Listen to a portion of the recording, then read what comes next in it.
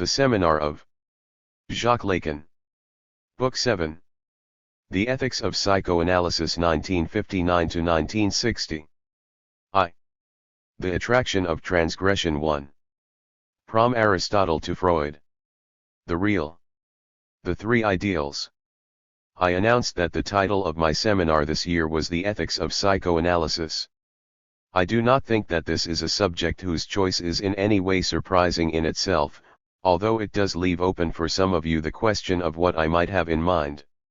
It was certainly not without some hesitation and even trepidation that I decided to tackle it.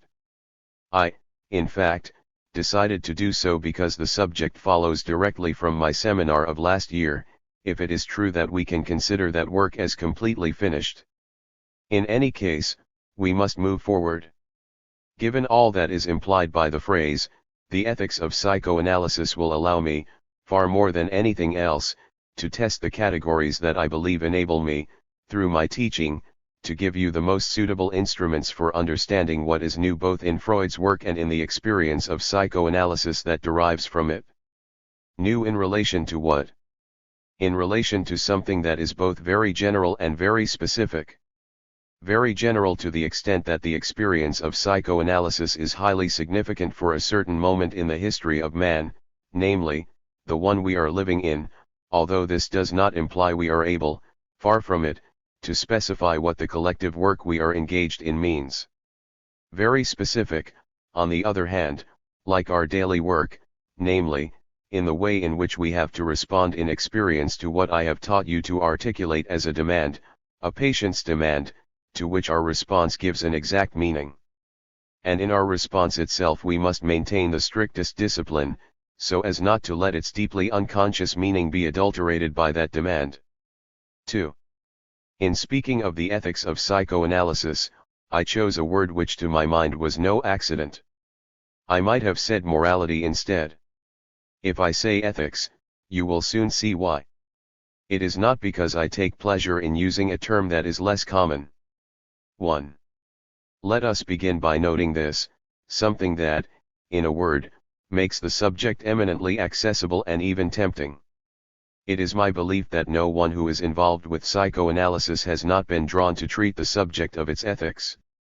I am not the one who created the expression. Moreover, it is impossible not to acknowledge that we are submerged in what are strictly speaking moral problems. Our experience has led us to explore further than has been attempted before the universe of transgression. That is the expression which, with an extra adjective, my colleague Hesnard uses. He refers to the morbid universe of transgression. And it is doubtless from this morbid point of view that we approach it at its highest point. In truth, that point of view is impossible to dissociate from the universe of transgression as such. And the link between transgression and morbidity has not failed in our time to mark with its seal all thought about morals. It is even strange sometimes, something I have drawn your attention to before in my asides, to see in religious circles a certain vertigo seize those who are engaged in thinking about moral questions when they come face to face with what our experience has to offer. It is remarkable to see how they, as it were, give in to the temptation of an excessive and even comic optimism, and start to think that a decline of morbidity might lead transgression to vanish. In fact, what we are dealing with is nothing less than the attraction of transgression. And what is this transgression? It is certainly not the same as the one the patient commits with the expectation of being punished or punishing himself. When we speak of the need for punishment, we are certainly referring to a transgression which is on the path of this need and which is sought out to obtain this punishment. But that way we are only carried a little further towards some yet more obscure transgression which calls for punishment. Is it the transgression that Freud's work points to from the beginning, the murder of the father, the great myth that he places at the origin of the development of civilization? Or is it that even more obscure and original transgression for which he finds a name at the end of his work, in a word, the death instinct, to the extent that man finds himself anchored deep within to its formidable dialectic? It is between these two terms that one finds in Freud a body of thought, a 3. Development whose precise significance it will be our task to determine.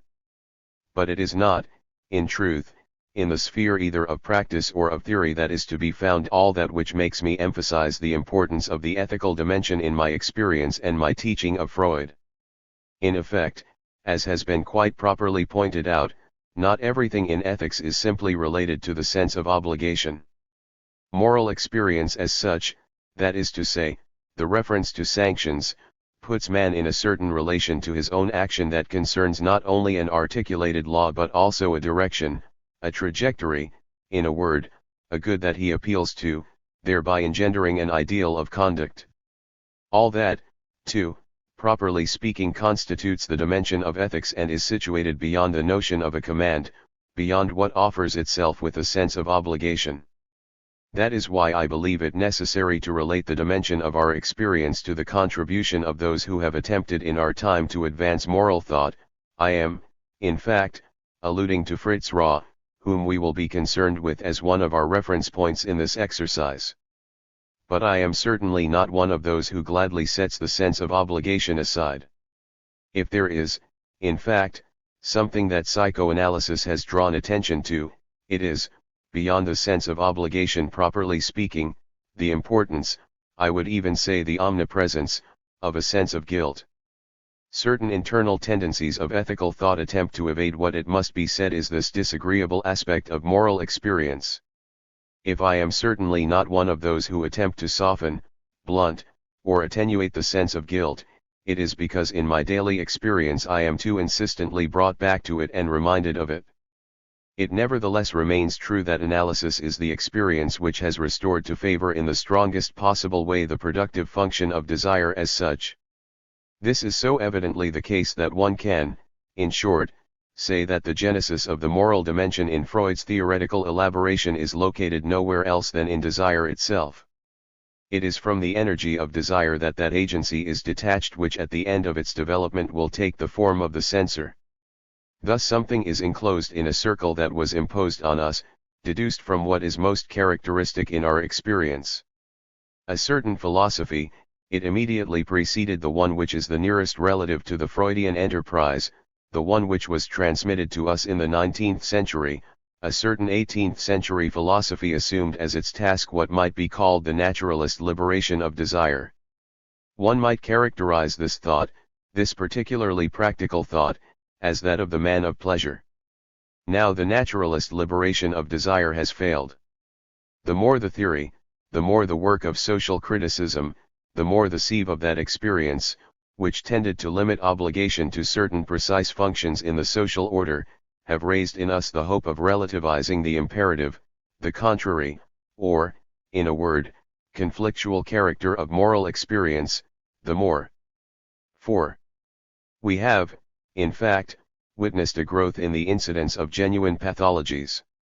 The naturalist liberation of desire has failed historically.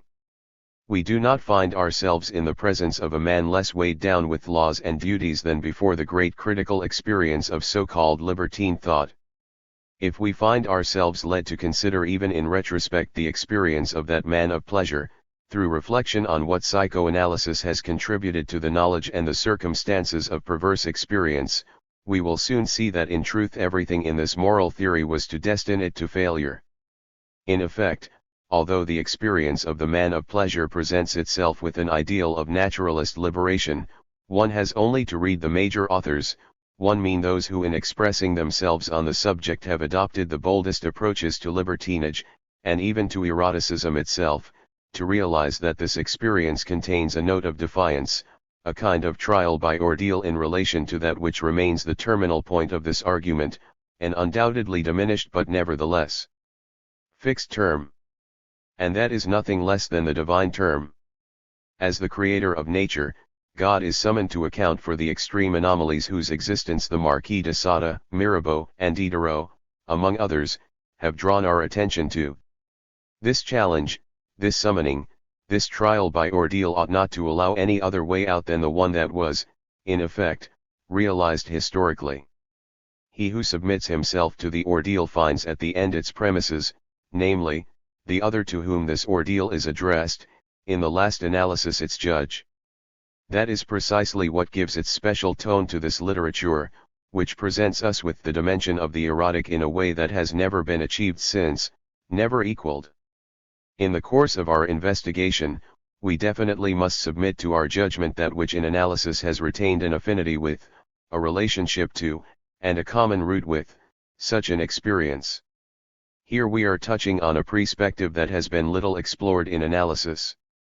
It seems that from the moment of those first soundings, from the sudden flash of light that the Freudian experience cast on the paradoxical origins of desire, on the polymorphously perverse character of its infantile forms, a general tendency has led psychoanalysts to reduce the paradoxical origins in order to show their convergence in a harmonious conclusion. This movement has on the whole characterized the progress of analytical thought to the point where it is worth asking if this theoretical progress was not leading in the end to an even more all-embracing moralism than any that has previously existed. Psychoanalysis would seem to have as its sole goal the calming of guilt, although we know well through our practical experience the difficulties and obstacles, indeed the reactions, that such an approach entails. This approach involves the taming of perverse jouissance, which is assumed to emerge from 5. The demonstration of its universality, on the one hand, and its function, on the other. No doubt the term component, used for designating the perverse drive, is in this situation given its full weight. Last year we explored the expression component drive. In a whole section of our remarks we were concerned with the insights that analysis affords concerning the function of desire and with the deep finality of that really remarkable diversity, which explains the value of the catalogue of human instincts that analysis has allowed us to draw up. Perhaps the question will only be seen in sharp relief, when one compares the position that our point of view of the term desire has led us to, with that which is, for example, articulated in the work of Aristotle in connection with ethics. I will give him an important place in my discussion, including particularly that work which lays out Aristotelian ethics in its most elaborate form, the Nicomachean Ethics. There are 2 points in Aristotle's work in which he shows how a whole register of desire is literally situated by him outside of the field of morality. Where a certain category of desires is involved, there is, in effect, no ethical problem for Aristotle. Yet these very desires are nothing less than those notions that are situated in the forefront of our experience. A whole large field of what constitutes for us the sphere of sexual desires is simply classed by Aristotle in the realm of monstrous anomalies. He uses the term bestiality with reference to them. What occurs at this level has nothing to do with moral evaluation. The ethical questions that Aristotle raises are located altogether elsewhere. I will give you an idea later of their thrust and essence. That is a point of special importance. On the other hand, if one believes that the whole of Aristotle's morality has lost none of its relevance for moral theory, then one can measure from that fact how subversive our experience is, since it serves to render his theory surprising, primitive, paradoxical and, in truth, incomprehensible. But all that is just a stop on our journey. What I really want to do this morning is to give you an outline of the seminar. 2.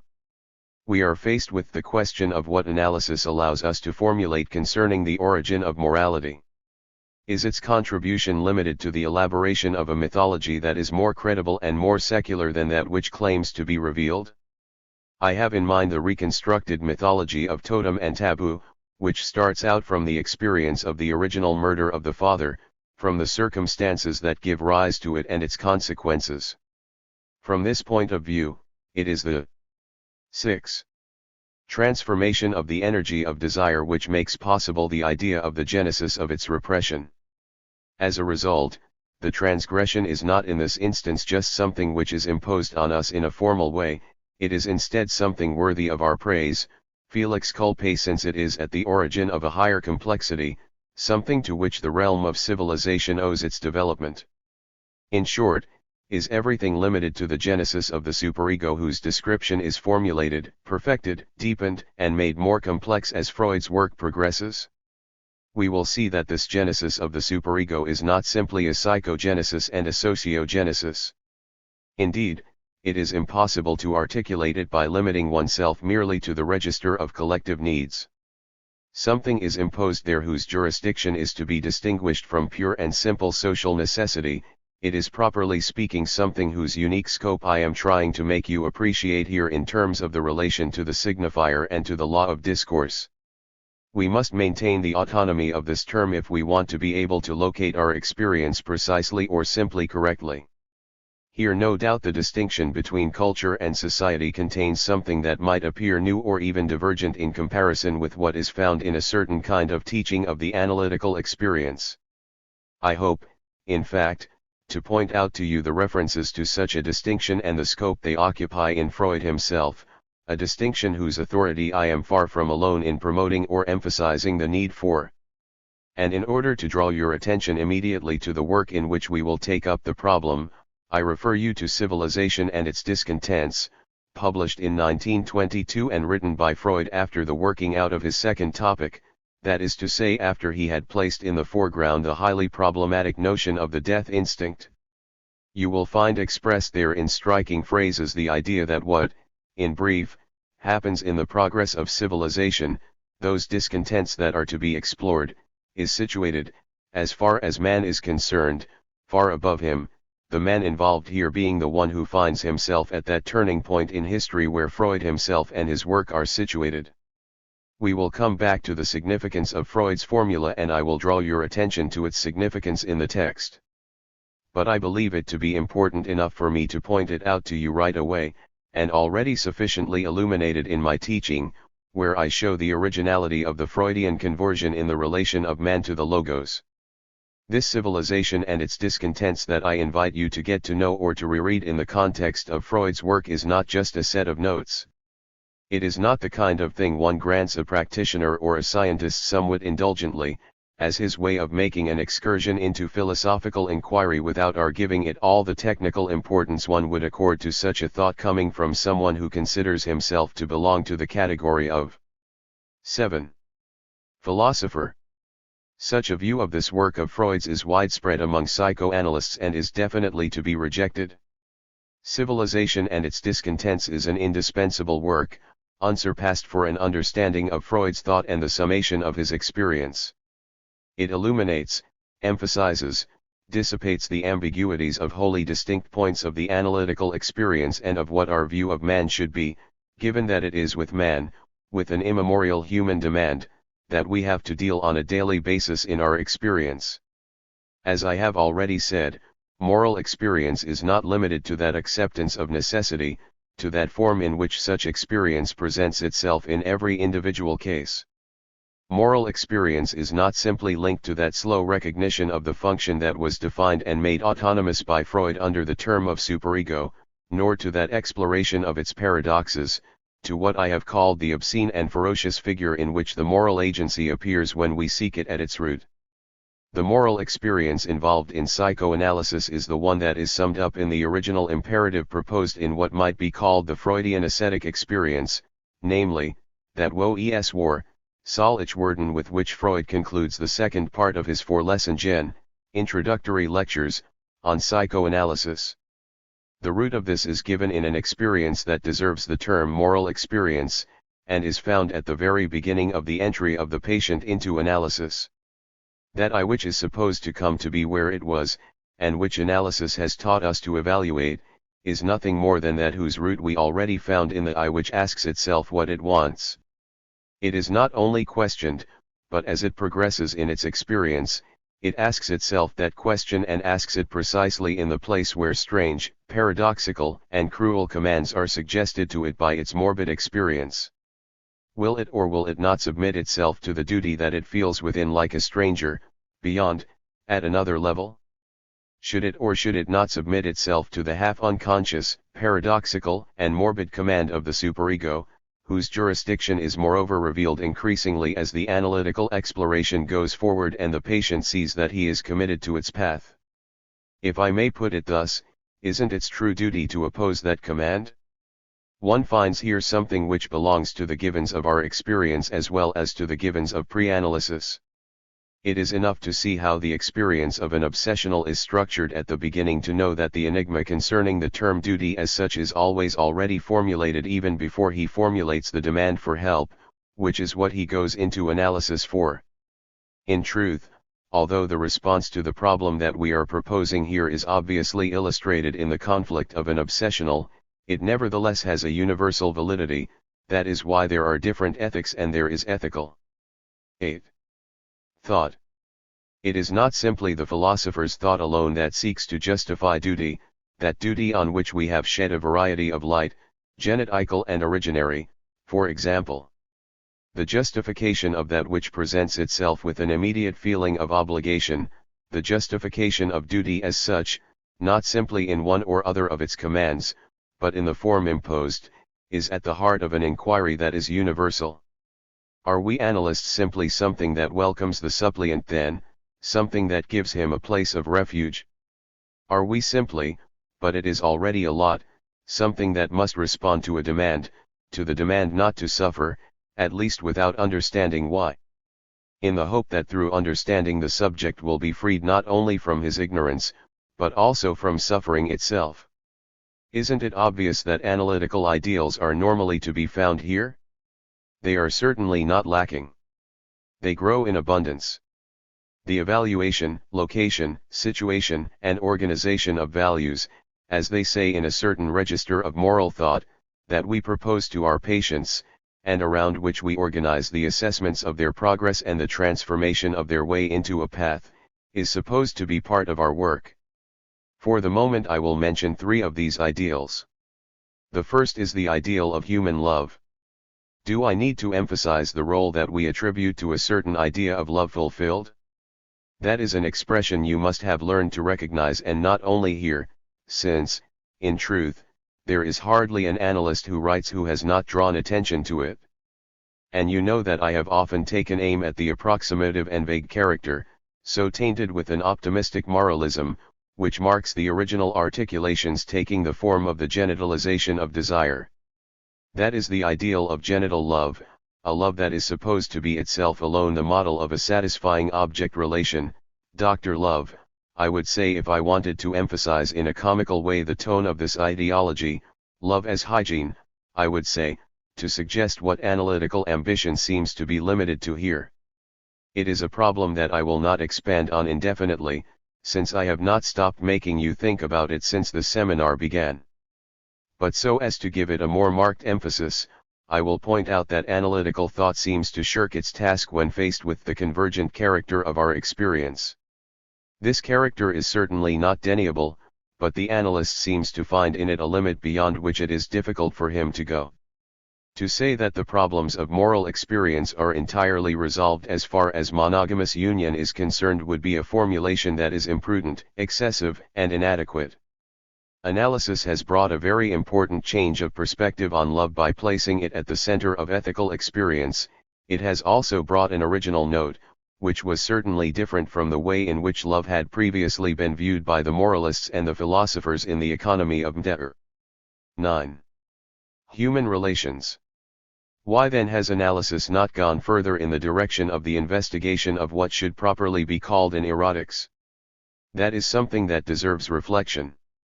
In this connection, the topic I have placed on the agenda of our forthcoming conference, namely, feminine sexuality, is one of the clearest of signs in the development of analysis of the lack I am referring to with regard to such an investigation.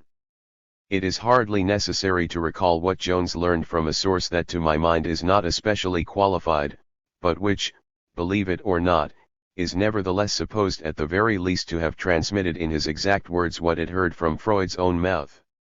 Jones tells us that this person told him confidentially that one day Freud said something like, after some 30 years of experience and thought, there is still one question to which I am still unable to find an answer, it is was will das Weib? What does woman want? Or more precisely, what does she desire? The term will in this expression may have that meaning in German. Have we gone much further on that subject? It will not be a waste of time if I show you the kind of avoidance that the progress of research in analysis has practiced in answering a question that cannot be said to have been invented by it.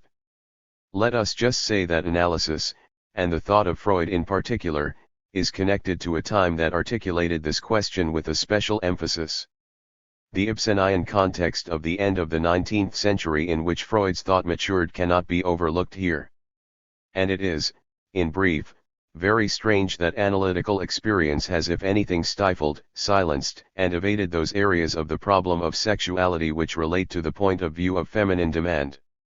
The second ideal, which is equally as remarkable in analytical experience, is what I shall call the ideal of authenticity. I do not think I need to emphasize it particularly. It will not have escaped you that if psychoanalysis is a technique of unmasking, it presupposes such a point of view. But, in fact, it goes further than that. It is not simply as a path, stage, or measure of progress that authenticity suggests itself to us, it is also quite simply as a certain norm for the finished product, as something desirable and, therefore, as a value. It is an ideal, but one on which we are led to impose clinical norms that are very precise. I will illustrate the point in the very subtle observations of Helene Deutsch concerning a type of character and of personality that one cannot describe as maladjusted or as failing to meet any of the norms demanded by social relations, but whose whole attitude and behavior are visible in the recognition, of whom? Of the other, of others, as if marked by that note that she calls in English as if / and which in German is ALSOB. I am touching here on the point that a certain register, which is not defined and is not simple and cannot be situated other than from a moral perspective, is present, control. 10. Ling, insisted on in all our experience, and that it is necessary to calculate to what extent we are adequate to it. That something harmonious, that full presence whose lack we as clinicians can so precisely gauge, doesn't our technique stop halfway toward what is required to achieve it, the technique that I have christened unmasking? Wouldn't it be interesting to wonder about the significance of our absence from the field of what might be called a science of virtues, a practical reason, the sphere of common sense? For in truth one cannot say that we ever intervene in the field of any virtue. We clear ways and paths, and we hope that what is called virtue will take root there. Similarly, we have recently forged a third ideal, which I am not sure belongs to the original space of analytical experience, the ideal of non-dependence or, more precisely, of a kind of prophylaxis of dependence. Isn't there a limit there, too, a fine boundary, which separates what we indicate to an adult subject as desirable in this register and the means we accord ourselves in our interventions so that he achieves it? It is enough to remember the fundamental, constitutive reservations of the Freudian position concerning education in the broad sense. There is no doubt that all of us, and child analysts in particular, are led to encroach on this domain, to practice in the space of what I have called elsewhere in orthopedics in its etymological sense. But it is nevertheless striking that both in the means we employ and in the theoretical competence we insist on, the ethics of analysis, for there is one, involves effacement, setting aside, withdrawal, indeed, the absence of a dimension that one only has to mention in order to realize how much separates us from all ethical thought that preceded us. I mean the dimension of habits, good and bad habits. It is something we refer to very little because psychoanalytic thought defines itself in very different terms, in terms of traumas and their persistence. We have obviously learned to decompose a given trauma, impression, or mark, but the very essence of the unconscious is defined in a different register from the one which Aristotle emphasizes in the Ethics in a play on words, Eoc itj0oc. 2. There are extremely subtle distinctions that may be centered on the notion of character. Ethics for Aristotle is a science of character, the building of character, the dynamics of habits and, even more, action with relation to habits, training, education. You must take a look at his exemplary work, if only to understand the difference between our modes of thought and those of one of the most eminent forms of ethical thought. 3. So as to emphasize what today's premises are leading us toward, I will simply note that although the topics on which I have attempted to open up different perspectives are varied, I will try next time to start from a radical position. In order to point out the originality of the Freudian position in ethical matters, I must underline a slippage or a change of attitude relative to the question of morality as such.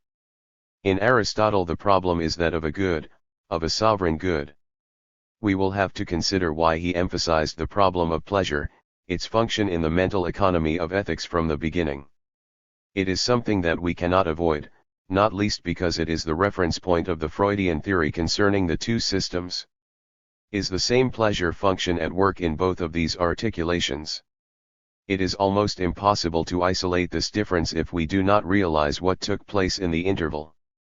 Even if it is not my role and if the place I occupy here doesn't seem to make it obligatory, I will not, in fact, be able to avoid a certain inquiry into historical progress. It is at this point that I must refer to those guiding terms, those terms of reference which I use, namely, the symbolic, the imaginary, and the real. More than once at the time when I was discussing the symbolic and the imaginary and their reciprocal interaction, some of you wondered what after all was the real. Well, as odd as it may seem to that superficial opinion which assumes any inquiry into ethics must concern the field of the ideal, if not of the unreal, I, on the contrary, will proceed instead from the other direction by going more deeply into the notion of the real. Insofar as Freud's position constitutes progress here, the question of ethics is to be articulated from the point of view of the location of man in relation to the real. To appreciate this, one has to look at what occurred in the interval between Aristotle and Freud. At the beginning of the 19th century, there was the utilitarian conversion or reversion. We can define this moment, one that was no doubt fully conditioned historically, in terms of a radical decline of the function of the master, a function that obviously governs all of Aristotle's thought and determines its persistence over the centuries.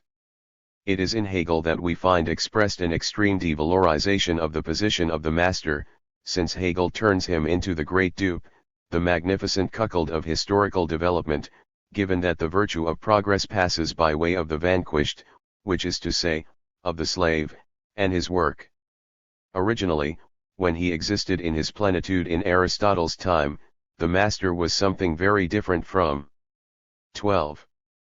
The Hegelian fiction, which is nothing more than his obverse, his negation, the sign of his disappearance. It is shortly before that terminal moment that in the wake of a certain revolution affecting interhuman relations, so-called utilitarian thought arose, and it is far from being made up of the pure and simple platitudes one imagines. It is not just a matter of a thought that asks which goods are available on the market to be distributed and the best way to effect the distribution. One finds there an investigation of something of which Mr. Jacobson, who is here today, first found the key, the little latch, in a hint he gave me concerning the interest of a work of Jeremy Bentham's that is ordinarily neglected in the summary of his contribution traditionally given. This personage is far from meriting the discredit, indeed the ridicule, which a certain critical philosophy might formulate concerning his role in the history of the development of ethics. We will see that it is in relation to a critical philosophy or, more properly, a linguistic one that his thought is developed. It is impossible to measure so well anywhere else the emphasis given in the course of this revolution to the term real, which in his thought is placed in opposition to the English term fictitious. 3. Fictitious does not mean illusory or deceptive as such. It is far from being translatable into French by fictive, although this is something that the man who was the key to his success on the continent, Etienne Dumont, did not fail to do. He was also responsible for popularizing Bentham's thought. Fictitious means fictive but, as I have already explained to you, in the sense that every truth has the structure of fiction. Bentham's effort is located in the dialectic of the relationship of language to the real so as to situate the good, pleasure in this case, which, as we will see, he articulates in a manner that is very different from Aristotle, on the side of the real. And it is within this opposition between fiction and reality that is to be found the rocking motion of Freudian experience. Once the separation between the fictitious and the real has been effected, things are no longer situated where one might expect. In Freud the characteristic of pleasure, as that dimension which binds man, is to be found on the side of the fictitious. The fictitious is not, in effect, in its essence that which deceives, but is precisely what I call the symbolic. That the unconscious is structured as a function of the symbolic, that it is the return of a sign that the pleasure principle makes man seek out, that the pleasurable element in that which directs man in his behavior without his knowledge, namely, that which gives him pleasure, because it is a form of euphony, that which one seeks and finds again is the trace rather than the trail. One has to appreciate the great importance of all of this in Freud's thought. If one is to understand the function of reality, certainly Freud leaves no doubt, any more than Aristotle, that what man is seeking, his goal, is happiness. It's odd that in almost all languages happiness offers itself in terms of a meeting, RVXY, except in English, and even there it's very close. A kind of favorable divinity is involved. Bonheur in French suggests to us augurum, a good sign and a fortunate encounter. Glück is the same as Glück. Happiness is after all happen, for it, too, is an encounter, even if one does not feel the need to add the prefix, which strictly speaking indicates the happy character of the thing. It is nevertheless not clear that all these terms are synonyms. I hardly need to remind you of the story of the individual who emigrated from Germany to America and who was asked, "Are you happy?" "Oh, yes, I am very happy," he answered, "I am really very, very happy, aber nicht glücklich." It does not escape Freud's attention that happiness, as far as we are concerned, is what must be offered as the goal of our striving, however ethical it might be. But what stands out clearly, in spite of the fact that it is not given sufficient importance on the grounds that we cease to listen to a man as soon as he steps outside his sphere of expertise, is that I prefer to read in Civilization and its Discontents the idea Freud expresses there concerning happiness, namely, that absolutely nothing is prepared for it, either in the macrocosm or the microcosm. That is the point which is completely new. Aristotle's thought on the subject of pleasure embodies the idea that pleasure has something irrefutable about it, and that it is situated at the guiding pole of human fulfillment, insofar as if there is something divine in man, it is in his bond to nature. You should consider how far that notion of nature is different from ours, since it involves the exclusion of all bestial desires from what is properly speaking human fulfillment. Since Aristotle's time we have experienced a complete reversal of point of view.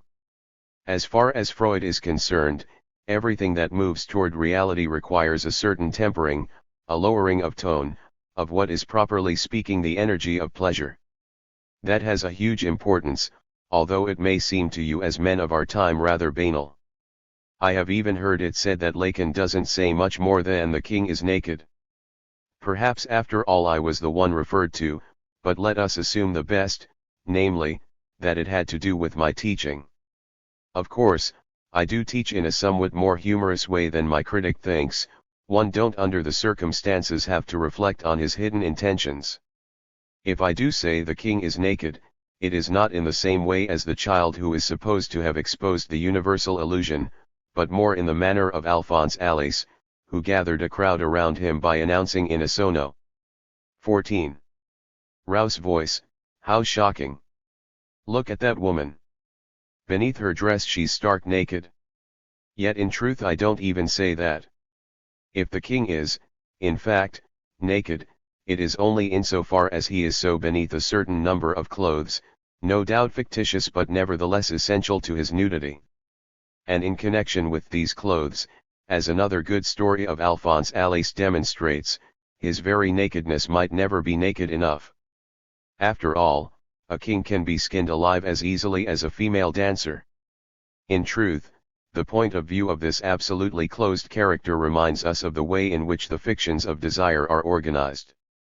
It is in this respect that the formulas I gave you last year on the phantasm are significant, and that the notion of desire as desire of the other assumes its full weight. I will end today WJTH a note concerning the Traumdeutung, the interpretation of dreams, taken from the Introduction to Psychoanalysis. A second factor that guides us, writes Freud, one that is much more important and is completely overlooked by the layman, is the following. It is certainly true that the satisfaction of a wish does give pleasure, but, as is well known, the dreamer, one don't think I am going too far when I find here a Lacanian emphasis in a certain way of posing the problem, does not have a simple and unambiguous relationship to his wish. He rejects it, he censures it, he doesn't want it. Here we encounter the essential dimension of desire. It is always desire in the second degree, desire of desire. In truth, we can expect Freudian analysis to create a little order in that sphere to which critical thought has turned in recent years, namely, the famous, indeed over-famous, theory of values, the very one that allows one of its proponents to say that the value of a thing is its desirability. Pay attention now, the point is to know if it is worthy of being desired, if it is desirable for one to desire it. The result is a kind of catalogue that in many ways might be compared to a second-hand clothes store in which one finds piled up the different judgments that down through the ages and up to our time have dominated human aspirations in their diversity and even their chaos. The structure embodied in the imaginary relation as such, by reason of the fact that narcissistic man enters as a double into the dialectic of fiction, will perhaps find its explanation at the end of the inquiry we are conducting this year into the ethics of psychoanalysis. In the end you will see emerge the question posed by the fundamental character of masochism in the economy of the instincts. No doubt something should remain open relative to the place we currently occupy in the development of erotics and to the treatment to be given, not simply to one individual or other, but to civilization and its discontents. Perhaps we should give up the hope of any genuine innovation in the field of ethics, and to a certain extent one might say that a sign of this is to be found in the fact that, in spite of all our theoretical progress, we haven't even been able to create a single new perversion. But it would be a definite sign that we have really arrived at the heart of the problem of existing perversions, if we manage to deepen our understanding of the economic role of masochism. Since it is useful to give oneself a goal that is attainable, that will, I hope, in the end be the point with which we will conclude this year. November 18, 1959. Introduction. To the Thing. 2. Pleasure and reality. The moral agency actualizes the real. Inertia and rectification. Reality is precarious. Opposition and intersection of the principles. Honey is what I am trying to bring you, the honey of my reflections on something that, my goodness, I have been doing for a number of years and which is beginning to add up, but which, as time goes by, ends up not being that much out of proportion with the time you devote to it yourselves. If the communication effect here sometimes presents difficulties, reflect on the experience of honey. Honey is either very hard or very fluid. If it's hard, it is difficult to cut, since there are no natural breaks. If it's very liquid, it is suddenly all over the place. I assume that you are all familiar with the experience of eating honey in bed at breakfast time. Hence the problem of pots. The honey pot is reminiscent of the mustard pot that I have already dealt with. The two have exactly the same meaning now that we no longer imagine that the hexagons in which we tend to store our harvest have a natural relationship to the structure of the world. Consequently, the question we are raising is in the end always the same, i.e., what is the significance of the word? This year we are more specifically concerned with realizing how the ethical question of our practice is intimately related to one that we have been in a position to glimpse for some time, namely, that the deep dissatisfaction we find in every psychology, including the one we have founded thanks to psychoanalysis, derives from the fact that it is nothing more than a mask, and sometimes even an alibi, of the effort to focus on the problem of our own action, something that is the essence and very foundation of all ethical reflection. In other words, we need to know if we have managed to do anything more than take a small step outside ethics and if, like the other psychologies, our own is simply another development of ethical reflection, of the search for a guide or a way, that in the last analysis may be formulated as follows: given our condition as men, what must we do in order to act in the right way? This reminder seems to me difficult to disagree with, when every day of our lives our action suggests to us that we are not far removed from that. Of course, things present themselves differently to us. Our way of introducing this action, of presenting and justifying it, is different. Its beginning is characterized by features of demand, appeal, and urgency, whose specialized meaning places us closer to earth as far as the idea of the articulation of an ethics is concerned. but that does not change the fact that we may in the end, or at any point whatsoever, discover such an articulation once again in its completeness, the kind of articulation that has always given both meaning and arguments to those who have reflected on morals and have tried to elaborate their different ethics. 1. Last time I sketched an outline of what I wish to cover this year. It extends from the recognition of the omnipresence of the moral imperative, of its infiltration into all our experience, to the other pole, that is to say, the pleasure in a second degree we may paradoxically find there, namely, moral masochism. In passing, I pointed out the unexpected and original approach I intend to develop with reference to those fundamental categories of the symbolic, the imaginary, and the real, that I use to orient you in your experience. My thesis, as I already indicated, and don't be surprised if it first appears confused, since it is the development of my argument that will give it weight, my thesis is that the moral law, the moral command, the presence of the moral agency in our activity, insofar as it is structured by the symbolic, is that through which the real is actualized, the real as such, the weight of the real. A thesis that may appear to be both a trivial truth and a paradox. My thesis involves the idea that the moral law affirms itself in opposition to pleasure, and we can sense that to speak of the real in connection with the moral law seems to put into question the value of what we normally include in the notion of the ideal.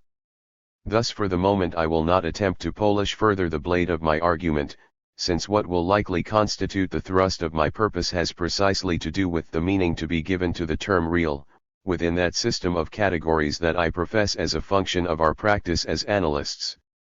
That meaning isn't immediately accessible, although those among you who have wondered about the final significance I might give the term will nevertheless have already noticed that its meaning must have some relationship to that movement which traverses the whole of Freud's thought.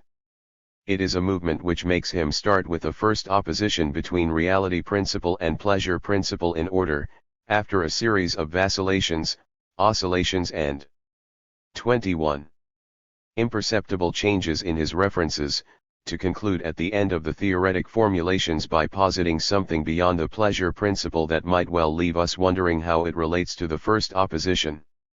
Beyond the pleasure principle we encounter that opaque surface which to some has seemed so obscure that it is the antimony of all thought, not just biological but scientific in general, the surface that is known as the death instinct. What is the death instinct? What is this law beyond all law, that can only be posited as a final structure, as a vanishing point of any reality that might be attained? In the coupling of pleasure principle and reality principle, the reality principle might seem to be a prolongation or an application of the pleasure principle. But, on the other hand, this dependent and limited position seems to cause something to emerge, something which controls in the broadest of senses the whole of our relationship to the world. It is this unveiling, this rediscovery, that beyond the pleasure principle is about.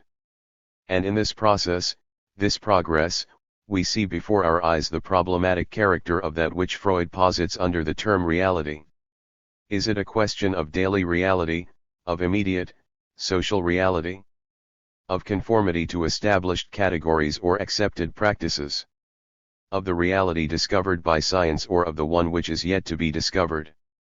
Is it psychic reality? It is on the road to the investigation of this reality that we find ourselves as analysts, and it leads us a long way from something that can be expressed under the category of wholeness. It leads us into a special area, that of psychic reality, which presents itself to us with the problematic character of a previously unequaled order. I will, therefore, begin by attempting to explore the function that the term reality played in the thought of the inventor of psychoanalysis and, at the same time, in our own thought, the thought of those of us who have followed in his path.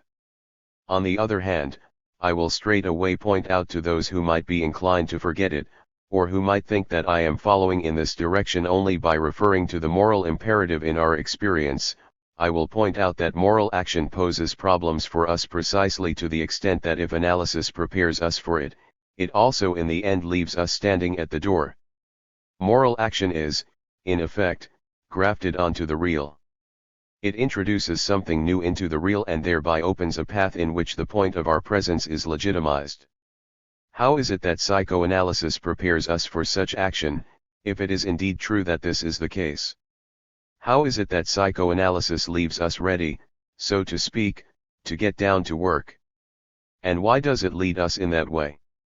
Why, too, does it stop at the threshold?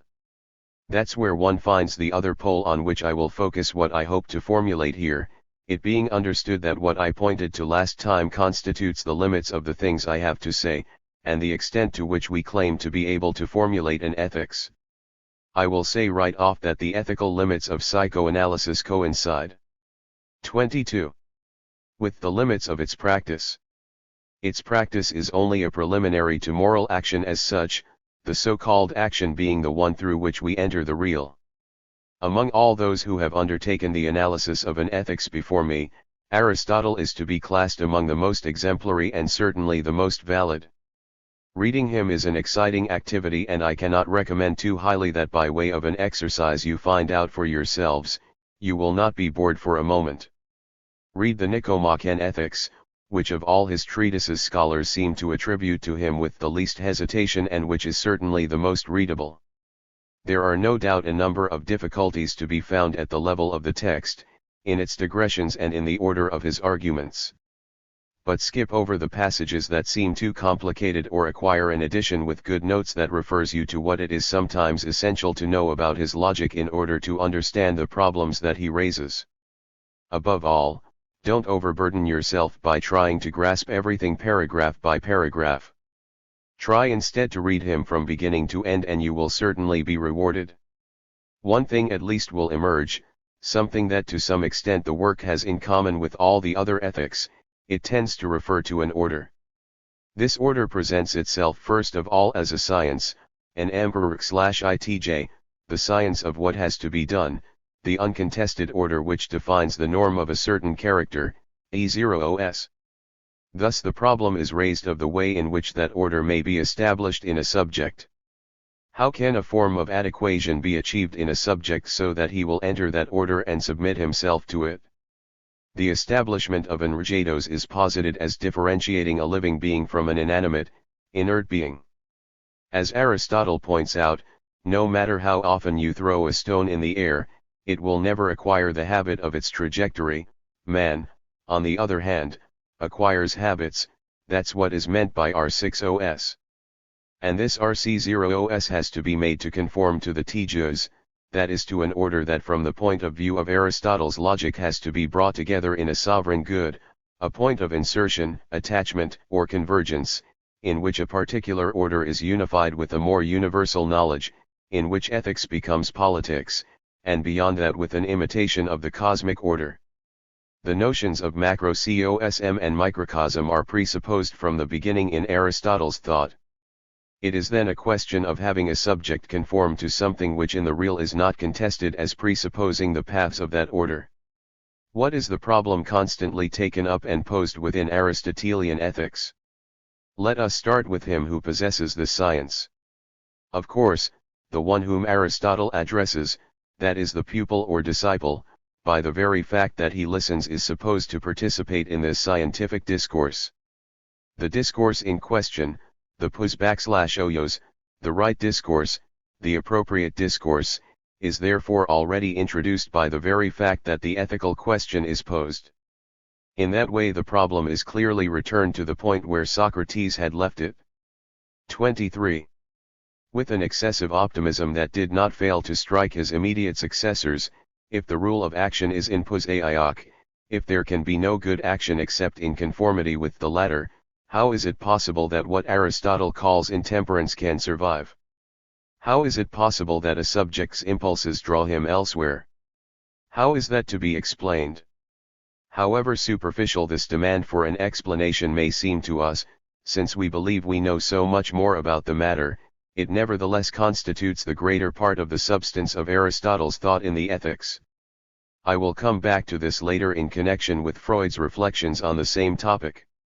For Aristotle the problem is delimited by the conditions imposed by a certain human ideal that I already briefly referred to in passing as that of the master. It is a question for him of elucidating the relationship that may exist between akakakria, intemperance, and the fault revealed relative to the essential virtue of the master, that is of the man whom Aristotle is addressing. I think I indicated enough last time that the master in antiquity isn't exactly the heroic brute who is represented in the Hegelian dialectic, and who functions for Hegel as an axis and turning point. I will not elaborate here on what is representative of the type. It is enough to know that it is something that enables us to appreciate properly the contribution of Aristotle's ethics. This comment undoubtedly causes us to set limits on the value of his ethics, to historicize them, but one would be wrong to assume that that is the only conclusion to draw. From an Aristotelian perspective, the master in antiquity is a presence, a human condition joined in a much less narrowly critical way to the slave, than Hegel's perspective affirms. In fact, the problem posed is one that goes unresolved from an Hegelian perspective, that of a society of masters. Other comments, too, may contribute equally to limit the significance for us of Aristotle's ethics. Note for example that the ideal of this master, like that of God at the center of an Aristotelian world governed by Vophs, seems to be to avoid work as much as possible. I mean to leave the control of his slaves to his steward in order to concentrate on a contemplative ideal without which the ethics doesn't achieve its proper aim. That tells you how much idealization there is in the point of view of Aristotelian ethics. Consequently, his ethics is localized, I would almost say limited to a social type, to a privileged representative of leisure, the very term axokakok suggests it. Yet, on the other hand, it is all the more striking to realize how an ethics articulated within such specific conditions still remains full of resonances and lessons. The schemas it proposes are not useless. They may be found in partially unrecognizable forms at the level of our approach to Freud's experience. These schemas may be recomposed or transposed in such a way that we will not be putting our new honey into the same old containers. 24. One can say right off that the search for a way, for a truth, is not absent from our experience. For what else are we seeking in analysis if not a liberating truth? But we must be careful. One must not always trust words and labels. This truth that we are seeking in a concrete experience is not that of a superior law. If the truth that we are seeking is a truth that frees, it is a truth that we will look for in a hiding place in our subject. It is a particular truth.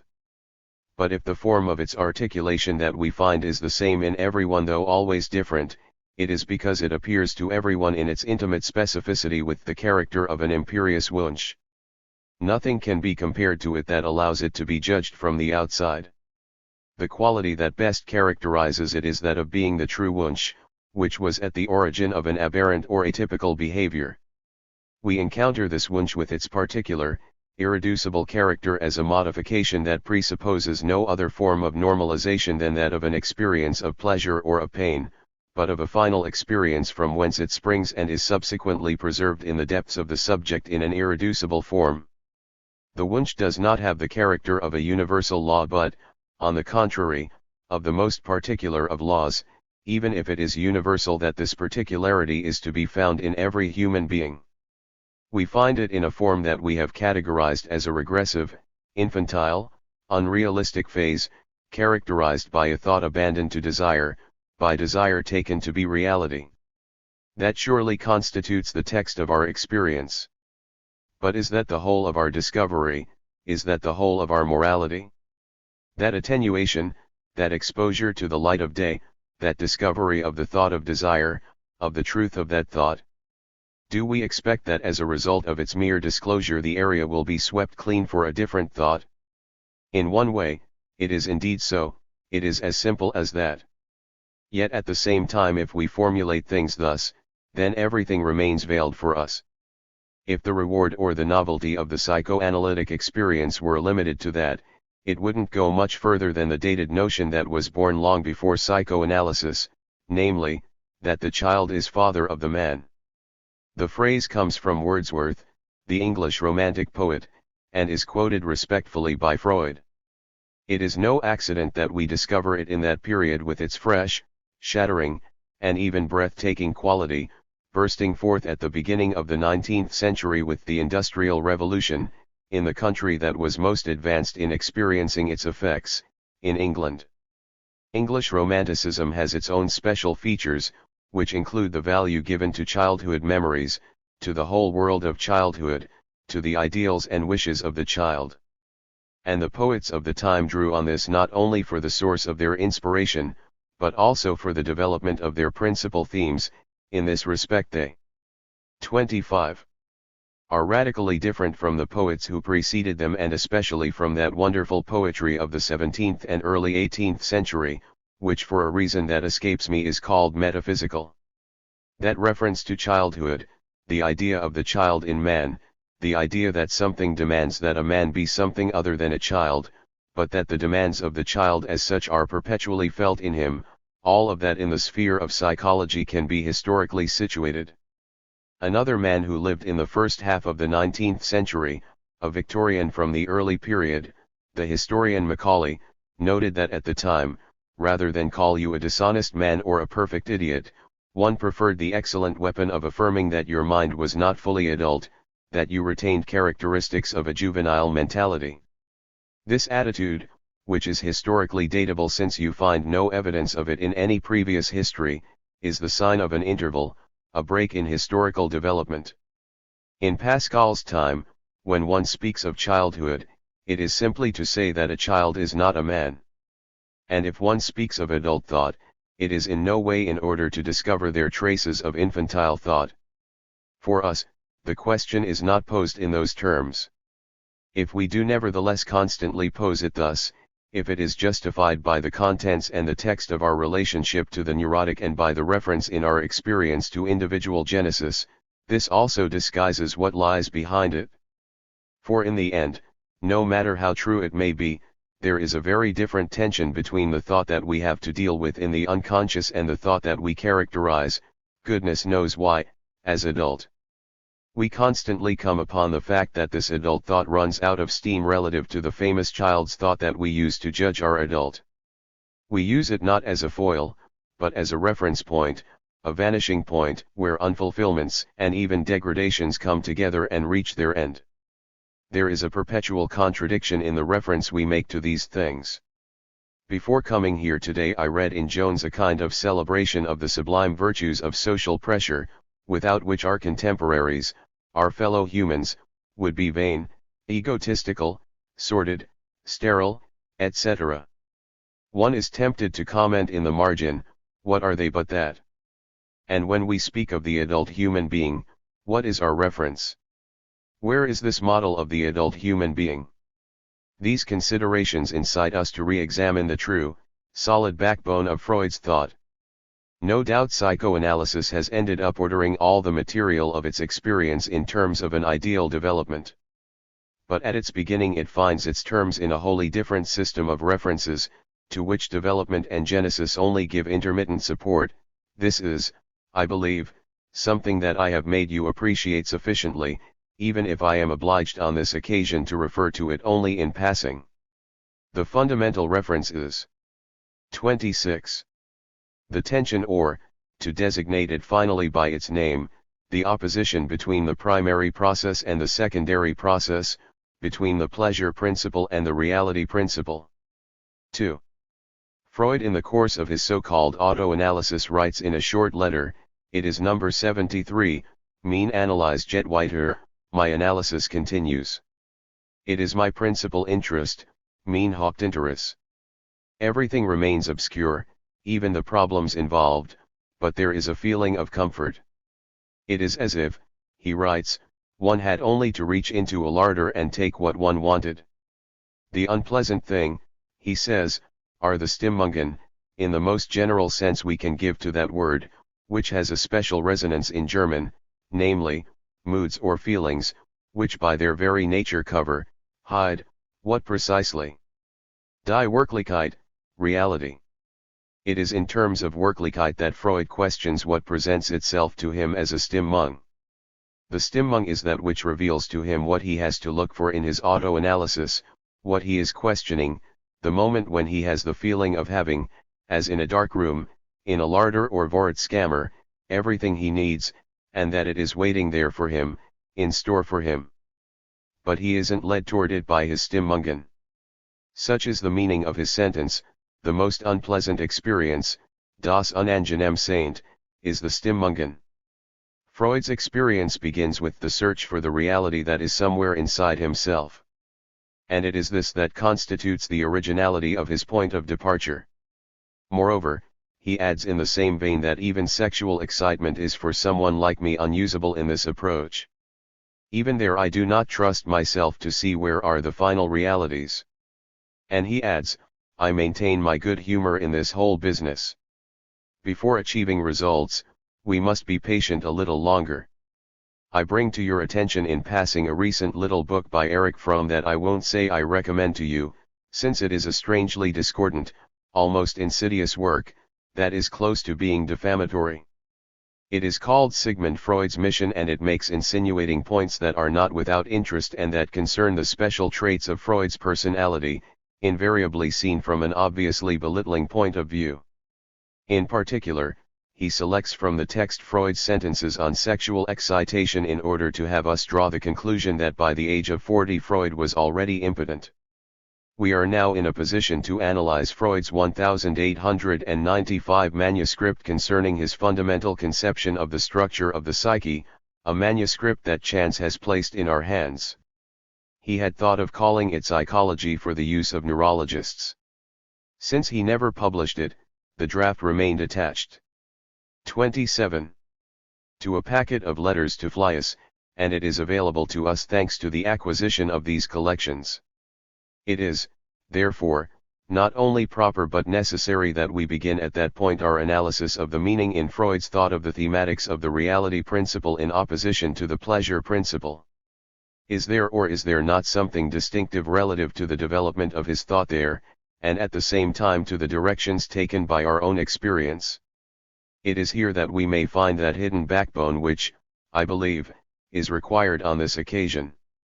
The opposition between the pleasure principle and the reality principle was re-articulated throughout Freud's work, 1895, The Entwurf, Project for a Scientific Psychology, 1900, Chapter 7 of the Traumdeutung, with the first public re-articulation of the so-called primary and secondary processes, the one governed by the pleasure principle and the other by the reality principle, 1914, return to the article from which I selected the dream that I discussed at length last year, the dream of the dead father.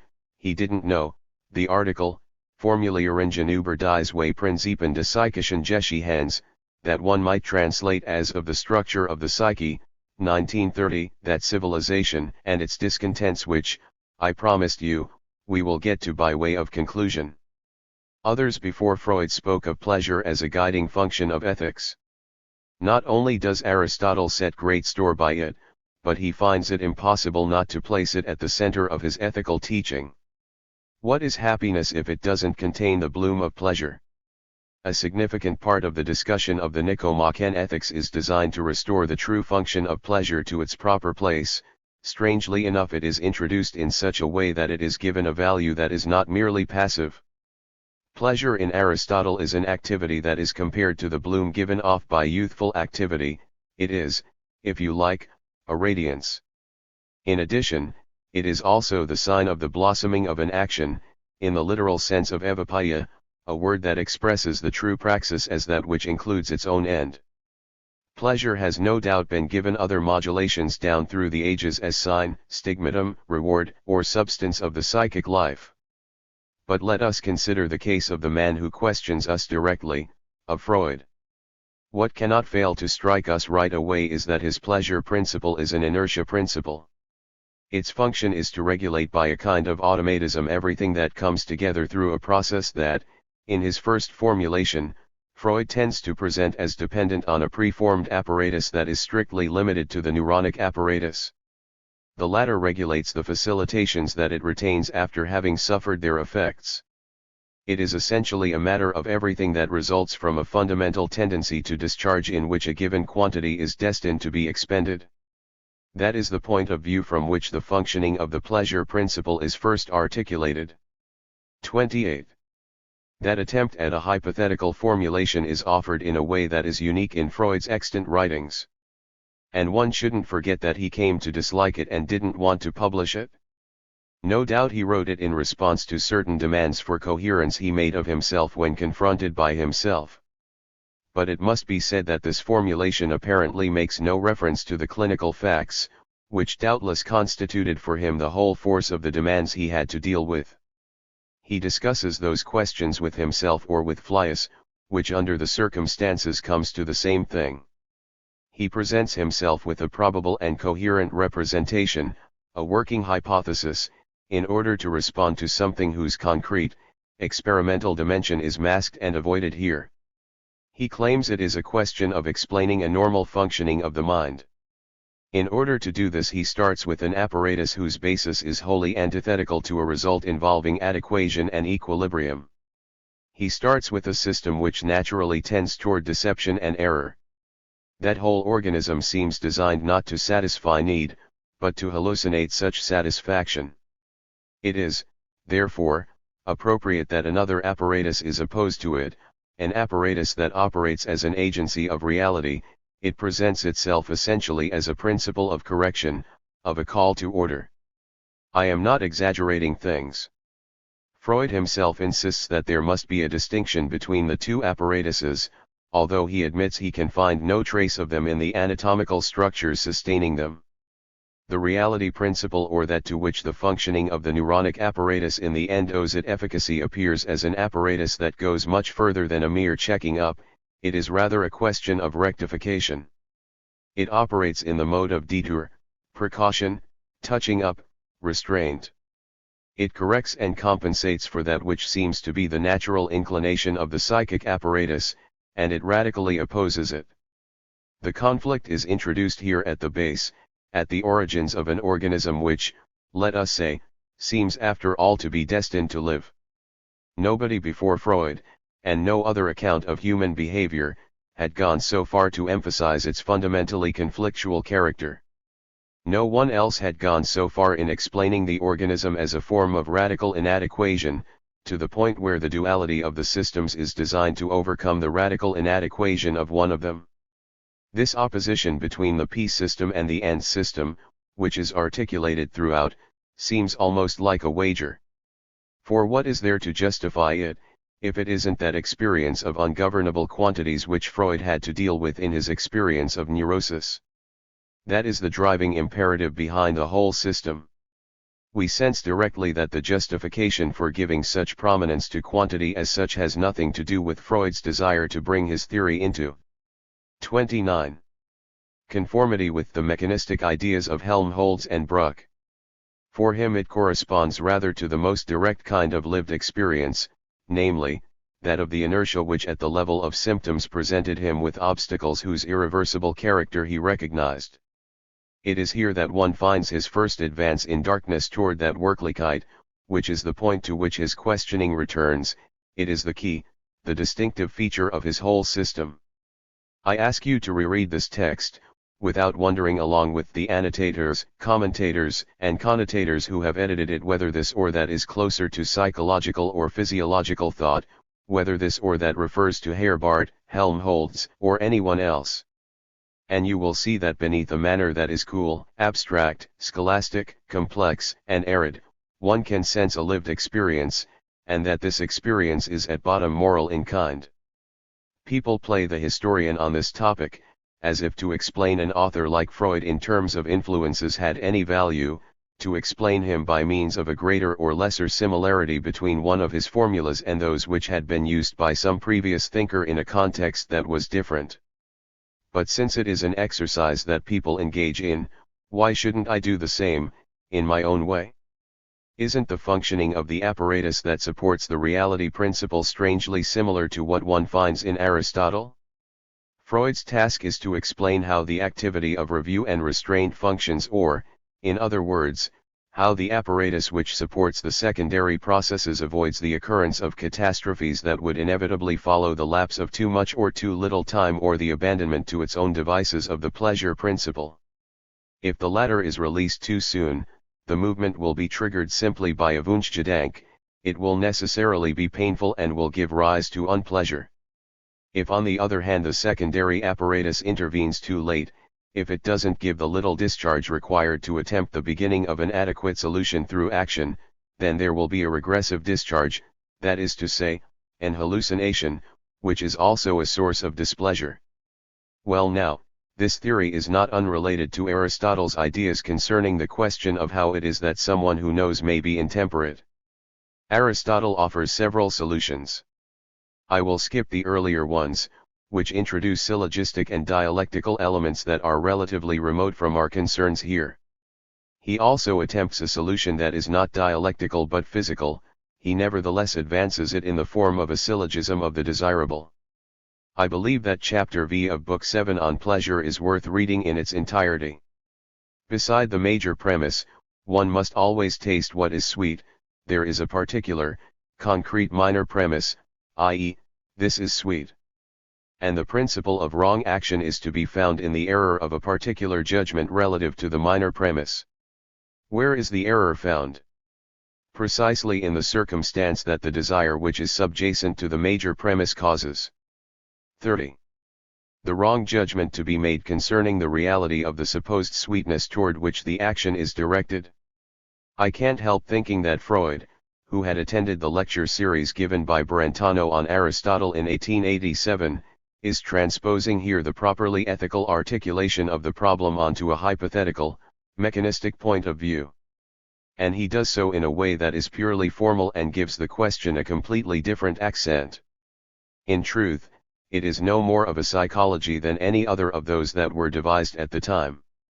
Let us have no illusions, as far as psychology is concerned, nothing has been achieved so far that is superior to Freud's Entwurf. Everything that has been devised concerning the functioning of the psyche under the assumption that the mechanisms of the nervous system can account for what is concretely perceived by us as the field of psychological action has a similar air of fanciful hypothesis. If Freud returns to the logical and syllogistic articulations, which have always been used by ethical philosophers in their field, it is in order to give them a very different meaning.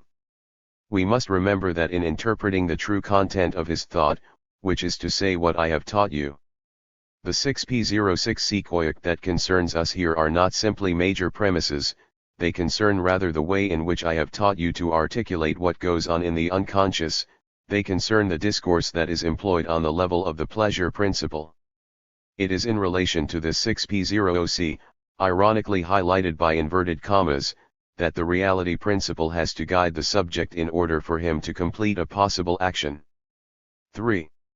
From a Freudian point of view, the reality principle is presented as functioning in a way that is essentially precarious. No previous philosophy has gone so far in that direction. It is not that reality is called into question, it is certainly not called into question in the way that the idealists did so. Compared to Freud, the idealists of the philosophical tradition are small beer indeed, for in the last analysis they don't seriously contest that famous reality, they merely tame it.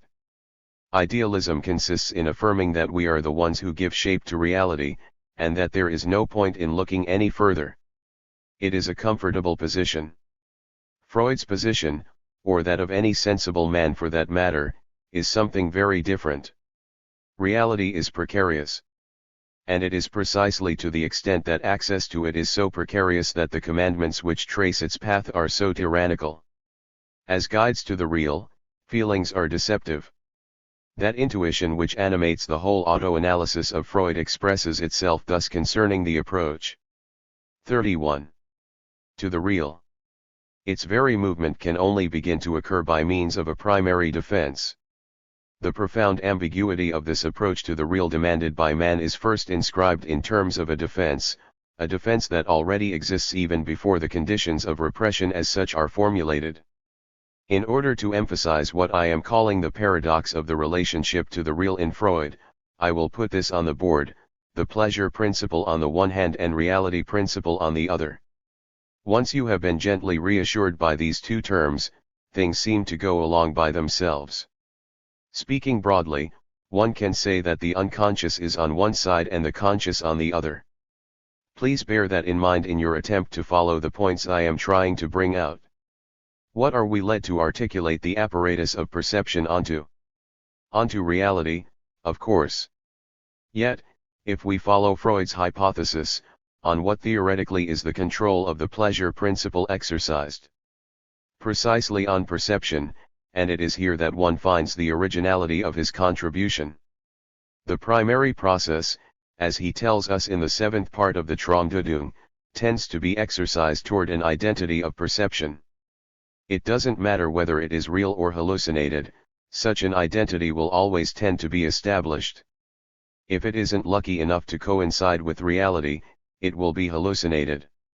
The risk is in the possibility of the primary process winning out.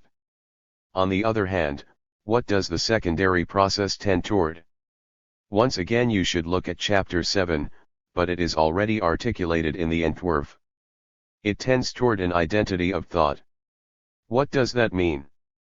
It means that the interior functioning of the psychic apparatus, I will discuss next time how it might be represented schematically, occurs as a kind of groping forward, a rectifying test, thanks to which the subject, led on by the discharges that follow along the Bonungen already established, will conduct the series of tests or of deters that will gradually lead him to anastomosis and to moving beyond the testing of the surrounding system of different objects present at that moment of its experience.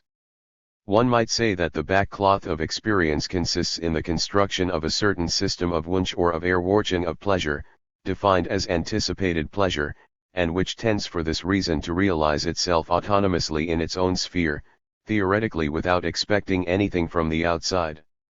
It moves directly toward a fulfillment highly antithetical to whatever triggers it. In this preliminary approach, thought ought to appear to be on the level of the reality principle, in the same column as the reality principle. But it is by no means the case, since as described by Freud, this process is in itself and by nature unconscious.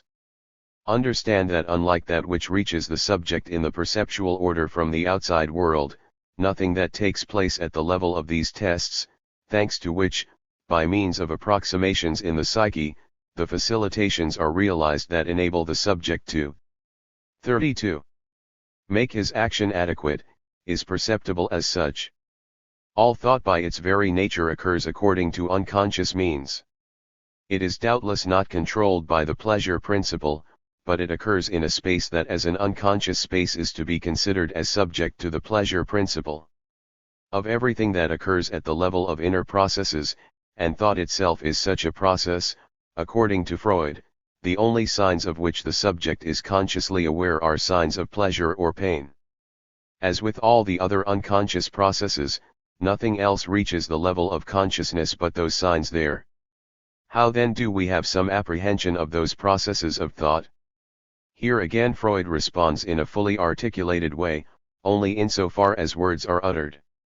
An idea that, with the tendency to facility characteristic of all thought that in spite of itself is tainted by a kind of parallelism, is commonly interpreted as follows.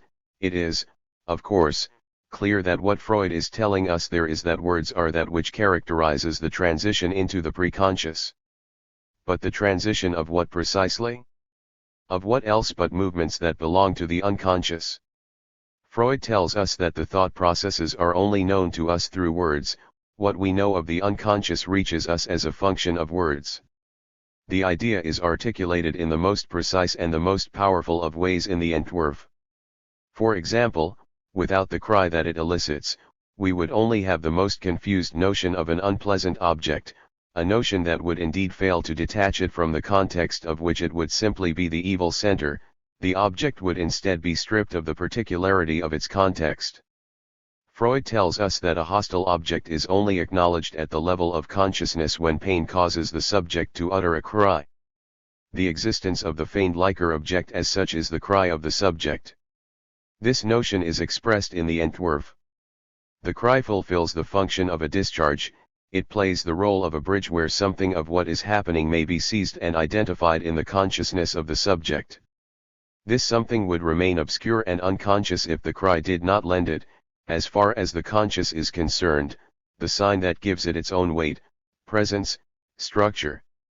It gives it as well a potentiality due to the fact that the important objects for a human subject are speaking objects, which will allow him to see revealed in the discourse of others the processes that, in fact, inhabit his own unconscious. We only grasp the unconscious finally when it is explicated, in that part of it which is articulated by passing into words. It is for this reason that we have the right, all the more so as the development of Freud's discovery will demonstrate, to recognize that the unconscious itself has in the end no other structure than the structure of language. It is this that gives value to atomistic theories. The latter do not cover any of those things they claim to cover, namely, a certain number of atoms of the 33 neuronic apparatus, supposedly individualized elements of the nervous system. But, on the other hand, the theories of relations of contiguity and continuity illustrate admirably the signifying structure as such, insofar as it is involved in any linguistic operation. What do we see offered with this double intersection of the respective effects of the reality and pleasure principles on each other? The reality principle controls what happens at the level of thought, but it is only insofar as something emerges from thought which can be articulated in words in interhuman experience that it is able as a principle of thought to come to the knowledge of the subject in his consciousness. Conversely, the unconscious itself is to be situated at the level of elements, of logical components which are of the order of \oyos, articulated in the form of an abdaskoyos hidden at the heart of the spot where the transitions, the transferences motivated by attraction and necessity, and the inertia of pleasure occur for the subject, those operations, in short, which cause one sign rather than another to be valorized for him, to the extent that this sign may be substituted for the earlier sign or, on the contrary, have transferred to it the effective charge attached to a first experience. Thus at these three levels we see three orders emerge as follows. First, let us say, there is a substance or a subject of psychic experience, which corresponds to the opposition reality principle/pleasure principle. Next, there is the process of experience, which corresponds to the opposition between thought and perception. And what do we find here? The process is divided according to whether it is a question of perception, and, therefore, linked to the activity of hallucinating, to the pleasure principle, or to a question of thought. This is what Freud calls psychic reality. On one side is the process as fictional process. On the other are the processes of thought through which instinctual activity is effectively realized, that is to say, the appetitive process, a process of search, of recognition and, as Freud explained later, of recovery of the object. That is the other face of psychic reality, its unconscious process, which is also its appetitive process. Finally, on the level of objectification or of the object, the known and the unknown are in opposition. It is because that which is known can only be known in words that that which is unknown offers itself as having a linguistic structure. This allows us to ask again the question of what is involved at the level of the subject. Consequently, the oppositions fiction/appetite, knowable/unknowable divide up what takes place at the level of the process and of the object. What is involved at the level of the subject? We need to ask ourselves, what is the division of the two sides between the two principles at this level? I would propose the following. As far as the pleasure principle is concerned, that which presents itself to the subject as a substance is his good. 34. Insofar as pleasure controls subjective activity, it is the good, the idea of the good, that sustains it. That is why ethical thinkers have at all times not been able to avoid trying to identify these two terms, which are after all fundamentally antithetical, namely, pleasure and the good. But over and against that, how does one qualify the substratum of reality of subjective activity? What is the new figure that Freud gave us in the opposition reality principle/pleasure principle? It is without a doubt a problematic figure. Freud doesn't for a moment consider identifying adequacy to reality with a specific good. In Civilization and Its Discontents he tells us that civilization or culture certainly asks too much of the subject. If there is indeed something that can be called his good or his happiness, There is nothing to be expected in that regard from the microcosm, nor moreover from the macrocosm. It is with this question mark that I will end today. Subject, process, object, pleasure principle, his good, thought, unconscious, reality principle, perception, known, words. November 25, 1959. Ill. An ethics, not a psychology. How reality is constituted. A topology of subjectivity. I have up till now taken account of a number of points in Freud's work. And last time you saw how I was led in particular to refer to that curiously situated work, the Entwurf. You are aware of the reservations that one might have relative to the correspondence with Fliess. It is not a work as such, the text we have isn't complete. But it is certainly extremely valuable, and especially its supplementary material, among which the Entwurf has a special place. 1. The Entwurf is very revealing of a kind of substructure of Freud's thought. Its obvious relationship to all the formulations of his experience that Freud was led to offer subsequently makes it especially precious. What I had to say about it last time expressed well enough the way in which it will appear in my commentary this year. Contrary to received opinion, I believe that the opposition between the pleasure principle and the reality principle, or between the primary process and the secondary process, concerns not so much the sphere of psychology as that of ethics properly speaking. There was in Freud the perception of the proper dimension in which human action unfolds. And in the appearance of an ideal of mechanistic reduction acknowledged in the Entwurf, one should simply see a compensatory movement or the other face of Freud's discovery of the fact of neurosis, which is from the beginning seen in that ethical dimension where it is, in effect, situated. The proof of this is in the fact that conflict is in the foreground, and that from the outset this conflict concerns the moral order in what we might call a massive way. That's not such a novelty. Every builder of an ethics has had to face the same problem. It is, in fact, in this connection that it is interesting to write a history, or a genealogy, of morals. Not in Nietzsche's sense, but as a series. 35. 36. Of ethical systems, i.e., of theoretical reflection on moral experience. That way one understands the central significance of problems that have been posed since the beginning and that have been pursued with a notable constancy. After all, why is it necessary that thinkers in the field of ethics always return to the ethical problem of the relation of pleasure to the final good, whenever the guidance of human action from a moral point of view is concerned? Why do they always return to this same theme of pleasure? How does one explain that internal demand which constrains the ethical philosopher to try to reduce the antinomies associated with this theme? From the fact that pleasure appears in many cases to be the end which is in opposition to moral effort, but that the latter has nevertheless to locate its ultimate point of reference there, a point of reference to which the good that is supposed to orient human action is finally reduced. That's an example, and by no means the only one, of the kind of knot which one comes upon in solutions to the problem. It is instructive for us to see the constancy with which the problem of conflict is posed within every discussion of morals. Freud in this respect appears as no more than a descendant. Yet he contributes something unmatched in significance, something that has changed the problems of the ethical perspective for us to a degree that we are not yet aware of. That is why we need reference points, and I have already alluded to some of those that we will need to take account of this year. One has to choose, since I don't intend to highlight all those writers who have discussed morals. I have discussed Aristotle because I believe that the Nicomachean Ethics is properly speaking the first book to be organized around the problem of an ethics.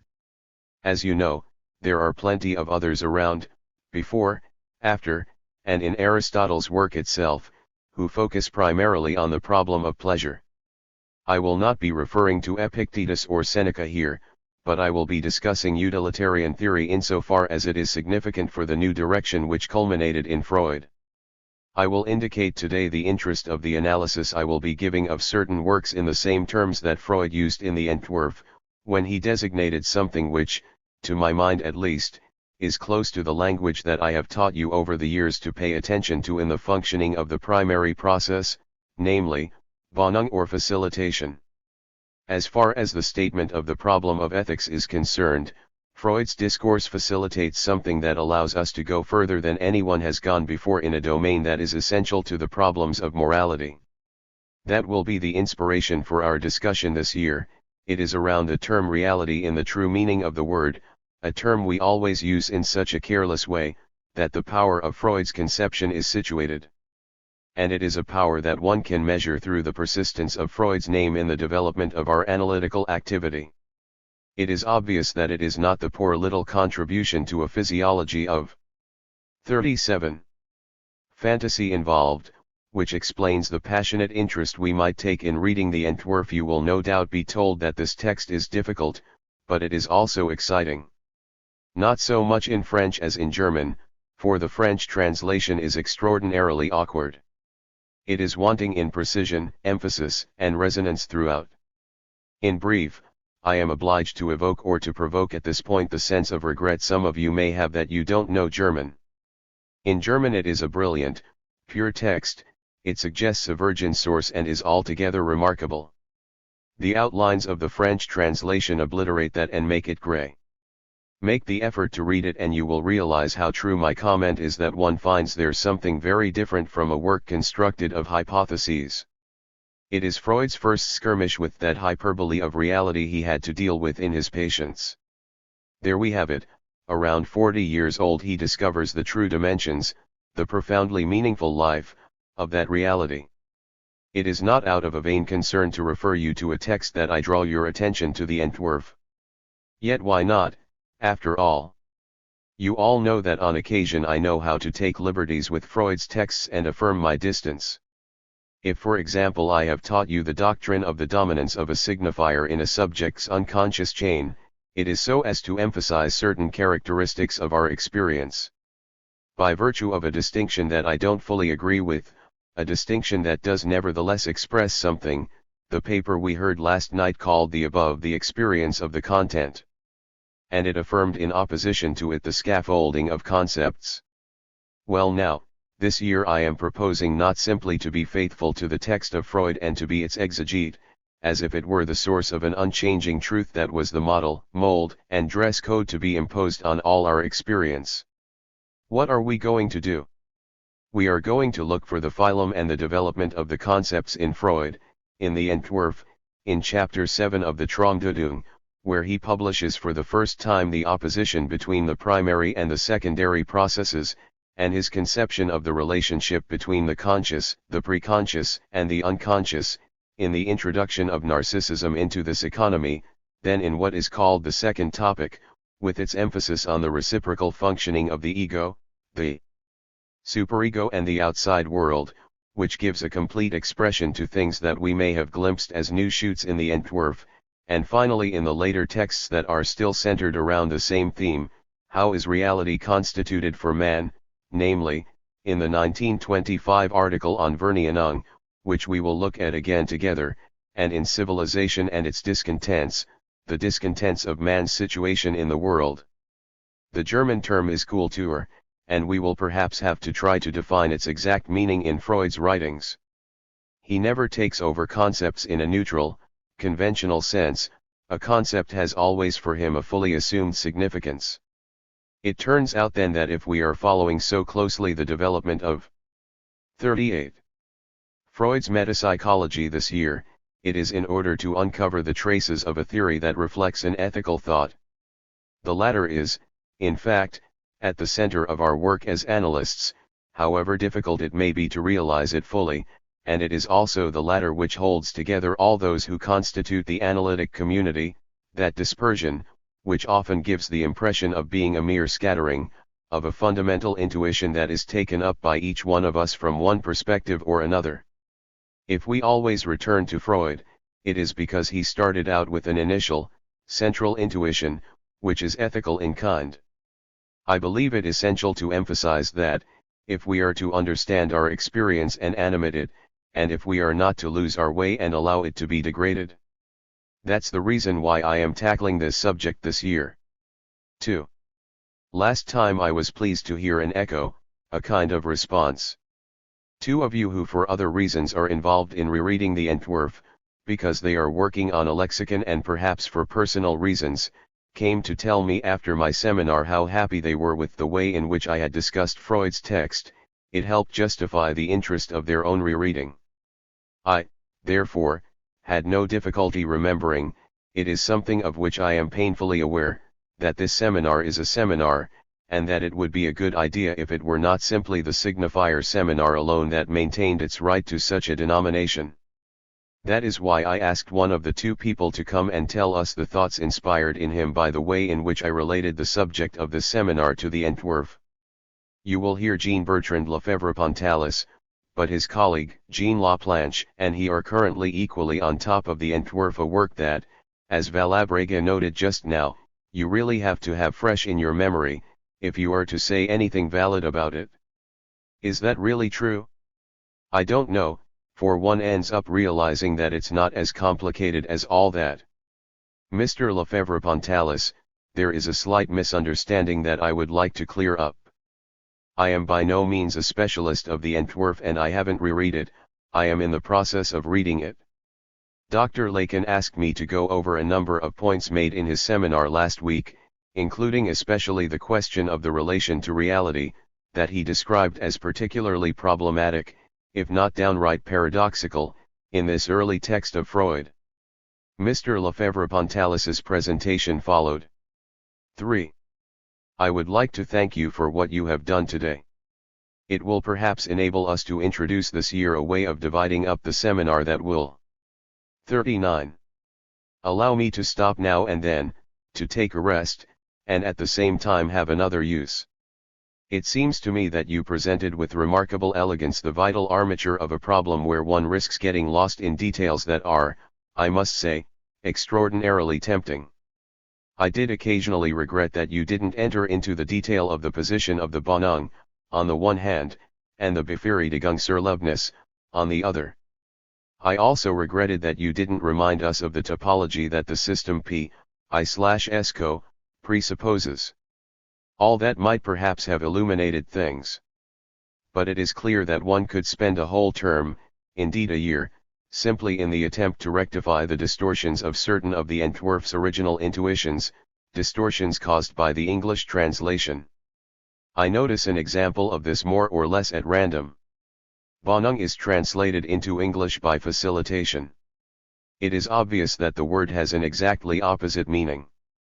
Bonung suggests the creation of a continuous way, a chain, and I even have the feeling that it can be related to the signifying chain insofar as Freud says that the development of the / apparatus replaces simple quantity by quantity plus Bonung, that is to say its articulation. The English translation, facilitation, slides over the thing. The French translation was modeled on the English text. As a result, all its mistakes have been multiplied, and there are even cases where its text is absolutely unintelligible compared to a simple German text. Nevertheless, I do believe that you emphasized the points that our following discussions will take up, discussions that will lead us back to the relationship between the reality principle and the pleasure principle. You showed the paradox involved by indicating that the pleasure principle cannot be inscribed in a biological system. Yet, my goodness, the mystery isn't so great if we see that the state of affairs is supported in the following way, namely, that the subject's experience of satisfaction is entirely dependent on the other, on the one whom Freud designates in a beautiful expression that you didn't emphasize, I am sorry to say, the Nebenmensch. I will have the opportunity to proffer a few quotations so as to show that it is through the intermediary of the Nebenmensch as speaking subject that everything that has to do with the thought processes is able to take shape. The subjectivity of the subject. I ask you to refer to the double column table that I drew for you last time. This diagram will be of use to us until the end of our presentation and will enable us to conceive of the pleasure function and the reality function in a relationship that we will have to bind together more and more closely. If you approach them in another way, you end up with the paradox that you perhaps overemphasized today, namely, that there is no plausible reason why reality should be heard and should end up prevailing. Experience proves it to be overabundant for the human species, which for the time being is not in danger of extinction. The prospect is exactly the opposite.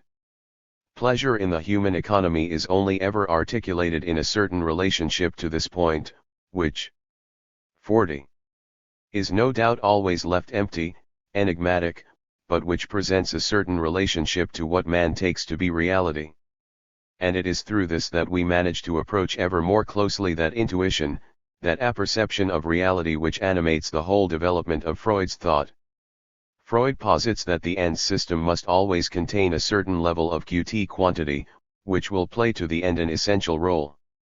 The discharge cannot, in effect, be complete, reach a zero level, after which the psychic apparatus achieves a final state of rest.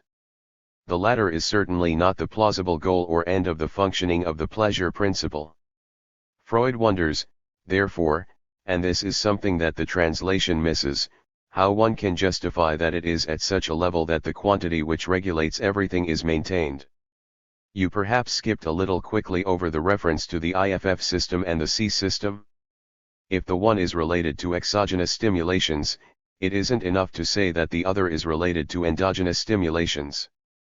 An important part of the system is, in fact, constituted of raw Q quantities from the outside which are transformed into quantities that are by no means comparable to those that characterize the IFR system, among which the latter system organizes whatever reaches it from the outside, and does so in a way that is clearly expressed by Freud as apparently being similar to Fechner's theory. It is a matter of the transformation of what is pure and simple quantity into complication. Freud uses the same Latin term, complications. Thus we have the following scheme. On the one hand is the system, which is a highly complex network capable of shrinkage and of outbau, that is to say of extension. At this point of the theory, there occurs between the two a crossing over, which is indicated in Freud's little diagram. Once a certain limit is passed, that which arrives as quantity is completely transformed as far as its structure is concerned. This notion of structure, of Aufbau, is represented by Freud as essential. He distinguishes in the apparatus between its Aufbau, to retain quantity, and its function, which is to discharge it, die Funktion der Abwehr. The function isn't simply to circulate and discharge, it appears at this level as split. One must realize that this apparatus is presented to us as isolated in a living being. It is the nervous system that is being studied and the totality of the organism. The latter is an extremely important point whose significance is to my mind obvious.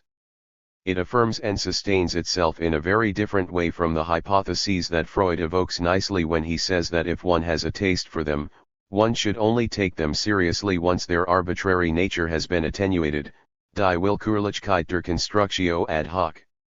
It seems obvious to me that this apparatus is a topology of subjectivity insofar as it arises and is constructed on the surface of an organism.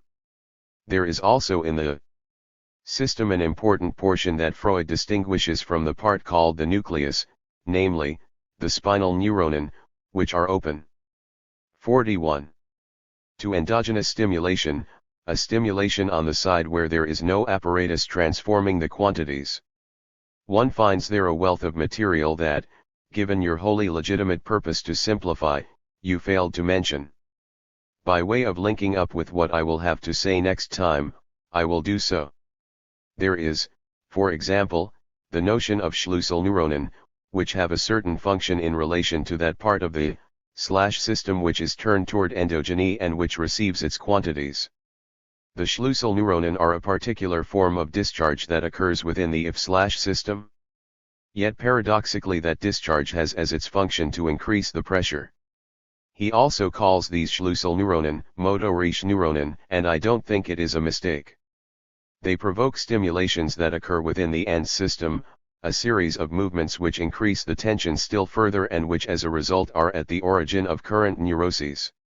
And this is a problem which has been particularly neglected, but that is for us of great interest. We will not go into that now, however. The important point is that everything that happens here offers the paradox of being in the same place as that in which the principle of articulation by the Bonung reigns, the same place, too, in which the whole hallucinatory phenomenon of perception occurs, of that false reality to which, in brief, the human organism is predestined. It is again in this same place that the processes oriented and dominated by reality are unconsciously formed, insofar at least as it is a question of the subject finding the path to satisfaction. In this instance, satisfaction should not be confused with the pleasure principle. This is a topic that emerges, oddly enough, at the end of the third part of the text.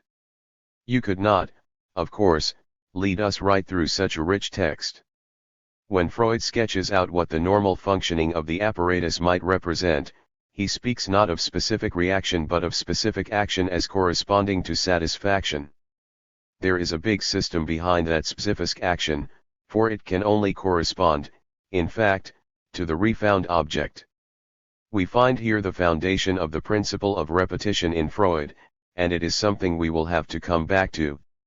That specific action will always be missing something.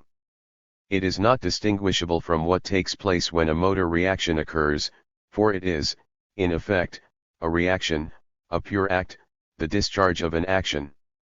There is a very long passage that I will have occasion to come back to and to distill for you. There is no more vibrant commentary on the gap that is inherent in human experience, on the distance that is manifested in man between the articulation of a wish and what occurs when his desire sets out on the path of its realization. Freud expresses there the reason why there is always something that is far from finding satisfaction and which doesn't include the characteristics sought in a specific action. And he concludes with the words, I seem to remember that they are the last words of his paper. 42. Monotonous quality. Compared with anything the subject seeks out, that which occurs in the domain of motor discharge always has a diminished character. We cannot avoid giving that remark the approbation of the most profound moral experience. By way of concluding these thoughts today, I will draw your attention to the analogy that exists between, on the one hand, that search for an archaic, one might almost say a regressive, quality of indefinable pleasure which animates unconscious instinct as a whole and, on the other, that which is realized and satisfying in the fullest of senses, in the moral sense as such. That is far more than an analogy, it reaches a level of profundity which has perhaps never previously been articulated as such. December 2, 19s9. 4. Das Ding. Satuendi Word. Niederschriften. Nebenmensch. Fremd. I am going to try to speak to you about the thing, das Ding. If I introduce this term, it is because there are certain ambiguities, certain insufficiencies, in relation to the true meaning in Freud of the opposition between reality principle and pleasure principle, that is to say in relation to the material which I am trying to explore with you this year, so as to make you understand its importance for our practice as an ethics. And these ambiguities have to do with something that is of the order of the signifier and even of the order of language. What we need here is a concrete, positive, and particular signifier. And I don't find anything in the French language. I would be grateful to those who might be sufficiently stimulated by these remarks to suggest a solution, anything that could correspond to the subtle opposition in German, which it is not easy to bring out, between the two terms that mean thing, das Ding and die Sache. 1. We have only one word in French, the word la chose, thing, which derives from the Latin word causat. Its etymological connection to the law suggests to us something that presents itself as the wrapping and designation of the concrete. There is no doubt that in German, too, thing in its original sense concerns the notion of a proceeding, deliberation, or legal debate. Das Ding may imply not so much a legal proceeding itself as the assembly which makes it possible, the Volksversammlung. Don't imagine that this use of etymology, these insights, these etymological soundings, are what I prefer to guide myself by, although Freud does remind us all the time that in order to follow the track of the accumulated experience of tradition, of past generations, linguistic inquiry is the surest vehicle of the transmission of a development which marks psychic reality. Current practice, taking note of the use of the signifier in its synchrony, is 43. 44. Infinitely more precious to us. We attach a far greater weight to the way in which ding and sach are used in current speech. Moreover, if we look up an etymological dictionary, we will find that sach, too, originally had to do with a legal proceeding. Sach is the thing that is juridically questioned, or, in our vocabulary, the transition to the symbolic order of a conflict between men. Nevertheless, the two terms are not at all equivalent. For that matter, you may have noted last time in Mr. Lefebvre-Pontalis's remarks a quotation of terms whose thrust, as he brought out in his presentation, was to raise this question, it seems to me, in opposition to my doctrine, and it is all the more praiseworthy in his case since he doesn't know German. It had to do with that passage in Freud's article entitled The Unconscious, in which the representation of things, Sachverstellen, is on every occasion opposed to that of words, Wortverstellen. I will not enter today into the discussion of the factors that would allow one to respond to that passage, so often invoked at least in the form of a question mark, by those of you who are inspired by my lectures to read Freud. It is a passage which appears to them to constitute an objection to the emphasis I place on signifying articulation as providing the true structure of the unconscious. The passage in question seems to go against that, since it opposes Sachverstellen, as belonging to the unconscious, to Wortverstellen, as belonging to the preconscious.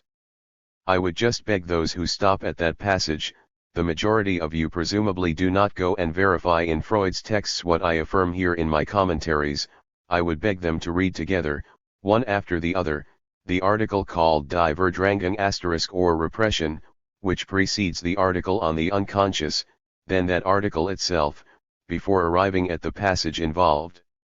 I will just note for the rest of you that it has precisely to do with the question that the schizophrenic's attitude poses for Freud, that is to say, the manifestly extraordinary prevalence of affinities between words in what one might call the schizophrenic world. Everything that I have just discussed seems to me to lead in only one direction, namely, that Verdrängung operates on nothing other than signifiers. The fundamental situation of repression is organized around a relationship of the subject to the signifier. As Freud emphasizes, it is only from that perspective that it is possible to speak in a precise, analytical sense, I would call it operational, of unconscious and conscious. He realizes that the special situation of the schizophrenic, more clearly than that of any other form of neurosis, places us in the presence of the problem of representation. I will perhaps have the opportunity to come back to this text later. But you will note that by offering the solution he seems to be offering in opposing Wortverstellen to Sachverstellen, there is a problem, an impasse, that Freud 45 himself emphasizes and that can be explained by the state of linguistics in his time. He, nevertheless, understood and formulated admirably the distinction to be made between the operation of language as a function, namely, the moment when it is articulated and, in effect, plays an essential role in the preconscious, and the structure of language, as a result of which those elements put in play in the unconscious are organized.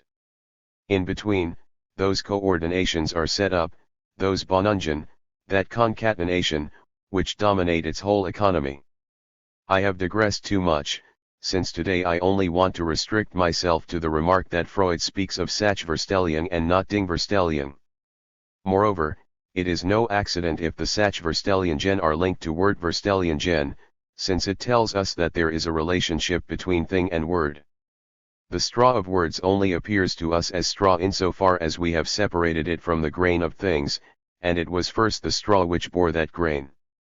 I don't want to begin developing a theory of knowledge here, but it is obvious that the things of the human world are things in a universe structured by words, that language, symbolic processes, dominate and govern all. When we seek to explore the frontier between the animal and the human world, it is apparent to what extent the symbolic process as such doesn't function in the animal world, a phenomenon that can only be a matter of astonishment for us. A difference in the intelligence, the flexibility, and the complexity of the apparatuses involved cannot be the only means of explaining that absence.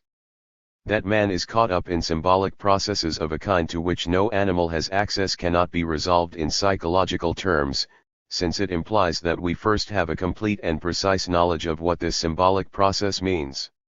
The Sach is clearly the thing, a product of industry and of human action as governed by language. However implicit they may first be in the genesis of that action, things are always on the surface, always within range of an explanation. To the extent that it is subjacent to and implicit in every human action, that activity of which things are the fruit belongs to the preconscious order, that is to say, something that our interest can bring to consciousness, on condition that we pay enough attention to it, that we take notice of it. The word is there in a reciprocal position to the extent that it articulates itself, that it comes to explain itself beside the thing, to the extent also that an action, which is itself dominated by language, indeed by command, will have separated out this object and given it birth.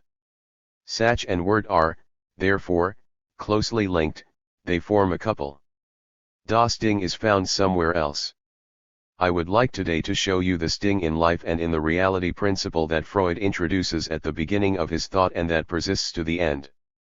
I will point out the reference to it in a given passage of the Entwurf on 46. The reality principle and in the article entitled Die Vernieuwung or denegation in which it is an essential point. This sting is not in the relationship, which is to some extent a calculated one insofar as it is explicable, that causes man to question his words as referring to things which they have moreover created. There is something different in Das Ding. What one finds in Das Ding is the true secret. For the reality principle has a secret that, as Lefebvre-Pontalis pointed out last time, is paradoxical. If Freud speaks of the reality principle, it is in order to reveal to us that from a certain point of view it is always defeated, it only manages to affirm itself at the margin. And this is so by reason of a kind of pressure that one might say, if things didn't, in fact, go much further, Freud calls not the vital needs, as is often said in order to emphasize the secondary process, but die not de Lebens in the German text. An infinitely stronger phrase. Something that wishes. Need and not needs. Pressure, urgency. The state of not is the state of emergency in life. This not de Lebens intervenes at the level of the secondary process, but in a deeper way than through that corrective activity, it intervenes so as to determine the QTJ level, the quantity of energy conserved by the organism in proportion to the response, which is necessary for the conservation of life. Take note that it is at the level of secondary process that the level of this necessary determination is exercised. Let us return to the reality principle that is thus invoked from the point of view of its necessity effect. This remark puts us on the track of what I call its secret, namely, the following: as soon as we try to articulate the reality principle so as to make it depend on the physical world to which Freud's purpose seems to require us to relate it, it is clear that it functions, in fact, to isolate the subject from reality. We find in it nothing more than that which biology, in effect, teaches us, namely, that the structure of a living being is dominated by a process of homeostasis, of isolation from reality. Is that all Freud has to tell us when he speaks of the functioning of the reality principle? Apparently, yes. And he shows us that neither the quantitative element nor the qualitative element in reality enters the realm, the term he uses is Rach, of the secondary process. Exterior quantity enters into contact with the apparatus called the P system, that is to say, that part of the whole neuronic apparatus which is directly turned to the exterior or, roughly speaking, the nerve ends at the level of the skin, the tendons, and even the muscles and the bones, deep sensitivity. Everything is done so that Q quantity is definitely blocked, stopped in relation to that which is supported by another quantity, the QRJ quantity. The latter determines the level that distinguishes the carrot apparatus within the new 47. Ronic whole. For the Entwurf is, in fact, the theory of a neuronic apparatus in relation to which the organism remains exterior, just as much as the outside world. Let us turn to quality. There, too, the outside world doesn't lose all quality. But, as the theory of the sensory organs shows, this quality is inscribed in a discontinuous way, according to a scale cut off at each end and shortened in relation to the different sensory fields in question. A sensory apparatus, Freud tells us, doesn't only play the role of extinguisher or of shock absorber, like the P apparatus in general, but also plays the role of sieve. He doesn't go any further in the direction of potential solutions that properly belong to the domain of the physiologist, of the man who wrote the sensations, Mr. Piran. The question of whether, in the field likely to provoke visual, auditory, or other perceptions, the choice is made in this way or that is not pursued further. Still, we do have there also the notion of a deep subjectivization of the outside world. Something sieves, in such a way that reality is only perceived by man, in his natural, spontaneous state at least, as radically selected. Man deals with selected bits of reality. In truth, that only occurs in a function which is localized in relation to the economy of the whole. It doesn't concern quality to the extent that it provides deeper information, that it achieves an essence, but only signs. Freud only sees them playing a role insofar as they are Qualitätszeichen, but the function of sign isn't significant in relation to opaque and enigmatic quality. It is a sign to the extent that it alerts us to the presence of something that has, in effect, to do with the outside world. It signals to consciousness that it has to deal with the outside world. Consciousness has to come to terms with that outside world, and it has had to come to terms with it ever since men have existed and thought and tried out theories of knowledge. Freud doesn't take the problem any further except to note that it is certainly highly complex and that we are still a long way from being able to outline a solution of that which organically determines its particular genesis so precisely. But given this, is that all that is involved when Freud speaks to us of the reality principle? Isn't this relation no more than that which certain theorists of behaviorism suggest to us? The kind which represents the fortunate encounters of an organism faced with a world where it doubtless finds something to eat and of which it is capable of assimilating certain elements, but which is in principle made up of random events and chance meetings, chaotic. Is that all Freud expresses when he speaks of the reality principle? That is the question I am raising here today with the notion of das Ding. 48. 2. Before going any further, I will once again draw your attention to the contents of the little table with its double column that I introduced 2 weeks ago, CP 34. In one column there is the Lustprinzip, in the other, the Realitätsprinzip. Unconscious activity is on the side of the pleasure principle. The reality principle dominates that which, whether conscious or preconscious, is in any case present in the order of reasoned discourse, articulatable, accessible and emerging from the preconscious. I pointed out that to the extent that they are dominated by the pleasure principle, the thought processes are unconscious, as Freud emphasizes. They are only available to consciousness to the extent that they can be verbalized, that a reasoned account brings them within range of the reality principle, within range of a consciousness that is perpetually alert, interested through the investment of its attention in discovering something that may happen, so as to allow it to find its bearings in the real world. It is in his own words that the subject in the most precarious of ways manages to grasp the ruses thanks to which his ideas are made to fit together in his thought, ideas that often emerge in the most enigmatic of ways. The need to speak them, to articulate them, introduces within them an often artificial order. Freud liked to insist on this point when he said that one always finds reasons for finding this attitude or that mood come over one after the other, but there is after all nothing to confirm that the true cause of their successive emergence is given us. It is precisely this that analysis adds to our experience. There is always an abundance of reasons to make us believe in some rational explanation for the sequentiality of our endopsychic forms. However, as we know, in the majority of cases their true connections are to be found somewhere completely different. Thus the process of thought is to be found in the field of the unconscious, I mean that thought process through which access to reality finds its way, the not de Lebens, which maintains at a certain level the investment of the apparatus. It is only accessible through the artifice of the spoken word.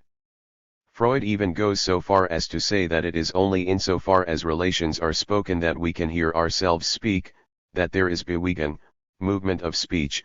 I don't think the use of this word is very common in German, and if Freud uses it, it is to emphasize the strangeness of the notion he insists on.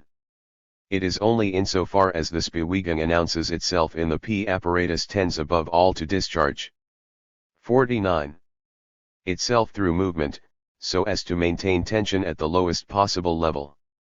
The conscious subject is aware of what is involved in the process of Abwehr, and appears under the sign of the pleasure principle only insofar as there is something centripetal in the movement, that there is a sense of movement toward speech, a sense of effort. And that would be limited to a dim perception, capable at the most of opposing in the world the two important qualities that Freud doesn't fail to characterize as monotonous, i.e., immobility and mobility, that which can move and that which it is impossible to move, if certain movements of a different structure didn't exist, that is, the articulated movements of words. That is once again something that is characterized by monotony, pallor, lack of color, but that is also the way everything that has to do with the thought processes reaches consciousness, with those tiny attempts to proceed from Vorstellung to Vorstellung, from representation to representation, around which the human world is organized. It is only insofar as something in the sensory motor circuit manages to interest the system at a certain level that something is perceived retroactively, something tangible, in the form of a word Vorstellung. That is how the conscious system, the O system, can register something that happens in the psyche. Freud refers to it on a number of occasions, not without caution and sometimes ambiguously, as an endopsychic perception. Let me emphasize further what is going on in the IP system. From the Entwurf on, Freud isolates an Ich system. We will see its metamorphoses and transformations in subsequent developments of the theory, but it appears right away with all the ambiguity that Freud will reaffirm later when he says that the Ich is to a great extent unconscious. The Ich is precisely defined in the Einführung des Iches as a system that is uniformly invested with something which has a Gleichbesetzung. Freud did not write that term, but I am following the drift of what he says relative to an equal, uniform investment. There is in the IP system something that is constituted as an Ich and which is eine Gruppe von Neuronen. Die Konstant besetzt ist, also dem durch die Sekundarfunktion erforderten Vorratsträger entspricht. The term Vorrat in particular is repeated here. The maintenance of this investment characterizes a regulatory function there. And I am speaking of function here. If there is an unconscious, it is the Ich insofar as it is an unconscious function. And we have to deal with it insofar as it is regulated by that Besetzung, by that Gleichbesetzung. Whence the value of the decassation on which I insist and which we will see maintained in its duality throughout the development of Freud's thought. Now the system which perceives and registers, and which will later be called the Wahrnehmungsbewusstsein, is not on the level of the ego to the extent 50. That it maintains equal and uniform and, as far as possible constant, the Besetzung that regulates the functioning of thought.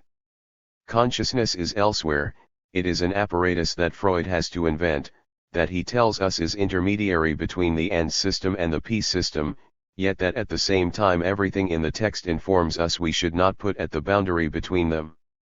The fact is that the IFF system enters directly, doubtless through an apparatus, and spreads itself directly throughout the P system, where it only gives up a part of the quantity that it brings with it.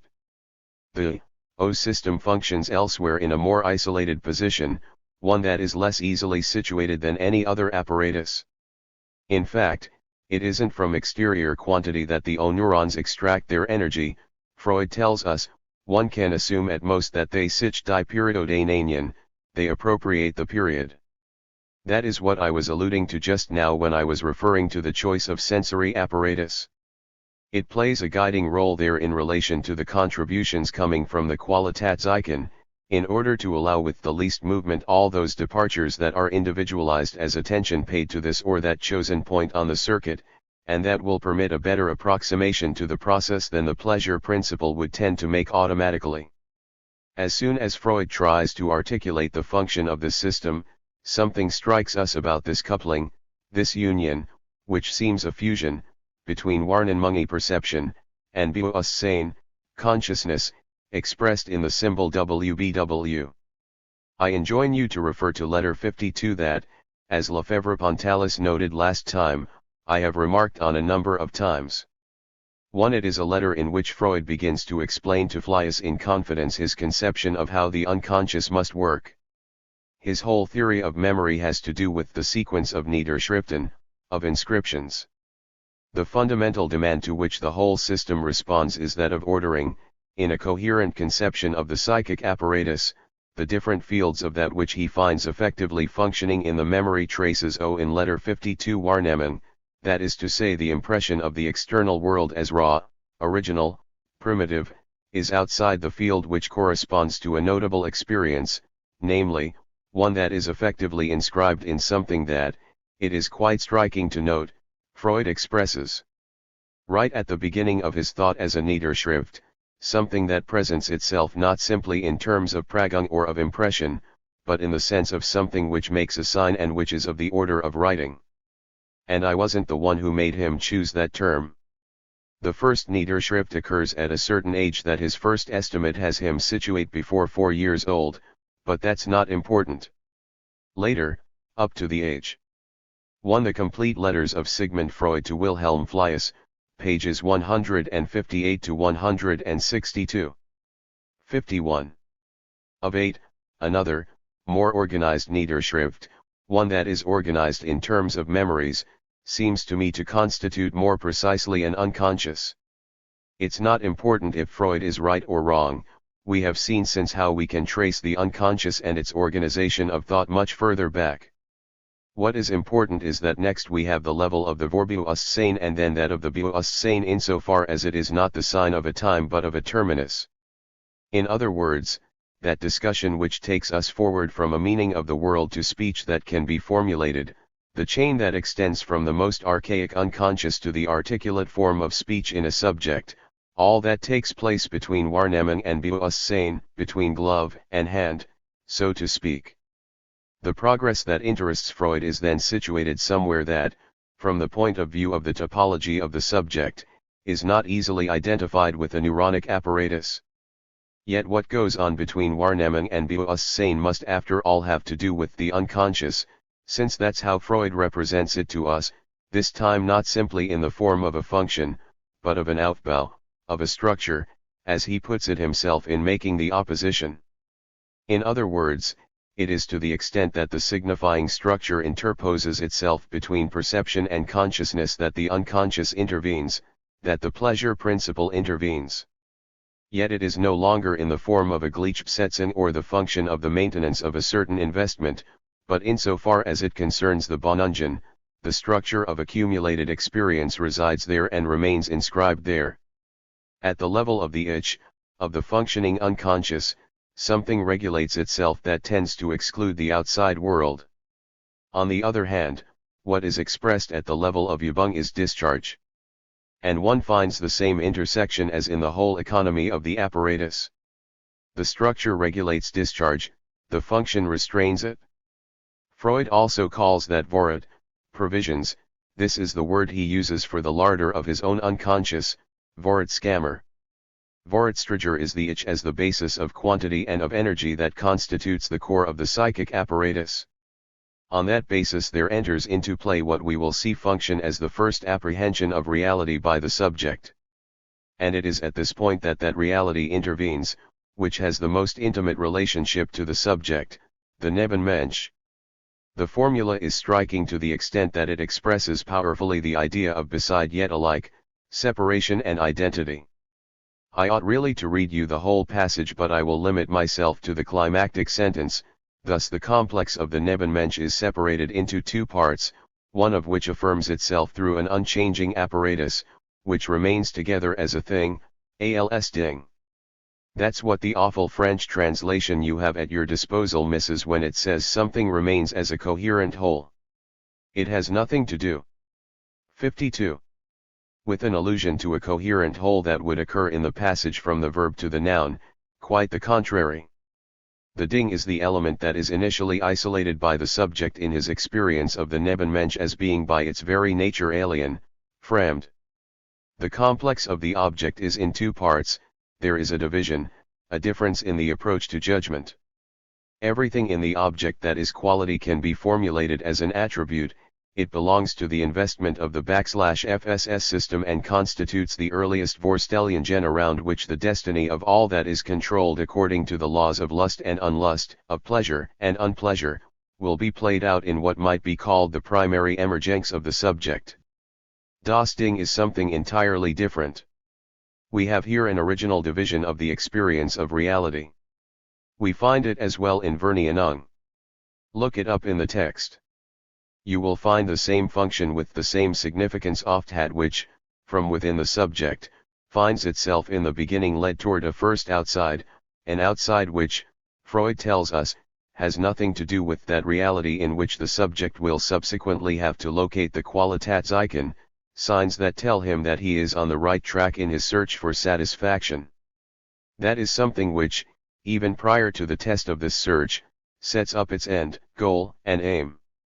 That's what Freud indicates when he says that the first and most immediate goal of the test of reality is not to find in a real perception an object which corresponds to the one which the subject represents to himself at that moment, but to find it again, to confirm that it is still present in reality.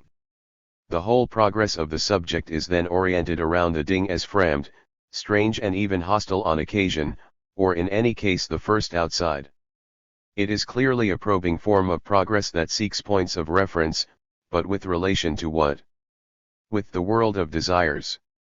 It demonstrates that something is there after all, and that to a certain extent it may be useful.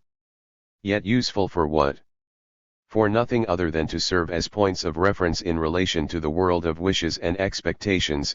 It is turned toward that which helps on certain occasions to reach das Ding. That object will be there when in the end all conditions have been fulfilled. It is, of course, clear that what is supposed to be found cannot be found again. It is in its nature that the object as such is lost. It will never be found again. Something is there while one waits for something better, or worse, but which one wants. The world of our experience, the Freudian world, assumes that it is this object, das Ding, as the absolute other of the subject, that one is supposed to find again. It is to be found at the most as something missed. One doesn't find it, but only its pleasurable associations. It is in this state of wishing for it and waiting for it that, in the name of the pleasure principle, the optimum tension will be sought, below that there is neither perception nor effort. In the end, in the absence of something which hallucinates it in the form 53. Of a system of references, a world of perception cannot be organized in a valid way, cannot be constituted in a human way. The world of perception is represented by Freud as dependent on that fundamental hallucination without which there would be no attention available. 3. Here we come to the notion of the specific action of which Freud speaks on a number of occasions, and that I would like to shed some light on here. There is, in fact, an ambiguity in the Befriedigung zur Erlebnis. What is sought is the object in relation to which the pleasure principle functions. This functioning is in the material, the web, the medium to which all practical experience makes a reference. How then does Freud conceive of this experience, this specific action? In this connection one has to read his correspondence with Fliess to appreciate the significance of it, and in particular that letter referred to above, which still has a lot to tell us. He says that an attack of hysteria is not a discharge. It is a warning to those who always feel the need to place the emphasis on the role of quantity in the functioning of affect. There is no field more favorable than that of hysteria to suggest to what extent in the concatenation of psychic events a fact is a question of relative contingency. It is by no means a discharge, sondern action, an action, moreover, which is Mittel von Reproduction von Lust. We will see how what Freud calls an action is made clear. The essential characteristic of any action is to be a Mittel, a means of reproduction. In its root at least it is this, das ist der hysterisch Anfall wenigstens in der Wurzel.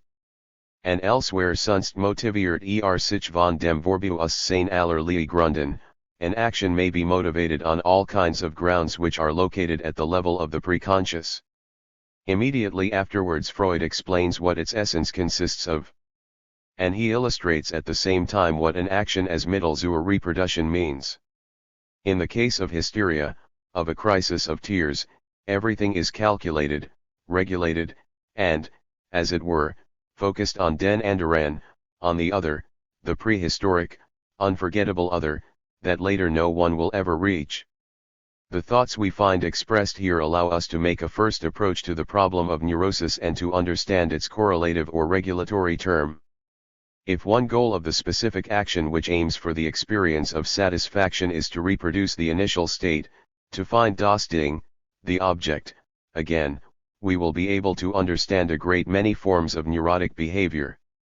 The behavior of the hysteric, for example, has as its aim to recreate a state centered on the object, insofar as this object, das Ding, is, as Freud wrote somewhere, the support of an aversion. It is because the primary object is an 54. Object which failed to give satisfaction that the specific or leibniz of the hysteric is organized. On the other hand, this is Freud's distinction and we don't need to give it up. In obsessional neurosis, the object with relation to which the fundamental experience, the experience of pleasure, is organized, is an object which literally gives too much pleasure. Freud perceived this clearly, it was his first apperception of obsessional neurosis. What in its various advances and many byways the behavior of the obsessional reveals and signifies is that he regulates his behavior so as to avoid what the subject often sees quite clearly as the goal and end of his desire. The motivation of this avoidance is often extraordinarily radical, since the pleasure principle is presented to us as possessing a mode of operation which is precisely to avoid excess, too much pleasure. So as to move fast as Freud in his first apperceptions of ethical reality, insofar as it functions in the subject whom he is dealing with. I will outline the positing of the subject in the third of the major categories that Freud distinguishes at the beginning: hysteria, obsessional neurosis, and paranoia. As far as paranoia is concerned, Freud gives us a term that I invite you to reflect on as it first emerged, namely, Verhagen de Glaubens. The paranoid doesn't believe in that first stranger in relation to whom the subject is obliged to take his bearings. The use of the term belief seems to me to be emphasized in a less psychological sense than first seems to be the case. The radical attitude of the paranoid, as designated by Freud, concerns the deepest level of the relationship of man to reality, namely, that which is articulated as faith. Here you can see easily how the connection with a different perspective is created that comes to meet it. I already referred to it when I said that the moving force of paranoia is essentially the rejection of a certain support in the symbolic order, of that specific support around which the division between the two sides of the relationship to das Ding operates, as we will see in subsequent discussions. Is that which I will call the beyond of the signified. It is as a function of this beyond of the signified and of an emotional relationship to it that the subject keeps its distance and is constituted in a kind of relationship characterized by primary affect, prior to any repression. The whole initial articulation of the Entwurf takes place around it. Let us not forget that repression still posed a problem for Freud. And everything that he will subsequently say about repression, in its extraordinary sophistication, can only be understood as responding to the need to understand the specificity of repression compared to all the other forms of defense. It is then in relation to the original Ding that the first orientation, the first choice, the first seat of subjective orientation takes place, and that I will sometimes call neuronen will, the choice of neurosis. That first grinding will. 55. Henceforth regulate the function of the pleasure principle. It remains for us to see that it is in the same place that something which is the opposite, the reverse, and the same combined, is also organized, and which in the end substitutes itself for that dumb reality which is das Ding, that is to say, the reality that commands and regulates. That is something which emerges in the philosophy of someone who, better than anyone else, glimpsed the function of das Ding, although he only approached it by the path of the philosophy of science, namely, Kant. In the end, it is conceivable that it is as a pure signifying system, as a universal maxim, as that which is the most lacking in a relationship to the individual, that the features of das Ding must be presented. It is here that, along with Kant, we must see the focal point, aim, and convergence, according to which an action that we will qualify as moral will present itself. And which, moreover, we will see present itself paradoxically as the rule of a certain gut or good. Today I will simply emphasize this: the thing only presents itself to the extent that it becomes word, hits the bullseye, too, as they say. In Freud's text, the way in which the stranger, the hostile figure, appears in the first experience of reality for the human subject is the cry. I suggest we do not need this cry. Here I would like to make a reference to something that is more inscribed in the French than in the German language. Each language has its advantages. The German das word, is both lemot and la parole in French. The word lemot has a particular weight and meaning. Mot refers essentially to no response. Mot, La Fontaine says somewhere, is what remains silent. It is precisely that in response to which no word is spoken. The things in question are things insofar as they are dumb. Some people might object that these things are placed by Freud at a higher level than the world of signifiers that I have described as the true moving force of the functioning in man of that process designated as primary. And dumb things are not exactly the same as things which have no relationship to words. It is enough to evoke a face which is familiar to every one of you, that of the terrible dumb brother of the four Marx brothers, Harpo.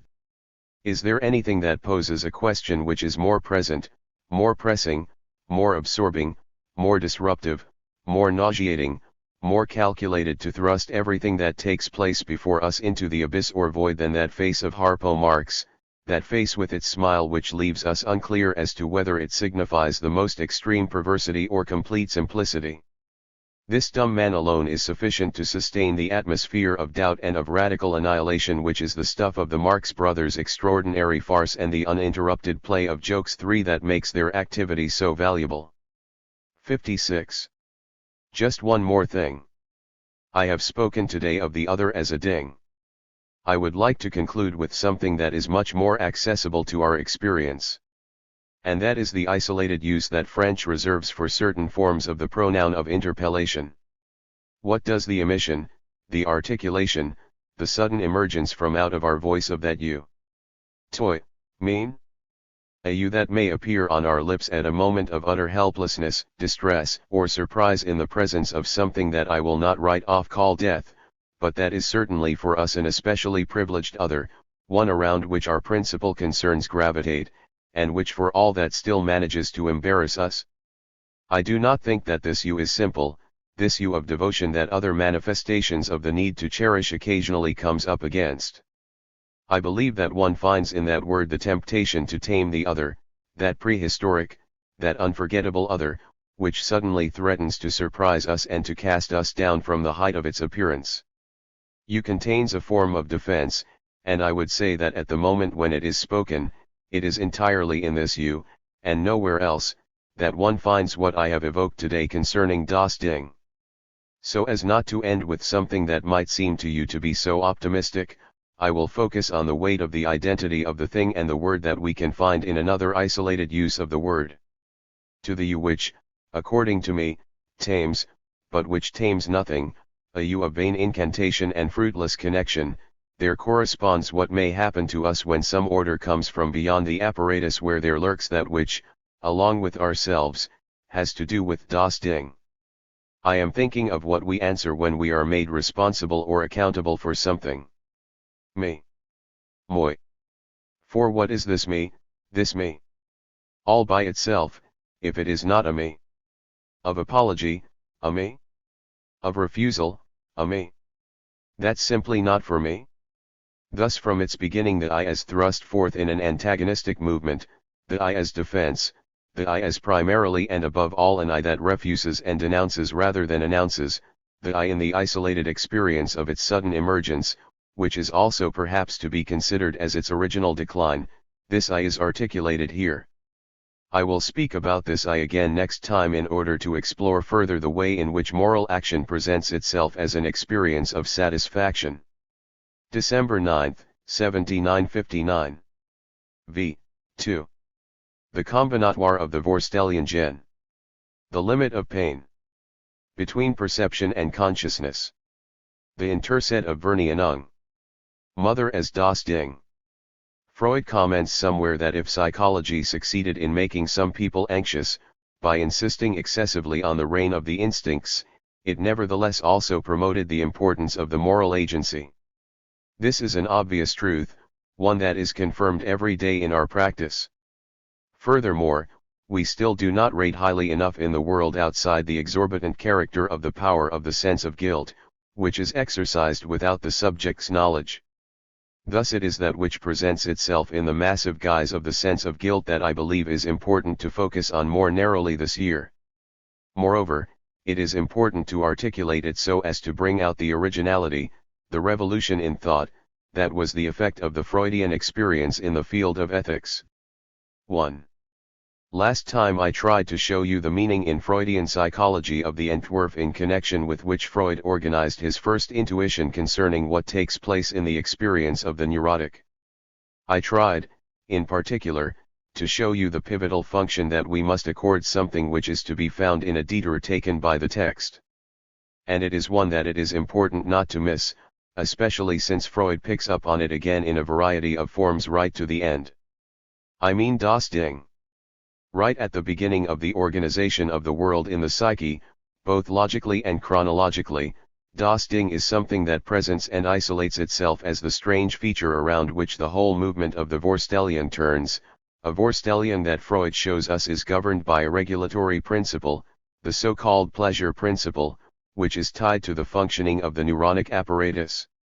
And it is around das Ding that the whole adaptive development revolves, a development that is so specific to man insofar as the symbolic process reveals itself to be inextricably woven into it. 57. 58. We find das Ding again in the Verneinung article of 1925, an article that is full of ideas and also of questions. It occurs in a formula which we must assume to be essential since it is placed at the center of the article and is, so to speak, the crucial enigma. Das Ding has, in effect, to be identified with the Wiederzufinden, the impulse to find again that for Freud establishes the orientation of the human subject to the object. Yet you should note that this object is not even stated.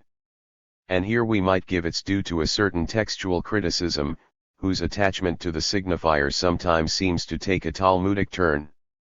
It is remarkable that the object in question is nowhere articulated by Freud. Moreover, since it is a matter of finding it again, we might just as well characterize this object as a lost object. But although it is essentially a question of finding it again, the object indeed has never been lost.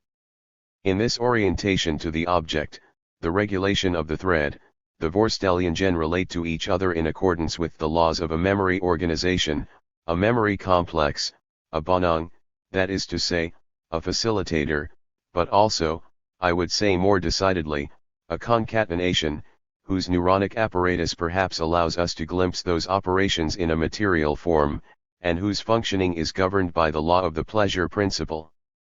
The pleasure principle governs the search for the object and imposes the detours which maintain the distance in relation to its end.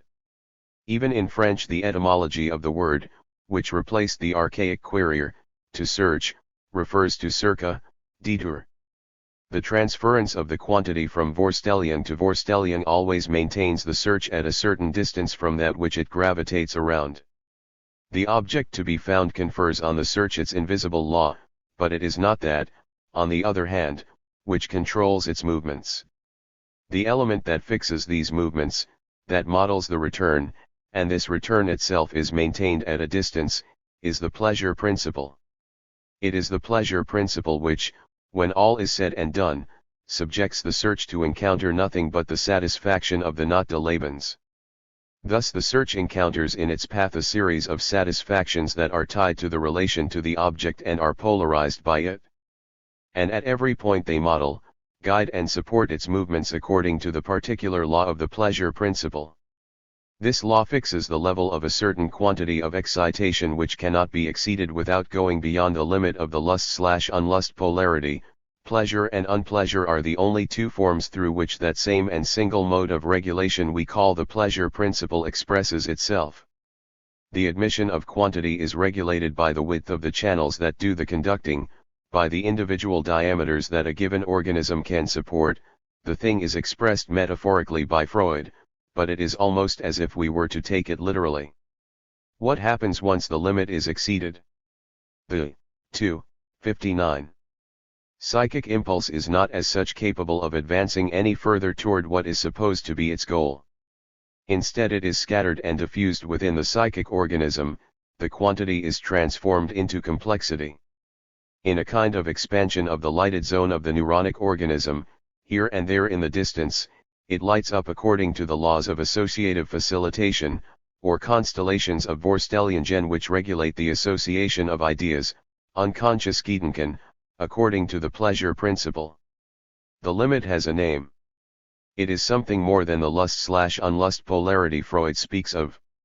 I would have you note that it is avoidance, flight, movement, which in the beginning, even before the system starts to function, normally intervenes in order to regulate the invasion of quantity in accordance with the pleasure principle. And it is to the motor system that the function of regulating the bearable or homeostatic level of tension for the organism is handed over in the end. But the homeostasis of the nervous system, which is the site of autonomous regulatory mechanism, is distinct from the general homeostasis, with all the potential for conflict that implies, the homeostasis which activates the balance of moods. The balancing of moods occurs, but as an order of stimulation arising from within. That is how Freud expresses it.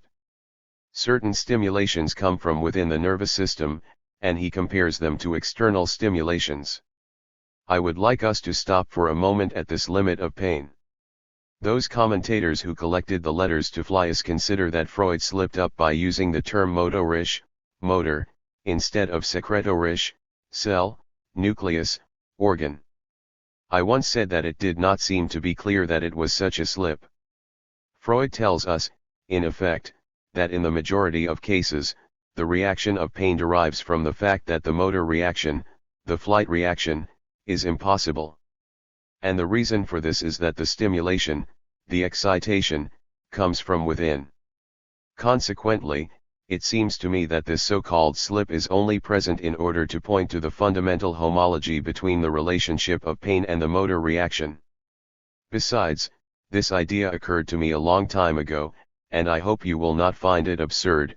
In the organization of the spinal marrow, the neurons and axons of pain coexist at the same level and at the same spot as certain neurons and axons of the tonic motor system. Thus, even pain must not be simply attributed to the register of sensory reactions. I would say, and this is something that the surgery of pain reveals, that it is not a question of something simple, which can be considered a simple quality of sensory reaction. The complex character of pain, the character that, so to speak, makes it an intermediary between afferent and efferent, is suggested by the surprising results of certain operations, which in the case of some internal illnesses, including some cancers, allow the notation of 60. Pain to be preserved, when the suppression or removal of a certain subjective quality has been effected, which accounts for the fact that it is unbearable. All this belongs to the sphere of modern physiological research, and it does not yet allow us to explain the problem fully. I will, therefore, limit myself to suggesting that we should perhaps conceive of pain as a field which, in the realm of existence, opens precisely onto that limit where a living being has no possibility of escape.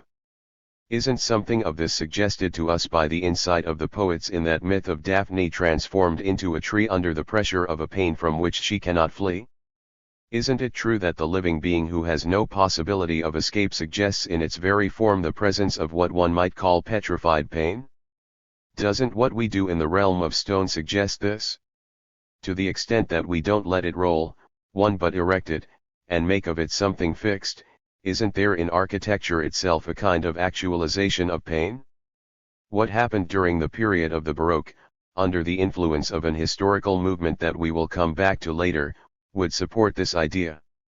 Something was attempted then to make architecture itself aim at pleasure, to give it a form of liberation, which, in effect, made it blaze up so as to constitute a paradox in the history of masonry and of building. And that goal of pleasure gave us forms which, in a metaphorical language that in itself takes us a long way, we call tortured. I hope you will pardon my digression, since it does, in fact, point in the direction of the themes we will take up again later, in connection with the man of pleasure and the 18th century, and the very style it introduced into the investigation of eroticism. Let us return to our Vorstellungen, and try to understand them now, to surprise them in their operations, so as to understand what is involved in Freudian psychology. The character of imaginary composition, of the imaginary element of the object, makes of it what one might call the substance of appearance, the material of a living lure, an apparition open to the deception of an Erscheinung, I would say, if I took the liberty of speaking German, that is to say, that by means of which the appearance is sustained, but which is also at the same time an unremarkable apparition, something that creates that that third element, something that is produced. Starting from the thing. Vorstellung is something that is essentially fragmented. It is that around which Western philosophy since Aristotle and Rhea has always revolved. Vorstellung is understood by Freud in a radical sense, in the form in which it appears in a philosophy that is essentially marked by the theory of Knoll. And that is the remarkable thing about it. He assigned to it in an extreme form the character philosophers themselves have been unable to reduce it to, namely, that of an empty body, a ghost, a pale incubus of the relation to the world, an enfeebled jouissance, which through the age-old interrogations of the philosophers makes it the essential feature. And by isolating it in this function, Freud removes it from its tradition. And the sphere, order, and gravitation of the Vorstellungen, where does he locate them? I told you last time that if one reads Freud carefully, one has to locate them between perception and consciousness, between the glove and the hand. It is between perception and consciousness that is inserted that which functions at the level of the pleasure principle. Which is what precisely? The thought processes insofar as they regulate by means of the pleasure principle the investment of the Vorstellungen, and the structure in which the unconscious is organized, the structure in which the underlying unconscious mechanisms are flocculated. And it is this which makes the small curds of representation, that is to say, something which has the same structure as the signifier, a point on which I insist. That is not just Vorstellung, but as Freud writes later in the same article on the unconscious, Vorstellungsrepräsentanz, and he thus turns Vorstellung into an associative and combinatory element. In that way the world of Vorstellung is already organized according to the possibilities of the signifier as such. Already at the level of the unconscious there exists an organization that, as Freud says, is not necessarily that of contradiction or of grammar, but the laws of condensation and displacement, those that I call the laws of metaphor and metonymy. Why should it be a surprise, therefore, if Freud tells us that these thought processes that take place between perception and consciousness would not mean anything to consciousness, if they were not transmitted there by the mediation of a discourse, of that which can be clarified in the Vorbewusstsein, in preconsciousness? But what does that mean? Freud leaves us with little doubt, it is a question of words. And we must, of course, situate the word Vorstellungen that are involved in relation to our argument here. Freud tells us this is not the same thing as the Vorstellungen whose thought processes of superposition, metaphor, and metonymy we follow through the unconscious mechanism. It is something entirely different. The Vorstellungen inaugurate a discourse that is articulated on the thought processes. In other words, we know nothing about our thought processes, unless we engage in psychology. Allow me to say that to make my point more forcefully. We only know them because we are speaking of something which goes on inside us, because we are speaking of them in terms that are unavoidable, terms whose indignity, emptiness, and vanity we are also aware of. It is from that moment when we speak of our will and our understanding as distinct facul 62. Ties that we have a preconscious, and that we are able, in effect, to articulate in a discourse something of that chattering by means of which we articulate ourselves inside ourselves, we justify ourselves, or we rationalize for ourselves, with reference to this or that, the progress of our desire. It is definitely a discourse that is involved. And Freud emphasizes that, after all, we know nothing else except this discourse. That which emerges in the Bewusstsein is Wahrnehmung, the perception of this discourse, and nothing else. That is exactly what he thinks. That is why he tends to reject utterly superficial representations or, to use Silberer's term, the functional phenomena. There are no doubt in a given phase of a dream things that represent the functioning of the psyche to us imagistically. A notable example represents the layers of psychic activity in the form of the game of chutes and ladders. What does Freud say? Involved here is the production of dreams by a mind given to metaphysics or, in other words, to psychology, which tends to expand on what the discourse necessarily imposes on us when we should be trying to distinguish a certain rhythm in our inner experience. But this representation, Freud tells us, overlooks that structure, that most profound gravitation, which is established at the level of the Vorstellungen gen. And he affirms that these Vorstellungen gen gravitate, operate exchanges, and are modulated according to laws that you will recognize, if you have followed my teaching, as the fundamental laws of the signifying chain. Have I managed to make myself understood? It seems to me difficult to be any clearer as far as this essential point is concerned. 2. We have now reached the point where we must distinguish the effective articulation of a discourse, of the gravitation of the Vorstellungen gen, in the form of Vorstellungsrepräsentanzen of these unconscious articulations. We must examine what in such circumstances we mean by Sach Vorstellungen gen. The latter are to be set in polar opposition to wordplay, to word Vorstellungen gen, but at this level they go together. As far as Das Ding is concerned, that is something else. Das Ding is a primordial function which is located at the level of the initial establishment of the gravitation of the unconscious Vorstellungen gen. I did not have time last week to make you appreciate how in ordinary German usage there is a linguistic difference between Ding and Sach. It is clear that in every case they cannot be used interchangeably. And that even if there are cases where one can use either one, to choose one or the other in German gives a particular emphasis to the discourse. I ask those who know German to refer to the examples in the dictionary. One does not use Sach for religious matters, but one nevertheless says that faith is not Jeder. 2. 63. Man Ding, it is not for everybody. Master Eckhart uses Ding to refer to the soul, and heaven knows that for Master Eckhart the soul was a gross Ding, the biggest of things.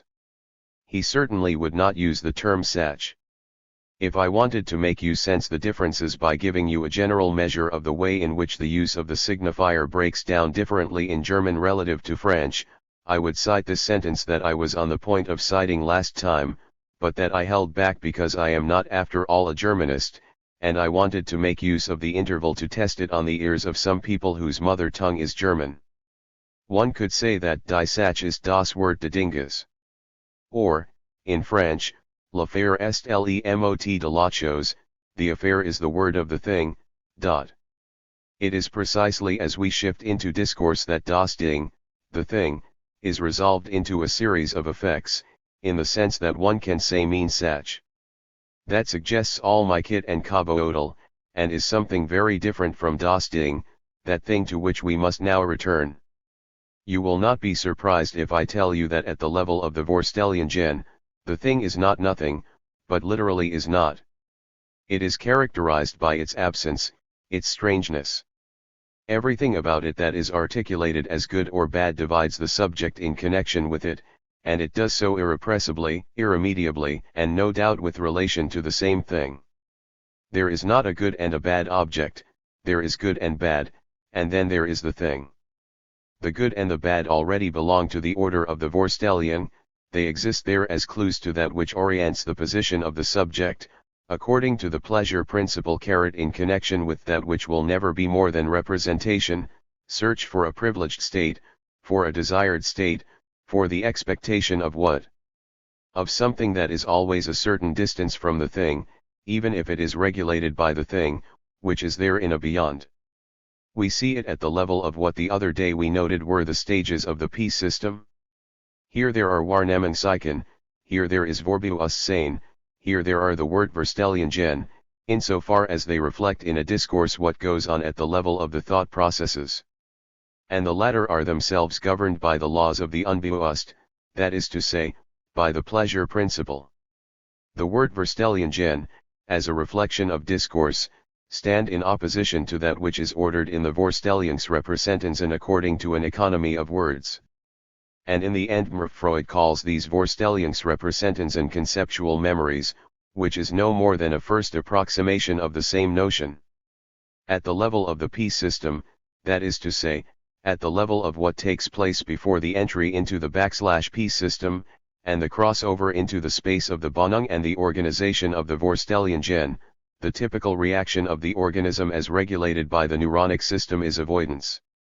Things are 64. Me I dead, avoided. The level of the Voorstellingsrepresentationen is the special side of verdrängen. The level of Woordverstellingen is the side of verneinung. I will stop there for a moment to explain the meaning of a point which is still a problem for some of you in connection with verneinung. As Freud notes, it is the privileged means of connotation at the level of discourse for whatever is verdrängt or repressed in the unconscious. Verneinung is the paradoxical way in which what is hidden, verborgen, in the unconscious is located in spoken, enunciated discourse. In the discourse of Bewusstwerden, verneinung is the manner in which what is simultaneously actualized and denied comes to be avowed. One should continue the study of verneinung that I have just begun with the study of the negative particle. Following Pichon's example, I have already pointed out here the subtly differentiated use in French of this pleonastic ne, which, as I showed, makes it seem paradoxical when, for example, the subject enunciates his own fear. We do not say Je crains chu ilvn, I am afraid he may come, as logic would seem to demand, but Je crains chu ilnevn, I am afraid he may not come. To this ne has a floating place between the two levels of the graph that I showed you how to use, so as to distinguish between the level of enunciation and the level of the enunciated. By enunciating I am afraid that one make it appear both in its reality, and in its reality as a wish. He may come. And it is here that in French the little ne is interposed, which points to the discordance between the levels of enunciation and of the enunciated. The negative particle ne only emerges at the moment when I really speak, and not at the moment when I am spoken, if I am on the level of the unconscious. And I think it is a good idea to interpret Freud in a similar way when he says that there is no negation at the level of the unconscious. Given that immediately afterwards, he shows us that there is indeed negation. That is to say, in the unconscious there are all kinds of ways of representing negation metaphorically. There are all kinds of ways of representing it in a dream, except, of course, for the little negative particle ne, because the particle only belongs to discourse. The concrete examples show us the distinction that exists between the function of discourse and the function of speech. Thus the verneinung, far from being the pure and simple paradox of that which presents itself in the form of a no, isn't just any old no.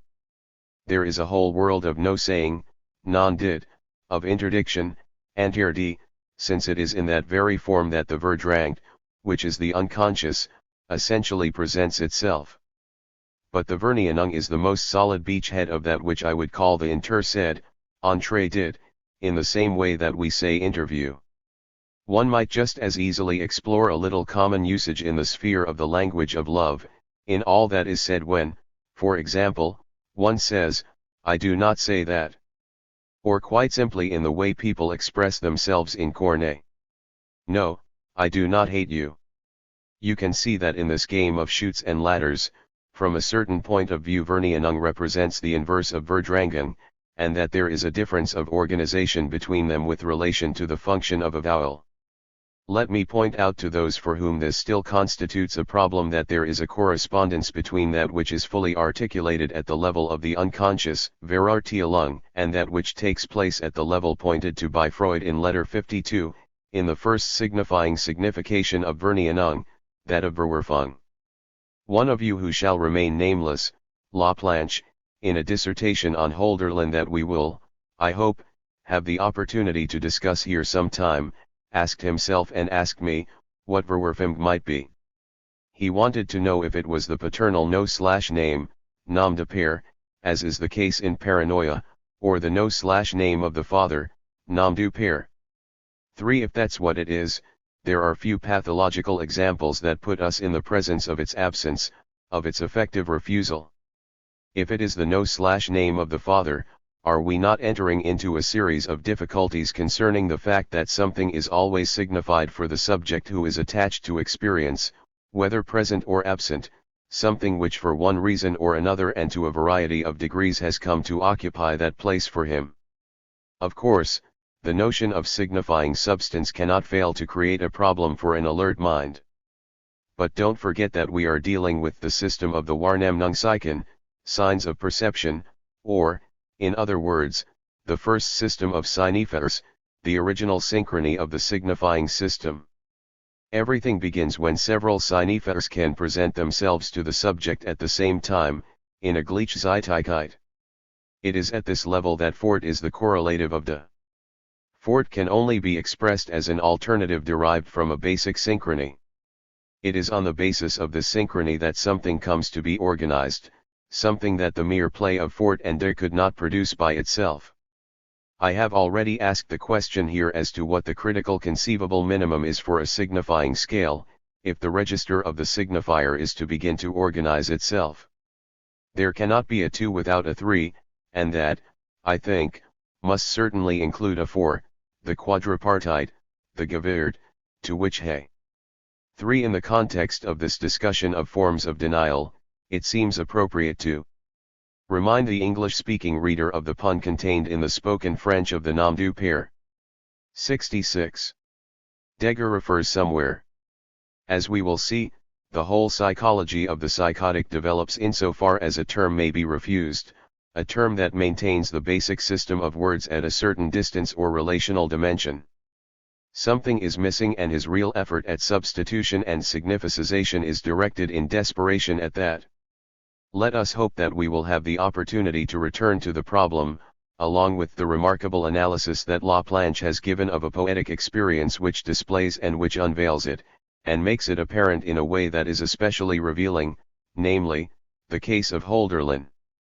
The function of this place is to contain words, in the sense in which contain means to keep, as a result of which an original distance and articulation are possible, through which synchrony is introduced, and it is on the foundation of synchrony that the essential dialect is then erected, that in which the other may discover itself as the other of the other. The other of the other only exists as a place. It finds its place even if we cannot find it anywhere in the real, even if all we can find to occupy this place in the real is simply valid insofar as it occupies this place, but cannot give it any other guarantee than that it is in its place. It is in this way that another typology is established, the typology which institutes the relation to the real. And now we can define this relation to the real, and realize what the reality principle means. 3. The whole function of that which Freud articulates in the term superego, Überic, is tied to the reality principle. And this would be no more than a banal play of words, if it were merely an alternative way of designating what has been called the moral conscience or something similar. Freud gives us a completely new theory by showing us the root or psychological operation of something that in the human constitution weighs so heavily on all those forms of which there is no reason why we should misunderstand any, including the simplest, namely, that of the commandments and, I would even say, the 10 Commandments. I will not avoid discussing these 10 Commandments that we might assume we know all about. It is clear that we see them functioning, if not in ourselves, at least in things in a singularly lively way. It will, therefore, perhaps be appropriate to look again at what Freud articulates here. What that is, I will put in the following terms, terms that all the commentaries seem designed merely to make us forget. As far as the formation of morality is concerned, Freud contributes what some call the discovery and others the affirmation, and I believe is the affirmation of the discovery, that the fundamental or primordial law, the one where culture begins in opposite, 2. 67. To nature, is the law of the prohibition of incest, nature and culture being precisely distinguished in Freud in a modern sense, that is to say, in the way in which Levi Strauss might articulate them today. The whole development of psychoanalysis confirms it in an increasingly weighty manner, while at the same time it emphasizes it less and less. I mean that the whole development at the level of the mother/child interpsychology, and that is badly expressed in the so-called categories of frustration, satisfaction, and dependence, is nothing more than an immense development of the essential character of the maternal thing, of the mother, insofar as she occupies the place oft had thing, of das Ding. Everyone knows that its correlative is the desire for incest, which is Freud's discovery. There is no point in affirming that it is to be found somewhere in Plato, or that Diderot spoke of it in Rameau's Nephew or the supplement to Bougainville's Voyage. That is of no interest to me. What is important is that there was a man who at a given historical moment stood up to affirm, that's the fundamental desire. And we must grasp this thought firmly in our hand. Freud designates the prohibition of incest as the underlying principle of the primordial law, the law of which all other cultural developments are no more than the consequences and ramifications. And at the same time he identifies incest as the fundamental desire. Claude Lévi-Strauss in his magisterial work no doubt confirms the primordial character of the law as such, namely, the introduction of the sine faire and its combinatoire into human nature through the intermediary of the marriage laws, which are regulated by a system of exchanges that he defines as elementary structures. This is the case to the extent that guidance is given concerning the choice of a proper partner or, in other words, order is introduced into marriage, which produces a new dimension alongside that of heredity. But even when Lévi-Strauss explains all that, and spends a lot of time discussing incest in order to show what makes its prohibition necessary, he does not go beyond suggesting why the father does not marry a daughter, because the daughters must be exchanged. But why doesn't a son sleep with his mother? There is something mysterious there. He, of course, dismisses justifications based on the supposedly dangerous biological effects of inbreeding. He proves that, far from producing results involving the resurgence of a recessive gene that risks introducing degenerative effects, a form of endogamy is commonly used in all fields of breeding of domestic animals, so as to improve a strain, whether animal or vegetable. The law only operates in the realm of culture. And the result of the law is always to exclude incest in its fundamental form, son/mother incest, which is the kind Freud emphasizes. If everything else around it may find a justification, this central point, 68, nevertheless remains. If one reads Lévi-Strauss's text closely, one can see that it is the most enigmatic and the most stubborn point separating nature from culture. And I want to make you stop there. What we find in the incest law is located as such at the level of the unconscious in relation to das Ding, the thing. The desire for the mother cannot be satisfied because it is the end, the terminal point, the abolition of the whole world of demand, which is the one that at its deepest level structures man's unconscious. It is to the extent that the function of the pleasure principle is to make man always search for what he has to find again, but which he never will attain, that one reaches the essence, namely, that sphere or relationship which is known as the law of the prohibition of incest. This metaphysical analysis is not worthy of our interest, however, if it cannot be confirmed at the level of the affective discourse which manages to put itself at the disposition of man's knowledge, that preconscious or unconscious discourse or, in other words, the affective law, or, in other words again, the famous 10 Commandments I was speaking about just now. But are there 10 Commandments? My goodness, perhaps there are. I tried to add them up by going back to the source. I took down my copy of Silvestre de Sacchi's Bible. It is the closest thing we have in French to those versions of the Bible that have exercised such a decisive influence on the thought and history of other peoples, in one case, inaugurating Slav culture with Saint Cyril and, in another, that of the authorized version of the English. One can say that, if one does not know it by heart, one finds oneself an outsider among them. We do not have the equivalent oft had. But I nevertheless advise you to take a look at the 17th century version, in spite of its inaccuracies and mistakes, since it was the version people read, and on the basis of which generations of clergymen have written and fought over the interpretation of a given prohibition, both past and present, that is inscribed in its pages. I thus took down the text Oftat Decalogue that God dictated before Moses on the 3rd day of the 3rd month after the flight from Egypt, in the dark cloud on Mount Sinai, accompanied by flashes of lightning and the command to the people not to come near. I must say I would like one day to have someone more qualified than I to analyze for us the diverse forms that the interpretation of these 10 commandments have undergone, from the Hebrew texts to the one in which it appears as the quiet droning of the rhythmic lines of the Catechism. However negative the 10 commandments may seem, I will not linger long over their character as prohibitions. We are always being told that morality doesn't only have a negative side, it also has a positive side, but I will note, as I have before in this place, that they are perhaps only the commandments, 2:69, of speech. By that I mean they clarify that without which no speech is possible. Notice that I did not say discourse. I just gave you an indication there, since I could hardly go any further, and I pick up the trail again here. This is what I want to point out. In the 10 commandments, which constitute almost everything that, against all odds, is accepted as commandments by the whole of the civilized community, civilized or not, or almost civilized, but since we only know the other, uncivilized part by means of a number of cryptograms, let us limit ourselves to the so-called civilized portions. In the 10 commandments, it is nowhere specified that one must not sleep with one's mother.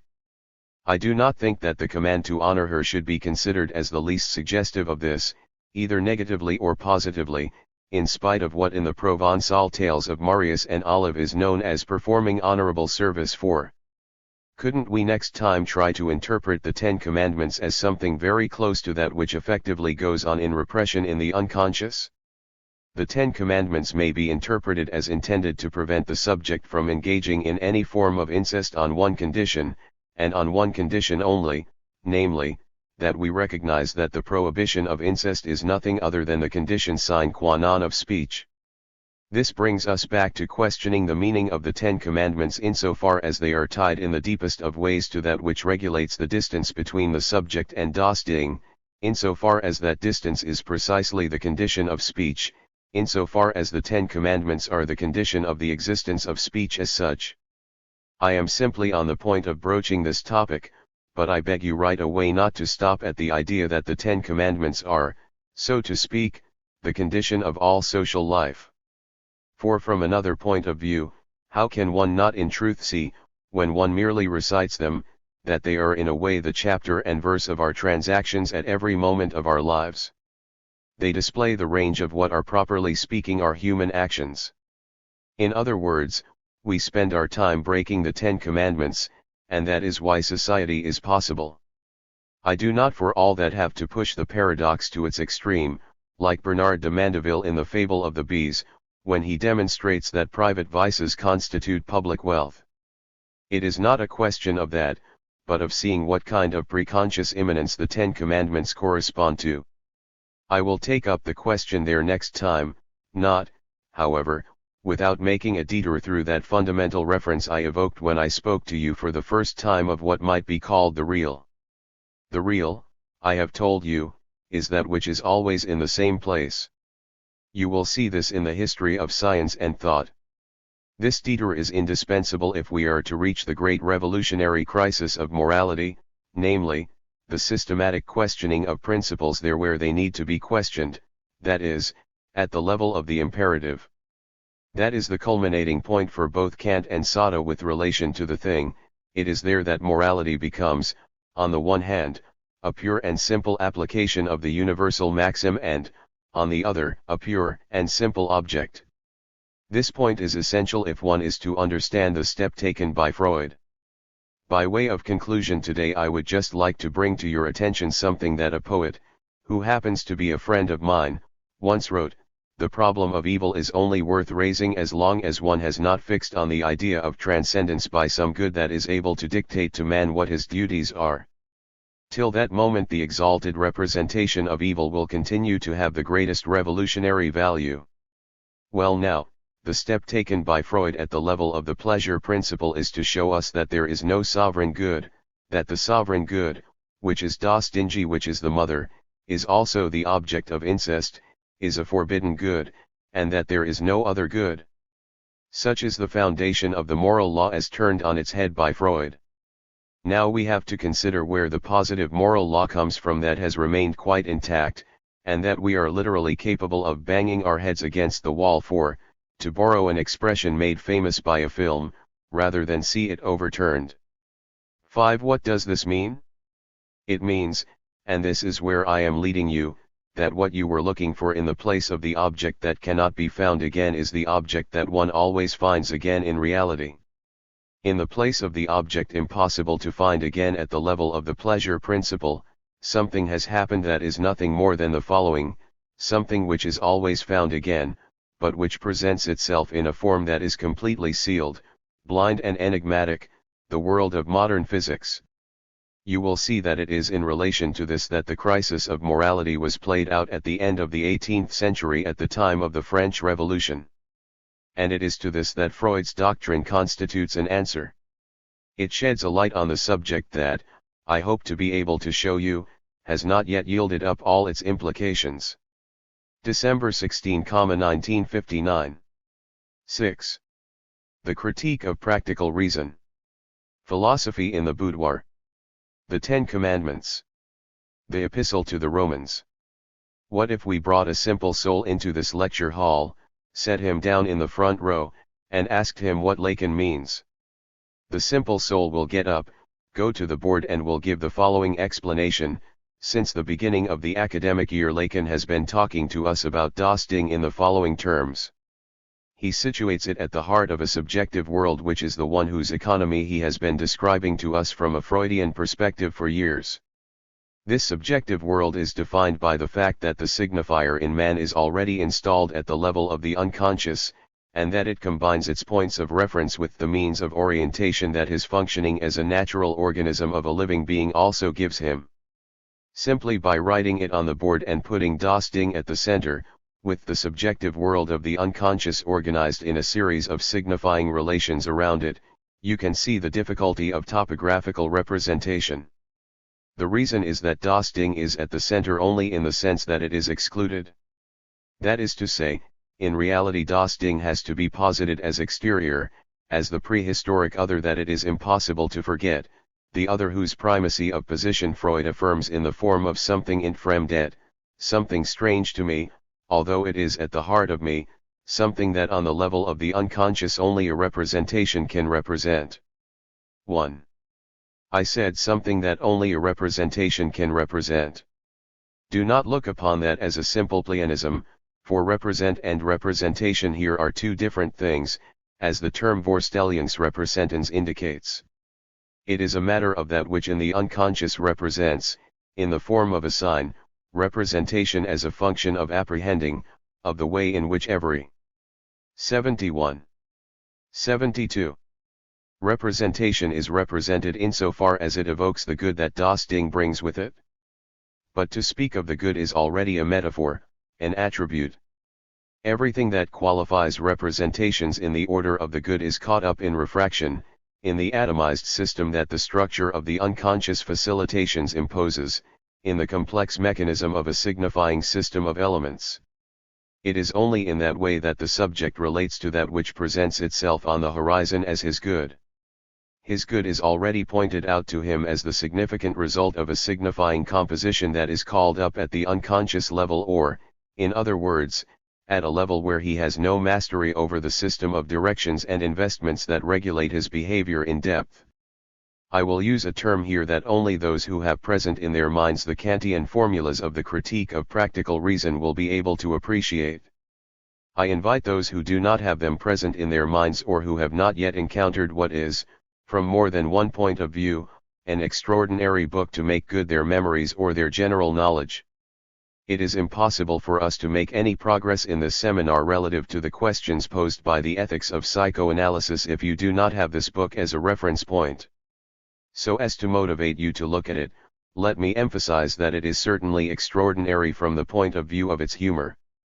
To remain poised at the limit of the most extreme conceptual necessity produces an effect of plenitude and content as well as of vertigo, as a result of which you will not fail to sense at some point in the text the abyss of the comic suddenly open up before you. Thus I do not see why it is a door that you would refuse to open. We will in any case see in a minute how we can open it here. It is then, to be explicit, the Kantian term wall that I propose in order to designate the good in question. It has to do with the comfort of the subject insofar as, whenever he refers to das Ding as his horizon, it is the pleasure principle that functions for him. And it does so in order to impose the law in which a resolution of the tension occurs that is linked to something that, using Freud's phrase, we will call the successful lures, or, better yet, the signs that reality may or may not honor. The sign here is very close to a representative currency, and it suggests an expression that I incorporated into one of my first lectures, that on physical causality, in a phrase that begins one of its paragraphs, i.e., more inaccessible to our eyes that are made for the signs of the money changer. Let me carry the image further. The signs of the money changer are already present at the base of the structure which is regulated according to the law of lust and unlust, according to the rule of the indestructible Wunsch that pursues repetition, the repetition of signs. It is in that way that the subject regulates his initial distance to das Ding, the source of all, while at the 73 level of the pleasure principle, and which at its heart already gives rise to what we may call das gute Objects, the good object, following the Kantian example, as the practitioners of psychoanalysis have not failed to do. On the horizon, beyond the pleasure principle, there rises up the gut, das Ding, thus introducing at the level of the unconscious something that ought to oblige us to ask once again the Kantian question of the Kausanumenon. Presents itself at the level of unconscious experience as that which already makes the law. Although it is necessary to give this verbal phrase, makes the law, the emphasis it receives in one of the most brutal games of elementary society, and that is evoked in a recent book by Roger Vale Land. It is a capricious and arbitrary law, the law of the oracle, the law of signs in which the subject receives no guarantee from anywhere, the law in relation to which he has no Cicerone, to use another Kantian term. That is also at bottom the bad object that Kleinian theory is concerned with. Although it must be said that at this level das Ding is not distinguished as bad. The subject makes no approach at all to the bad object, since he is already maintaining his distance in relation to the good object. He cannot stand the extreme good that das Ding may bring him, which is all the more reason why he cannot locate himself in relation to the bad. However much he groans, explodes, curses, he still does not understand. Nothing is articulated here even in the form of a metaphor. He produces symptoms, so to speak, and these symptoms are at the origin of the symptoms of defense. And how should we conceive of defense at this level? There is organic defense. Here the ego defends itself by hurting itself as the crab gives up its claw, revealing thereby the connection I developed between the motor system and pain. Yet in what way does man defend himself that is different from an animal practicing self-mutilation? The difference is introduced here by means of the signifying structuralization in the human unconscious. But the defense or the mutilation that is proper to man does not occur only at the level of substitution, displacement, or metaphor, everything that structures its gravitation with relation to the good object. Human defense takes place by means of something that has a name, and which is, to be precise, lying about evil. At the level of the unconscious, the subject lies. And this lying is his way of telling the truth of the matter. The pukkoyos of the unconscious at this level, as Freud indicates clearly in the Entwurf in relation to hysteria, is expressed as irparov ethos, the first lie. Given the amount of time I have been discussing the Entwurf with you, do I need to remind you of the example that he gives of a female patient called Emma, whom he doesn't mention elsewhere and who is not the Emma of the studies in hysteria? It is the case of a woman who has a phobia about going into stores by herself because she is afraid people will make fun of her on account of her clothes. 74. Everything is related to an early memory. At the age of 12 she went into a store and the shop assistants apparently laughed at her clothes. One of them attracted her and even stirred her in some strange way in her emerging puberty. Behind that we find a causal memory, that of an act of aggression she suffered in a shop at the hands of a Grise. The French translation, modeled on the English, which was itself particularly careless, says shopkeeper, but an old fogey is involved, an elderly man, who pinched her somewhere under her dress in a very direct manner. This memory thus echoes the idea of a sexual attraction experienced in the other. All that remains in the symptom is attached to clothes, to the mockery of her clothes. But the path of truth is suggested in a masked form, in the deceiving Vorstellung of her clothes. In an opaque way, there is an allusion to something that did not happen on the occasion of the first memory, but on the second. Something that wasn't apprehended in the beginning is apprehended retroactively, by means of the deceitful transformation, proton pseudos. Thus in that way we have confirmation of the fact that the relationship of the subject to das Ding is marked as bad, but the subject can only formulate this fact through the symptom. That is what the experience of the unconscious has forced us to add to our premises when we take up again the question of ethics as it has been posed over the centuries, and as it has been bequeathed us in Kantian ethics, insofar as the latter remains, in our thought if not in our experience, the point to which these questions have been brought. The way in which ethical principles are formulated when they impose themselves on consciousness or when about to emerge from preconsciousness, as commandments, has the closest relationship to the second principle introduced by Freud, namely, the reality principle. The reality principle is the dialectical correlative of the pleasure principle. One is not simply, as one at first imagines, the application of the consequence of the other, each one is really the correlative of the other. Without this neither one would make any sense. Once again we are led to deepen the reality principle in a way I suggested in connection with the experience of paranoia.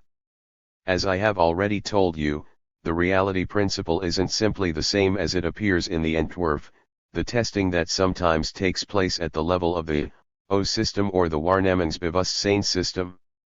It doesn't function only on the level of that system in which the subject, probing in reality that which communicates the sign of a present reality, is able to adjust correctly the deceptive emergence of the Vorstellung as it is provoked by repetition at the level of the pleasure principle.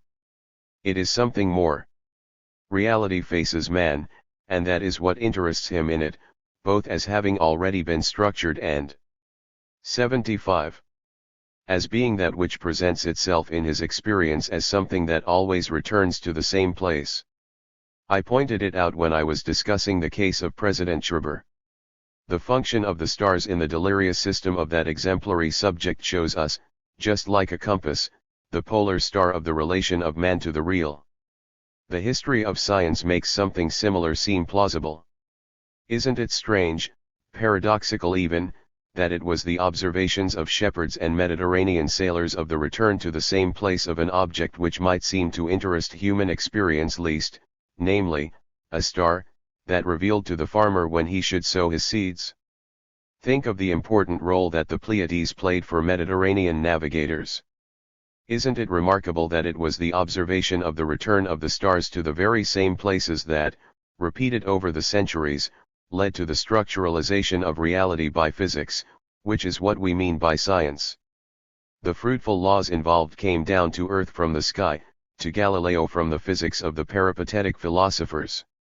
However, from that earth, where the laws of the heavens had been rediscovered, Galilean physics returned to the sky by demonstrating that the stars are by no means what we had believed them to be, that they are not incorruptible, that they are subject to the same laws as the terrestrial globe.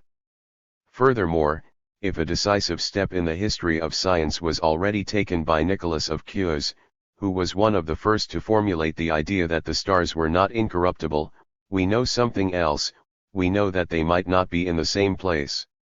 Thus that first demand that made us explore the structuralization of the real down through history in order to produce a supremely efficient and supremely deceptive science, that first demand is the demand of das Ding.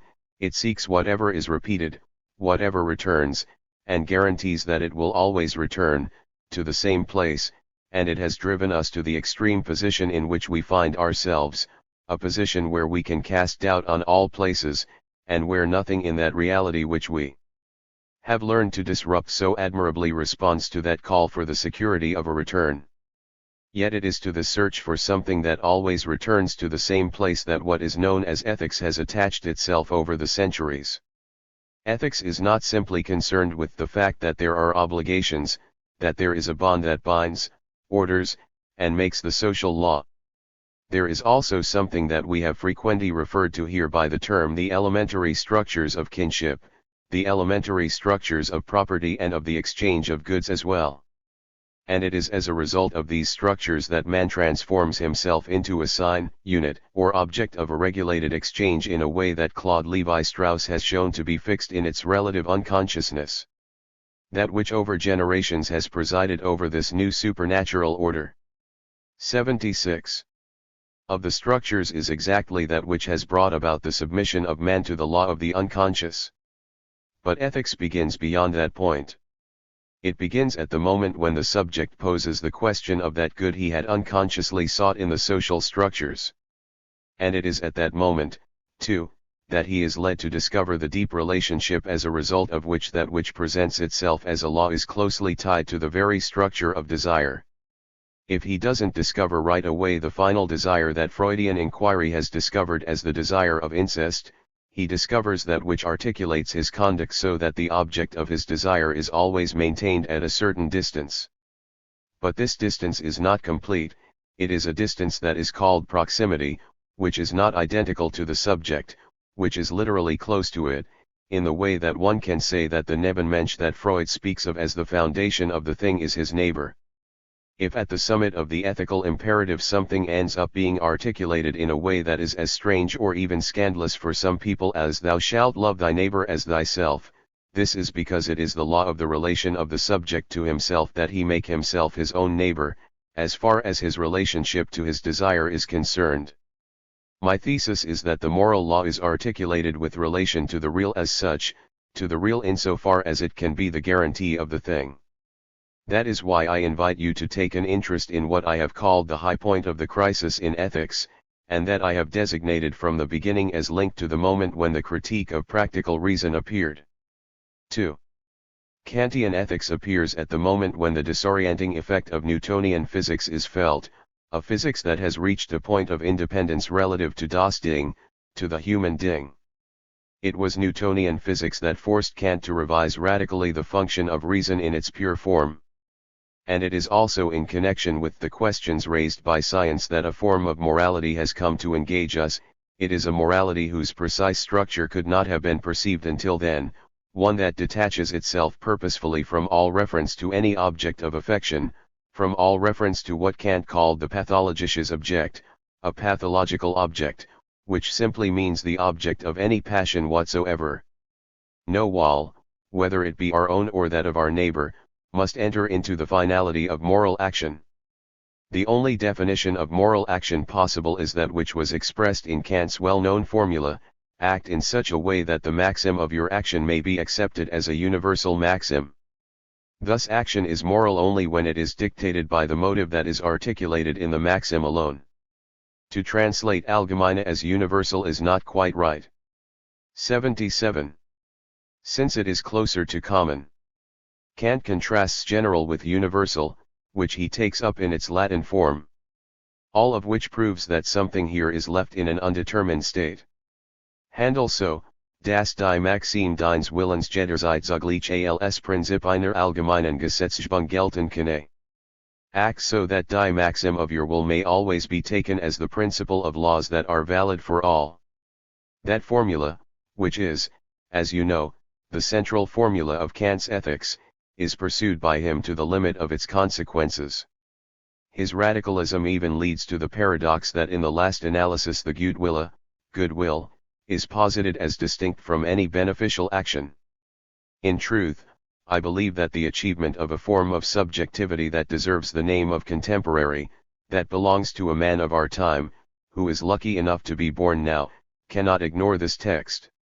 I simply emphasize it as we continue on our merry way, for one can, in fact, get by with very little. The person to our right and the person to our left are nowadays, if not neighbors, then at the very least people who, from the point of view of volume, are close enough to prevent us from falling down. But one must have submitted oneself to the test of reading this text in order to measure the extreme, almost insane character of the corner that we have been backed into by something that is after all present in history, namely, the existence, indeed the insistence, of science. If, of course, no one has ever been able to put such a moral axiom into practice, even Kant himself did not believe it possible, it is nevertheless useful to see how far things have gone. In truth, we have built another bridge in our relation to reality. For some time transcendental aesthetics itself, I am referring to that which is designated as such in the Critique of Pure Reason, is open to challenge, at the very least on the level of that play of writing where theoretical physics is currently registering a hit. Henceforth, given the point we have reached in the light of our science, a renewal or updating of the Kantian imperative might be expressed in the following way: with the help of the language of electronics and automation, never act except in such a way that your action may be programmed. All of which takes us a step further in the direction of an even greater, if not the greatest, detachment from what is known as a sovereign good. Let us be clear about this: when we reflect on the maxim that guides our action, Kant is inviting us to consider it for an instant as the law of a nature in which we are called upon to live. That is where one finds the apparatus that would have us reject in horror some maxim or other that our instincts would gladly lead us to. In this connection he gives us examples that are worth taking note of in a concrete sense, for however obvious they may seem, they perhaps suggest, at least to the analyst, a line of reflection. But note that he affirms the laws of nature, not of society. It is only too clear that not only do societies live very well by reference to laws that are far from promoting 78. Their universal application, but even more remarkably, as I suggested last time, these societies prosper as a result of the transgression of these maxims. It is a matter then of a mental reference to a nature that is organized according to the laws of an object constructed at the moment when we raise the question of our rule of conduct. So as to produce the kind of shock or eye-opening effect that seems to me necessary if we are to make progress, I simply want to draw your attention to this: if the Critique of Practical Reason appeared in 1788, 7 years after the first edition of the Critique of Pure Reason, there is another work which came out 6 years after the Critique of Practical Reason, a little after their midter in 1795, and which is called Philosophy in the Boudoir. As, I suppose, you all know, Philosophy in the Boudoir is the work of a certain Marquis de Sade, who is famous for more than one reason. His notoriety was accompanied from the beginning by great misfortunes, and one might add by the abuse of power concerning him. He did after all remain a prisoner for 25 years, which is a long time for someone who, my goodness, as far as we know, never committed a serious crime, and who in certain of our modern ideologies has been promoted to a point where one can also say that there is at the very least some confusion, if not excess. Although in the eyes of some the work of the Marquis de Sade seems to promise a variety of entertainments, it is not strictly speaking much fun. Moreover, the parts that seem to give the most pleasure can also be regarded as the most boring. But one cannot claim that his work lacks coherence. And, in a word, it is precisely the Kantian criteria he advances to justify his positions that constitute what can be called a kind of anti-morality. The paradox of this is argued with the greatest coherence in the work that is entitled Philosophy in the Boudoir. A short passage is included in it that, given the number of attentive ears here, is the only one that I expressly recommend you read.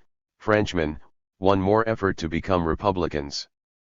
As a result of this appeal, which supposedly came from a number of cells that were active at that time in revolutionary Paris, the Marquis de Sade proposes that, given the ruin of those authorities on which, according to the work's premises, the creation of a true republic depends, we should adopt the opposite of what was considered up to that point as the essential minimum of a viable and coherent morality. And, in truth, he does quite a good job in defending that proposal. It is no accident if we first find in philosophy in the boudoir the praise of calumny. Calumny, he writes, can in no sense be injurious, if it imputes to our neighbor worse things than one can justifiably impute to him. It nevertheless has the merit that it puts us on guard against his activities. And the author proceeds in like manner to justify point by point the reversal of the fundamental imperatives of the moral law, extolling incest, adultery, theft, and everything. 79. Else you can think of. If you adopt the opposite of all the laws of the Decalogue, you will end up with the coherent exposition of something which in the last instance may be articulated as follows: let us take as the universal maxim of our conduct the right to enjoy any other person whatsoever as the instrument of our pleasure. Sade demonstrates with great consistency that, once universalized, this law, although it gives libertines complete power over all women indifferently, whether they like it or not, conversely also liberates those same women from all the duties that civilized society imposes on them in their conjugal, matrimonial, and other relations. This conception opens wide the floodgates that in imagination he proposes as the horizon of our desire. Everyone is invited to pursue to the limit the demands of his lust, and to realize them. If the same opening is given to all, one will be able to see what a natural society is like. Our repugnance may be legitimately related to that which Kant himself claims to eliminate from the criteria of the moral law, namely, to the realm of sentiment. If one eliminates from morality every element of sentiment, if one removes or invalidates all guidance to be found in sentiments, then in the final analysis the Sadean world is conceivable, even if it is its inversion, its caricature, as one of the possible forms of the world governed by radical ethics, by the Kantian ethics as elaborated in 1788. Believe me, there is no lack of Kantian echoes in the attempts to articulate moral systems that one finds in a vast literature that might be called libertine, the literature of the man of pleasure, which is an equally caricatural form of the problem that for a long time preoccupied the Ancien Regime, and from Fenelon on, the education of girls. You can see that pushed to its comically paradoxical limit in The Raised Curtain by Mirabeau. Well now, we are coming to that on account of which, in its search for justification, for a base and support, in the sense of reference to the reality principle, ethics encounters its own stumbling block, its failure, I mean there where an aporia opens up in that mental articulation we call ethics. In the same way that Kantian ethics has no other consequence than that gymnastic exercise whose formative function for anyone who thinks I have called to your attention, so Sadean ethics has had no social consequences at all. Understand that I don't know if the French have really tried to become republicans, but it is certain that just like all the other nations of the world, including those who had their revolutions after them, bolder, more ambitious, and more radical revolutions, too, they have left what I will call the religious bases of the Ten Commandments completely intact, even pushing them to a point where their Puritan character is increasingly marked. We've reached a situation where the leader of a great socialist state on a visit to other contemporary cultures is scandalized to see dancers on the Pacific coast of 80. The noble country of America raising their legs a little too high. We are thus faced here with a question, that is to say, the question of the relationship to das Ding. This relationship seems to me to be sufficiently emphasized in the third chapter of the Critique of Practical Reason concerning the motives of practical pure reason. In effect, Kant acknowledges after all the existence of one sentient correlative of the moral law in its purity, and strangely enough, I ask you to note, it is nothing other than pain itself. I will read you the passage concerned, the second paragraph of the third part.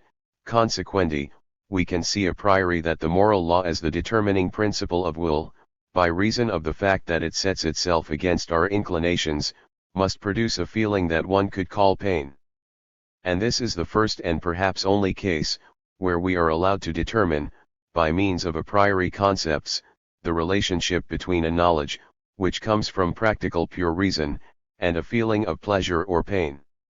In brief, Kant is of the same opinion as Sade. For in order to reach das Ding absolutely, to open the floodgates of desire, what does Sade show us on the horizon? In essence, pain. The other's pain as well as the pain of the subject himself, for on occasions they are simply one and the same thing. To the degree that it involves forcing an access to the thing, the outer extremity of pleasure is unbearable to us. It is this that explains the absurd or, to use a popular expression, maniacal side of Sade that strikes us in his fictional constructions. We are aware at every moment of the discomfort in living constructions, the kind of discomfort that makes it so difficult for our neurotic patients to confess certain of their phantasms. In fact, to a certain degree, at a certain level, phantasms cannot bear the revelation of speech. 3. We are then brought back again to the moral law insofar as it is incarnated in a certain number of commandments. I mean the 10 commandments, which in the beginning, at a period that is not so remote in the past, were collected by a people that sets itself apart as a chosen people. As I said, it is appropriate to reconsider these commandments. I noted last time that there is a study to be done for which I would gladly call upon one of you as the representative of a tradition of moral theology. A great many questions deserve our attention. I spoke of the number of commandments. There is also the matter of their form and the way in which they are transmitted to us in the future tense. I would be glad to call upon the help of someone who knows enough Hebrew to answer my questions. In the Hebrew version, is it a future tense or a form of the volative that is used in Deuteronomy 81 and Numbers, where we see the first formulations of the Decalogue? The issue I want to raise today concerns their privileged structure in relation to the structure of the law. I want today to consider 2 of them. I must leave to one side the huge questions posed by the promulgation of these commandments by something that announces itself in the following form: I am what I am. It is, in effect, necessary not to draw the text in the direction of Greek metaphysics by translating as he who is, or he who am. The English translation, I am that I am, is, according to Hebrew scholars, the closest to what is meant by the formulation of the verse. Perhaps I am mistaken, but since I do not know Hebrew and while I wait on further information on the subject, I rely on the best authorities, and they are of one mind on the question. That I am what I am is announced first of all to a small people in the form of that which saved it from the misfortunes of Egypt, and it begins by affirming, you will adore no God but me, before my countenance. I leave open the question of what before my countenance means. Does it mean that beyond the countenance of God, i.e., outside Canaan, the adoration of other gods is not inconceivable for a believing Jew? A passage from the 2nd book of Samuel, spoken by David, seems to confirm this. It is nevertheless the case that the 2nd commandment, the one that formally excludes not only every cult, but also every image, every representation of what is in heaven, on earth, or in the void, seems to me to show that what is involved is in a very special relationship to human feeling as a whole. In a nutshell, the elimination of the function of the imaginary presents itself to my mind, and, I think, to yours, as the principle of the relation to the symbolic, in the meaning we give that term here, that is to say, to speech. Its principal condition is there. I leave aside the question of rest on the Sabbath day. But I believe that that extraordinary commandment, according to which, in a land of masters, we observe 1 day out of 7 without work, such that according to humorous proverbs, the common man is left no happy medium between the labor of love and the most stultifying boredom, that suspension, that emptiness, clearly introduces into human life the sign of a gap, a beyond relative to every law of utility. It seems to me, therefore, that it has the most intimate relationship to something that we are on the track of here. I leave aside the prohibition on murder, for we will have to come back to that in connection with the respective significance of the act and its retribution. I want to take up the prohibition on lying insofar as it is related to what presented itself to us as that essential relationship of man to the thing, insofar as it is commanded by the pleasure principle, namely, the lie that we have to deal with every day in our unconscious. Thou shalt not lie is the commandment in which the intimate link between 82. Desire, in its structuring function, with the law is felt most tangibly. In truth, this commandment exists to make us feel the true function of the law. And I can do no better than to place it beside the sophism in which is manifested most strikingly the type of ingenuity that is furthest from the Jewish or Talmudic tradition, namely, the paradox of Epimenides, he who affirmed that all men are liars. What am I saying, in proposing the articulation of the unconscious that I gave you? What am I saying, responds the sophism. Except that I, too, lie, and, consequently, I can affirm nothing valid concerning not simply the function of truth, but even the significance of lying. Thou shalt not lie as a negative precept has as its function to withdraw the subject of enunciation from that which is enunciated. Remember the graph. It is there that I can say thou shalt not lie, there where I lie, where I repress, where I, the liar, speak. In thou shalt not lie as law is included the possibility of the lie as the most fundamental desire. I am going to give you a proof that is to my mind nevertheless valid. It concerns Proudhon's famous phrase, property is theft. Another proof is that of the cries of anguish lawyers emit whenever it is a question, in some more or less grotesque and mythical form, of using a he detector. Must we conclude from this that the respect of the human person involves the right to he? Surely, it is a question and not an answer to reply yes, certainly. One might say, it's not so simple. What is the source of that rebellion against the fact that something exists which may reduce the question of the subject's speech to a universally objectified application? The point is that speech doesn't itself know what it is saying when it lies, and that, on the other hand, in lying it also speaks some truth. Moreover, it is in this antinomic function between the law and desire, as conditioned by speech, that resides the primordial authority which makes this commandment among all 10 one of the cornerstones of that which we call the human condition, to the extent that that condition merits our respect. Since time is getting on, I will skip quickly forward to the issue that is the object of our discussion today relative to the relationship between desire and the law. It is the famous commandment that affirms the following: it makes one smile, but when one thinks about it, one doesn't smile for long. Thou shalt not covet thy neighbor's house, thou shalt not covet thy neighbor's wife, neither his manservant, nor his maidservant, neither his ox, nor his ass, nor anything that belongs to thy neighbor. Putting the wife between the house and the donkey has given rise to more than one idea that one can recognize there the exigences of a primitive society, a society of Bedouins, Wags, and niggers. Well, I don't agree. The law affirmed there, the part concerning one's neighbor's wife at least, is still alive in the hearts of men who violate it every day, and it doubtless has. 83. A relationship to that which is the object of our discussion today, namely, das Ding. It is not after all a question of just any good here. It is not a question of that which creates the law of exchange and covers with a kind of amusing legality, a kind of social cicerone, the movements, the impetus, of human instincts.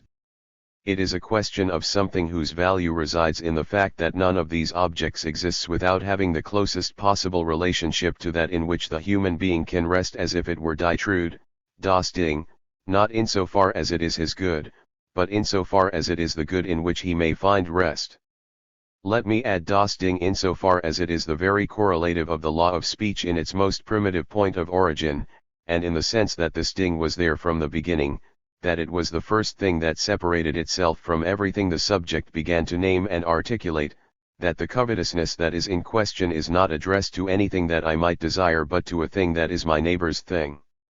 It is to the extent that the commandment in question preserves the distance from the thing as founded by speech itself that it assumes its value. But where does this take us?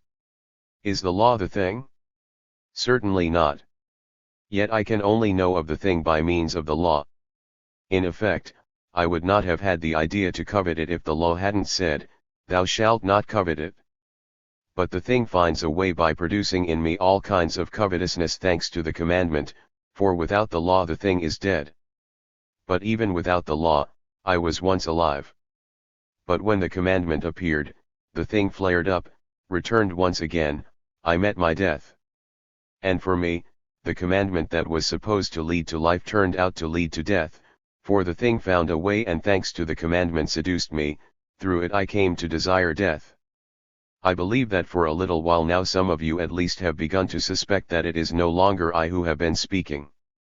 In fact, with one small change, namely, thing for sin, this is the speech of St. Paul on the subject of the relations between the law and sin in the Epistle to the Romans, chapter 7, paragraph 7. Whatever some may think in certain milieux, you would be wrong to think that the religious authors aren't a good read. I have always been rewarded whenever I have immersed myself in their works. And St. Paul's epistle is a work that I recommend to you for your vacation reading. You will find it very good company. The relationship between the thing and the law could not be better defined than in these terms. And we will come back to it now. The dialectical relationship between desire and the law causes our desire to flare up only in 84. Relation to the law, through which it becomes the desire for death. It is only because of the law that sin, of sapria, which in Greek means lack and non-participation in the thing, takes on an excessive, hyperbolic character. Freud's discovery, the ethics of psychoanalysis, does it leave us clinging to that dialectic? We will have to explore that which, over the centuries, human beings have succeeded in elaborating that transgresses the law, puts them in a relationship to desire that transgresses interdiction, and introduces an erotics that is above morality. I don't think that you should be surprised by such a question. It is after all precisely something that all religions engage in, all mysticisms, all that Kant disdainfully calls the religions Schwärmereien, religious enthusiasms. It's not an easy term to translate. What is all this except a way of rediscovering the relationship to das Ding somewhere beyond the law? There are no doubt other ways. No doubt, in talking about erotics, we will have to talk about the kind of rules of love that have been elaborated over the centuries. Freud said somewhere that he could have described his doctrine as an erotics, but, he went on, I didn't do it, because that would have involved giving ground relative to words, and he who gives ground relative to words also gives ground relative to things. I thus spoke of the theory of sexuality. It's true, Freud placed in the forefront of ethical inquiry the simple relationship between man and woman. Strangely enough, things haven't been able to move beyond that point. The question of das Ding is still attached to whatever is open, lacking, or gaping at the center of our desire. I would say, you will forgive the play on words, that we need to know what we can do to transform this damage into our dame in the archaic French sense, Our Lady. Don't laugh at this sleight of hand, it was in the language before I used it. If you look up the etymology of the word danger, you will see that exactly the same ambiguity exists from the beginning in French. Danger was originally domniorium, domination. The word dame gradually came to contaminate that word. And, in effect, when we are in another's power, we are in great danger. Therefore, next year we will try to advance still further into these incontestably perilous waters. December 23, 1959. The problem of sublimation. 7. The domain of the pastoral. The paradox of the moral conscience. World and body. Luther. The problem of the object relation. During the retreat of the vacation, I felt the need to make a little excursion into a certain domain within the treasure house of English and French literature, quaerens, not quern devorum, but rather quod dociem vobis, seeking what to teach you and how, on the subject that we are navigating towards under the title of the ethics of psychoanalysis. You can certainly sense that it must be leading us toward a problematic point, not only of Freud's doctrine, but also of what one might call our responsibility as analysts. It is a point that you haven't yet seen rise up on the horizon. And, My goodness, there is no reason why you should, since up till now this year I have avoided using the term. It is something that is so problematic for the theorists of analysis, as you will see from the testimony of the quotations I will cite, yet it is so essential. It is what Freud called Sublimierung, sublimation. 1. Sublimation is, in effect, the other side of the research that Freud pioneered into the roots of ethical feeling, insofar as it imposes itself in the form of prohibitions, of the moral conscience. It is the side that is referred to in the world in a manner that is so improper and so comical to a sensitive ear, I mean in the world outside the field of psychoanalysis, as the philosophy of values. We who find ourselves, along with Freud, in a position to give a radically new critique of the sources and the incidents of ethical thought, are we in the same fortunate situation concerning its positive side, that of moral and spiritual elevation, that of the scale of values? The problem seems much more uncertain and more delicate there, but one cannot for all that say we may. 87. 88. Neglected for the sake of the more immediate concerns of straightforward therapeutic action. In 3 essays on the theory of sexuality, Freud uses 2 correlative terms concerning the effects of the individual libidinal adventure. Fixierarbeit is the fixation that is for us the register of explanation of that which is, in fact, inexplicable, and Haftbarkeit, which is perhaps best translated by perseverance but has a curious resonance in German, since it means also responsibility, commitment. And that is what is involved here. It concerns our collective history as analysts. We are caught up in an adventure that has taken a certain direction, a certain contingency, certain stages. Freud didn't finish at a stroke the trail he blazed for us. And it may be that, on account of Freud's detours, we are attached to a certain moment in the development of his thought, without fully realizing its contingent character, like that of every effect of our human history.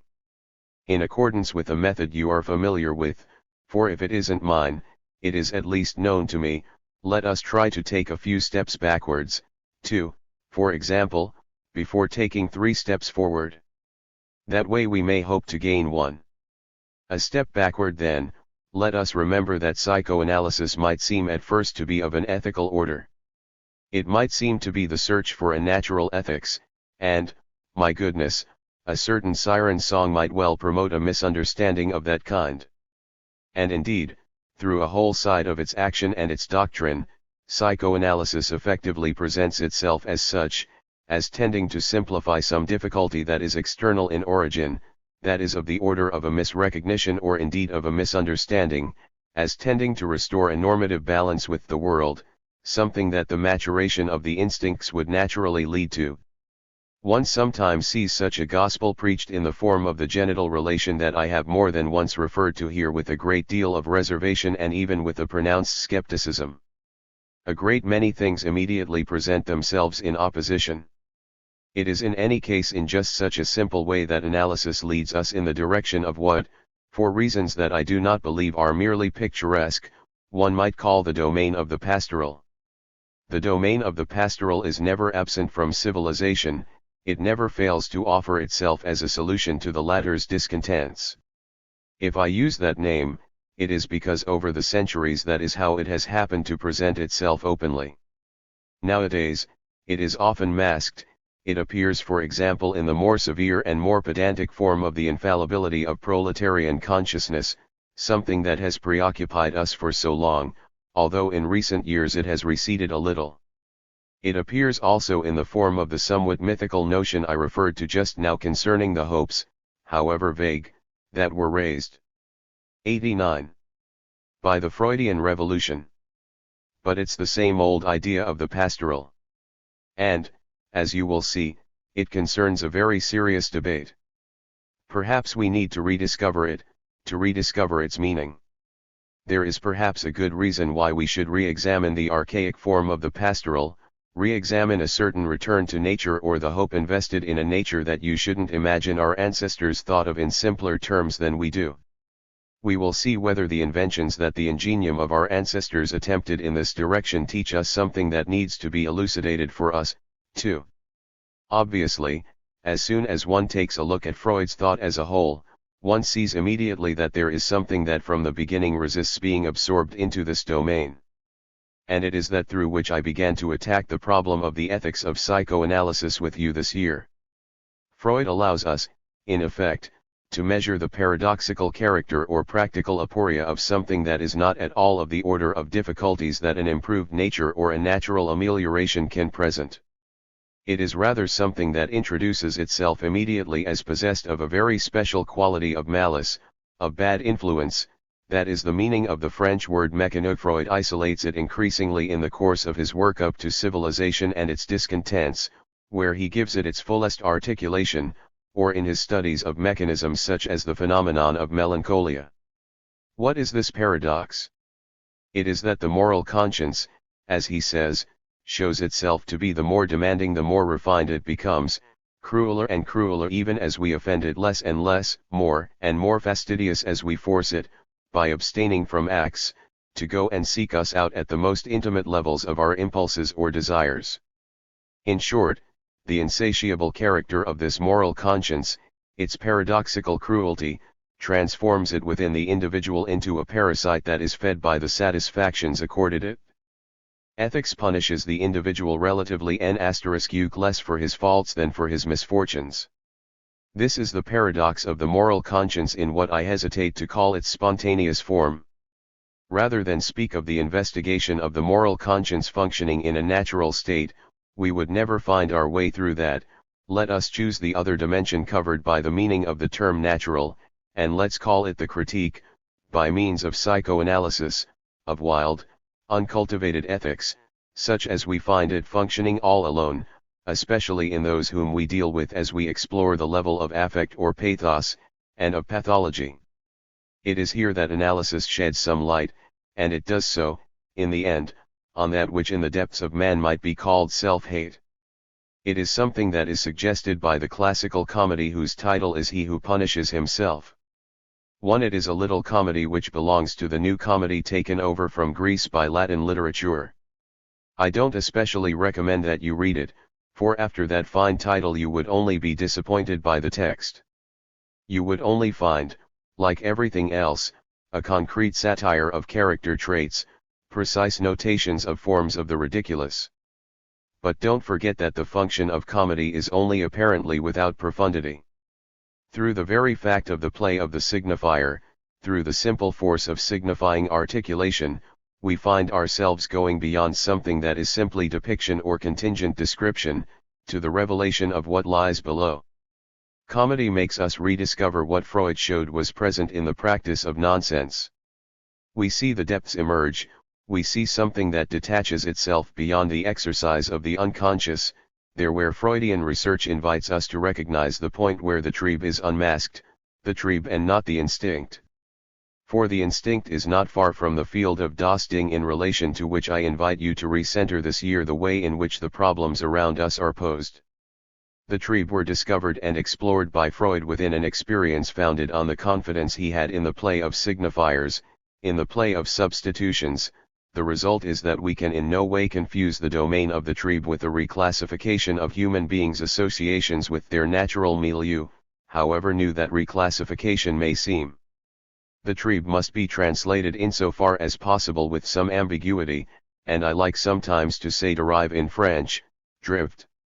It is in any case drive that is used in English to translate the German word. That drift, where the whole action of the pleasure principle is motivated, directs us toward the mythic point that has been articulated in terms of an object relation. We have to be precise about the meaning of this and to criticize the confusions introduced by ambiguities of signification that are much more serious than the signifying kind. We are now getting close to the most profound things Freud had to say about the nature of the trieb, and especially insofar as they may give satisfaction to the subject in more than one way, notably, in leaving open a door, a way, or a career, of sublimation. Within psychoanalytic thought, this domain has remained until now almost undisturbed, only the boldest spirits have dared to approach it, and even then not without expressing the dissatisfaction or unassuaged thirst Freud's formulations left them with.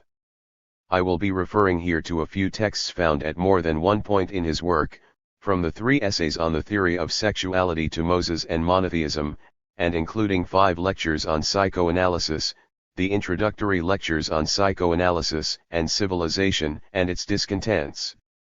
Freud invites us to reflect on sublimation, or, more exactly, he proposes, in a way that enables him to define the field, all kinds of difficulties that merit our attention today. 91. 2. Since the problem of sublimation is situated for us in the field of the trieb, I would like first to look for a moment at a passage taken from the introductory lectures, that is to say a work that has been translated as Introductory Lectures on Psychoanalysis. It is on page 358, volume 11, of the Gesammeltwerke 2. Therefore, we have to take into consideration the fact that the Drivestrieb, the pulsating sexual excitements, are extraordinarily plastic. They may appear in each other's places. One of them may accumulate the intensity of the others. When the satisfaction of one is denied by reality, the satisfaction of another may offer total compensation. They behave in relation to each other like a network, like communicating channels that are filled with water. We can see there the metaphor that is no doubt at the origin of that surrealist work which is called Communicating Vases. Freud goes on, and I paraphrase, they behave, therefore, in that way, and this is true in spite of the fact that they may have fallen under the domination or the supremacy of the genital primate. Thus the latter must not be thought to be so easy to gather into a single Vorstellung, representation.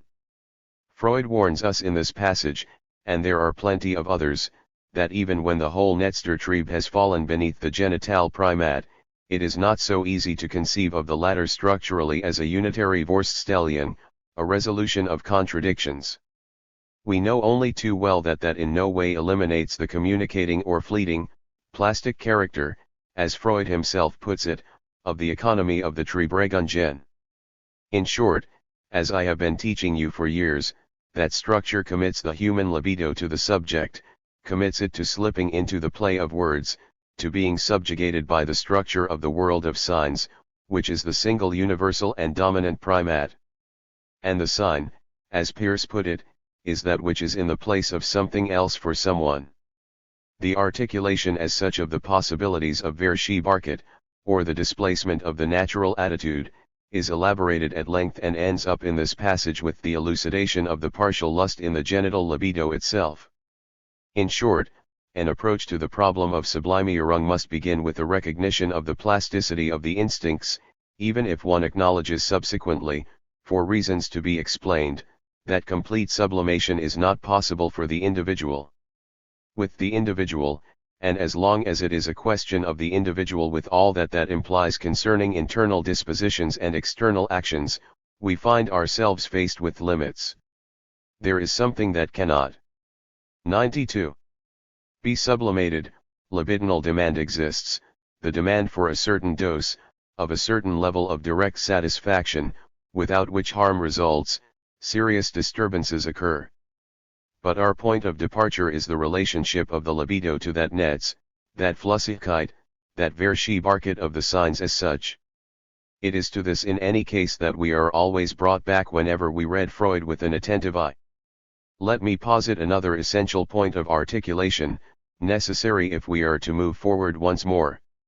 It is obvious that the libido, with its paradoxical, archaic, so-called pregenital characteristics, with its eternal polymorphism, with its world of images that are linked to the different sets of drives associated with the different stages from the oral to the anal and the genital, all of which no doubt constitutes the originality of Freud's contribution, that whole microcosm has absolutely nothing to do with the macrocosm, only in fantasy does it engender world. That's Freud's doctrine, contrary to the direction in which one of his disciples, namely Jung, wanted to take it, this schism within Freud's entourage occurring around 1910. This is important particularly at a moment when it is obvious that, even if one once located them there is no point now in seeking the phallus or the anal ring in the starry sky, they have been definitely expelled. For a long time even in scientific thinking, men seem to inhabit cosmological projections. For a long time a world soul existed, and thought could comfort itself with the idea that there was a deep connection between our images and the world that surrounds us. This is a point whose importance does not seem to have been noticed, namely, that the Freudian project has caused the whole world to re-enter us, has definitely put it back in its place, that is to say, in our body, and nowhere else. Let me remind you in this connection to what extent, in the period which immediately preceded the liberation of modern man, both scientific and theological thought were preoccupied by something that Freud did not hesitate to mention and to call by its name, but about which we never speak any more, namely, the figure who was for a long time known as the Prince of this world, Diabolus himself. The symbolic here is united with the diabolic, with all those forms that theological preaching has so powerfully articulated. Read a little Luther, not just the table talk, but the sermons as well, if you want to see to what extent the power of images may be affirmed, images that are very familiar to us because they have been invested with the quality of scientific authentication on a daily basis through our psychoanalytic experience. It is to those images that the thought of a prophet refers whose influence was such a powerful one, and who renewed the very basis of Christian teaching when he sought to express our dereliction, our fall in a world where 93. We let ourselves go. His choice of words is in the end far more analytic than all that modern phenomenology has been able to articulate in the relatively gentle terms of the abandonment of the mother's breast. What kind of negligence is that which causes her milk to dry up? Luther says literally, you are that waste matter which falls into the world from the devil's anus. That is the essentially digestive and excremental schema forged by a thought that draws the ultimate consequences from the form of exile in which man finds himself relative to any good in the world whatsoever. That's where Luther leads us. Don't imagine that these things didn't have an effect on the thought and the way of life of people of the time. One finds articulated here precisely the essential turning point of a crisis from which emerged our whole modern immersion in the world. It is to this that Freud came to give his approval, his official stamp, when he made that image of the world, those fallacious archetypes, return once and for all there where they belong, that is in our body. Henceforth we are to deal with the world where it is. Do these erogenous zones, these fundamental points of fixation, open onto rosy possibilities and pastoral optimism? Does one find here a path that leads to freedom? Or to the strictest servitude? These erogenous zones that, until one has achieved a fuller elucidation of Freud's thought, one can consider to be generic, and that are limited to a number of special points, to points that are openings, to a limited number of mouths at the body's surface, are the points where Eros will have to find his source. In order to realize what is essential and original in Freud's thought here, it is sufficient to refer to those openings that the exercise of poetic lyricism gives. According to a given poet, to Walt Whitman for example, imagine what as a man one might desire of one's own body. One might dream of a total, complete, epidermic contact between one's body and a world that was itself open and quivering, dream of a contact and, in the distance, of a way of life that the poet points out to us, hope for a revelation of harmony following the disappearance of the perpetual, insinuating presence of the oppressive feeling of some original curse. Well now, Freud, on the contrary, emphasizes a point of insertion, a limit point, an irreducible point, at the level of what we might call the source of the tribe. And it is precisely that our experience then encounters in the irreducible character, once again the ambiguity is clear, of these residues of archaic forms of the libido. These forms, we are told on the one hand, are not susceptible to Befriedigung. The most archaic aspirations of the child are both a point of departure and a nucleus that is never completely resolved under some primacy of genitality or a pure and simple Vorstellung of man in human form by androgynous fusion, however total one may imagine it. There always remain dreams of 94. These primary, archaic forms of the libido. That is a first point that experience insists on and Freudian discourse articulates. On the other hand, Freud reveals the opening, which at first sight seems limitless, of the substitutions that may occur at the other end, at the level of the goal. I have avoided the word object, which never fails to appear at the point of one's pen as soon as one begins to differentiate what is involved in sublimation. One cannot characterize the sublimated form of the instinct without reference to the object, whatever one does. In a minute I will read you some passages which will show you the scope of the difficulty. It is a question of the object. But what does the object mean at that level? When Freud at the beginning of his more emphatic formulations of his doctrine begins his first topic by articulating that which concerns sublimation, notably in the 3 essays on the theory of sexuality, sublimation is characterized by a change of objects, or in the libido, a change that doesn't occur through the intermediary of a return of the repressed nor symptomatically, indirectly, but directly, in a way that satisfies directly. The sexual libido finds satisfaction in objects. How does it distinguish them? Quite simply and massively, and in truth not without opening a field of infinite complexity, as objects that are socially valorized, objects of which the group approves, insofar as they are objects of public utility. That is how the possibility of sublimation is defined. Thus we find ourselves here in a position to hold firmly in our hands the two ends of a chain. On the one hand, there is the possibility of satisfaction, even if it is substitutive, and through the intermediary of what the text calls a surrogate. On the other hand, it is a question of objects that are going to acquire collective social value. We find ourselves here faced with a trap into which thought, with its penchant for facility, would love to leap, merely by constructing a simple opposition and a simple reconciliation between the individual and the collectivity. It doesn't seem to be a problem that the collectivity might find satisfaction there where the individual happens to need to change his batteries or his rifle from one shoulder to the other, where, moreover, it would be a matter of an individual satisfaction that is taken for granted, all by itself. Yet we were told at the beginning how problematic the satisfaction of the libido is. Everything that has to do with the tree raises the question of plasticity and of limits. Thus the formulation suggested above is far from being one that Freud could adhere to. Far from adhering to it, he establishes a relation in the 3 essays between sublimation in its most obvious social effects and what he calls Reaktionsbildung. That means that right away, at a moment when things cannot yet be 95. Articulated powerfully, for want of that component of his topic he will produce later, he introduces the notion of reaction formation. In other words, he illustrates a given character trait, a trait acquired through social regulation, as something which, far from occurring as a direct consequence or as in line with a specific instinctual satisfaction, necessitates the construction of a system of defenses that is, for example, antagonistic to the anal drive. He, therefore, introduces the idea of an opposition, an antinomy, as fundamental in the construction of the sublimation of an instinct. He thus introduces the problem of a contradiction in his own formulation.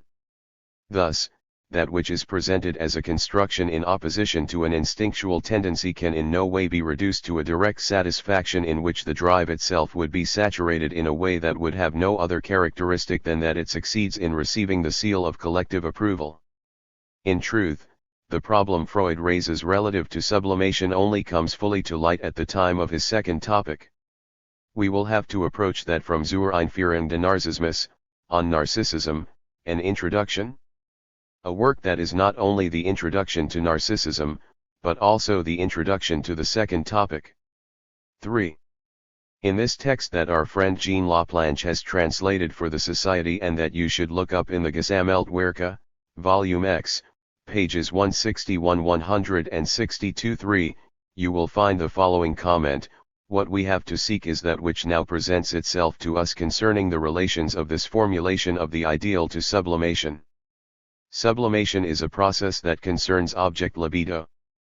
I would just point out that the opposition ich libido I object libido only begins to be articulated as such on an analytical level with the Einführung. This text complements the articulation first given by Freud of the fundamentally conflictual position of man relative to his satisfaction as such. That is why it is essential to introduce das Ding at the beginning. That is das Ding insofar as, if he is to follow the path of his pleasure, man must go around it. One must take one's time to recognize, to find out for oneself, to take one's time to see that Freud is telling us the same thing as St. Paul, namely, that what governs us on the path of our pleasure is no sovereign good, and that moreover, beyond a certain limit, we are in a thoroughly enigmatic position relative to that which lies within das Ding, because there is no ethical rule which acts as a mediator between our pleasure and its real rule. 3s.ex/vp.94. 96. And behind St. Paul, you find the teaching of Christ when he is questioned just before the final Easter La Dernière Pax. There are two versions, that of the Gospel according to St. Matthew and that of the Gospels of Mark and Luke. In St. Matthew's Gospel, where it is clearest, he is asked, "What good must we do to achieve life eternal?" In the Greek version, he answers, "Why do you speak to me of good? Who knows what is good? Only he who is beyond, our Father, knows what is good. And he told you, do this, do that, don't go any further." One just has to follow his commandments. Then after that there is the statement, "Thou shalt love thy neighbor as thyself." That's the commandment that appropriately enough, given its obvious relevance, is the terminal point of civilization and its discontents. It is the ideal end to which his investigation by necessity leads him. Freud never held back from anything that offered itself to his examination.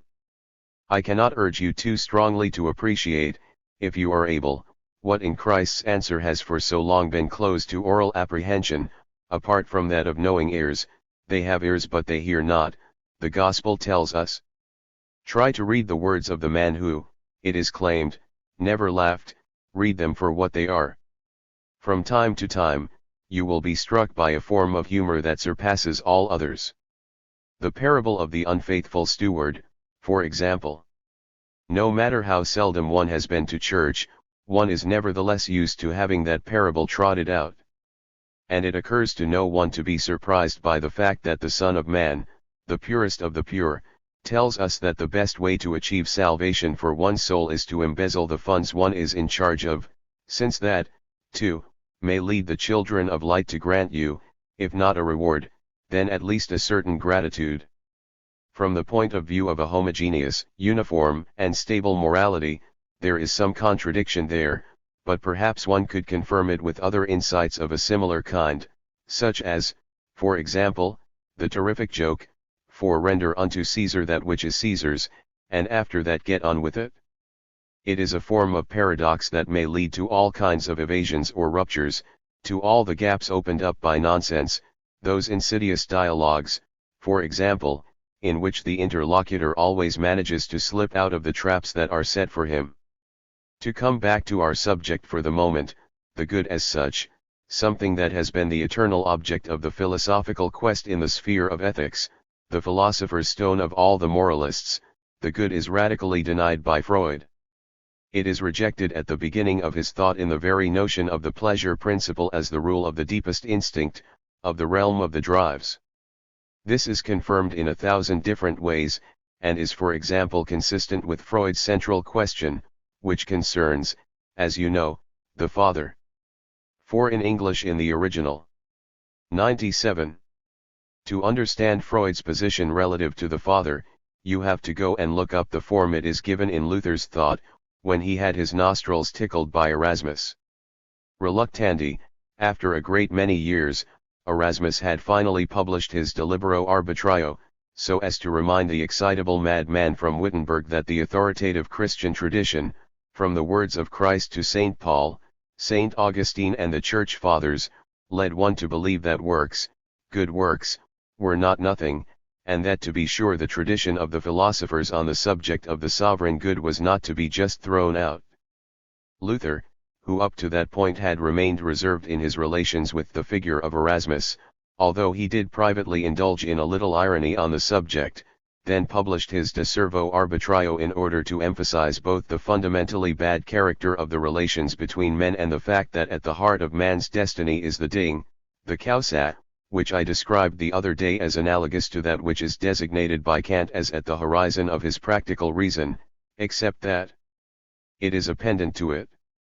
To coin a phrase whose approximate Greekness I will ask you to forgive, it is the kaus apathomen, or the cause of the most fundamental human passion. Luther writes of the following: God's eternal hatred of men, not simply of their failures and the works of their free will, but a hatred that existed even before the world was created. You see that there are reasons why I advise you to read religious authors from time to time, I mean good ones, of course, not those who are all sweetness and light, although even they are sometimes rewarding. Saint François de Sales on marriage is, I assure you, better than Van de Velde on ideal marriage.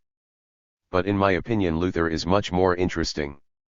That hatred which existed even before the world was created is the correlative of the relationship that exists between a certain influence of the law as such and a certain conception of das Ding as the fundamental problem and, in a word, as the problem of evil.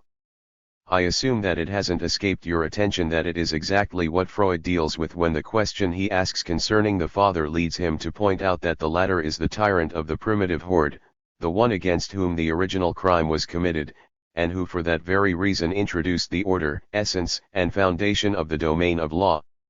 Not to recognize the filiation or cultural paternity that exists between Freud and a new direction of thought, one that is apparent at the break which occurred toward the beginning of the 16th century, but whose repercussions are felt up to the end of the 17th century, constitutes a fundamental misunderstanding of the kind of problems Freud's intellectual project addresses. I have just finished a digression of some 25 minutes. And it was designed to tell you that, just after 1914 with the Einführung, Freud introduces us to something that dodges the issue again by articulating things that 98 are, of course, essential, but of which one must know the context, namely, the problem of the object relation. This problem of the object relation has to be read Freudianly. You can, in fact, see it emerge in a narcissistic relation, an imaginary relation. At this level the object introduces itself only insofar as it is perpetually interchangeable with the love that the subject has for its own image. Ich libido and object libido are introduced by Freud in relation to the difference between ich ideal and idealage, between the mirage of the ego and the formation of an ideal. This ideal makes room for itself alone, within the subject it gives form to something which is preferred and to which it will henceforth submit. The problem of identification is linked to this psychological splitting, which places the subject in a state of dependence relative to an idealized, forced image of itself, something that Freud will emphasize subsequently. It is through this mirage relation that the notion of an object is introduced. But this object is not the same as that which is aimed at on the horizon of the instinct. Between the object as it is structured by the narcissistic relation and das Ding, there is a difference, and it is precisely on the slope of that difference that the problem of sublimation is situated for us. In a short note in the 3 essays, Freud gives us a kind of brief summary in the style of an essay on the difference that strikes us between the love life of antiquity, of pre-Christians, and our own. It resides, he says, in the fact that in antiquity the emphasis was on the instinct itself, whereas we place it on the object. The ancients fated the instinct, and, through the intermediary of the instinct, were also ready to honor an object of lesser, common value, whereas we reduce the value of the manifestation of the instinct, and we demand the support of the object on account of the prevailing characteristics of the object. Moreover, Freud wrote a great many other pages where he discussed disparaging commentaries on love life, commentaries made in the name of what? In the name of an incontestable ideal. You can read the following in Civilization and Its Discontents, among the works of that sensitive English author, Galsworthy, whose worth is universally acknowledged nowadays. I once really enjoyed one story. It was called The Apple Tree, and it shows how there is no room anymore in contemporary civilized life for the simple, natural love of two human beings of the pastoral tradition 5. The whole passage flows forth spontaneously in a way that I call excessive. How does Freud know that we emphasize the object, whereas the ancients put the accent on the instinct? You will respond that there is no example of ideal exaltation in any Greek tragedy, unlike our own classical tragedies. Yet Freud hardly explains the question. Next time we will have to compare our ideal of love with that of the ancients by referring to some works of history and to a given historical moment that will also have to be defined. It is no more or less than a structuralization, a historical modification of eros. It is, of course, of great importance that courtly love, the exaltation of woman, a certain Christian style of love that Freud himself discusses, mark a historical change. And I will be leading you into that territory. It is nevertheless true, as I will show you, that in certain authors of antiquity, and interestingly enough in Latin rather than Greek literature, one finds some and perhaps all the elements that characterize the cult of an idealized object, something which was determinative for what can only be called the sublimated elaboration of a certain relationship. Thus what Freud expresses over hastily and probably inversely, concerns a kind of degradation which, when one examines it closely, is directed less at love life than at a certain lost chord, a crisis, in relation to the object. To set out to find the instinct again is the result of a certain loss, a cultural loss, of the object. That such a problem exists at the center of that mental crisis from which Freudianism emerged is a question that we will have to ask ourselves. The nostalgia expressed in the idea that the ancients were closer than we are to the instinct perhaps means no more, like every dream of a golden age or El Dorado, than that we ain't engaged in posing questions at the level of the instinct because we do not yet know what to do as far as the object is concerned.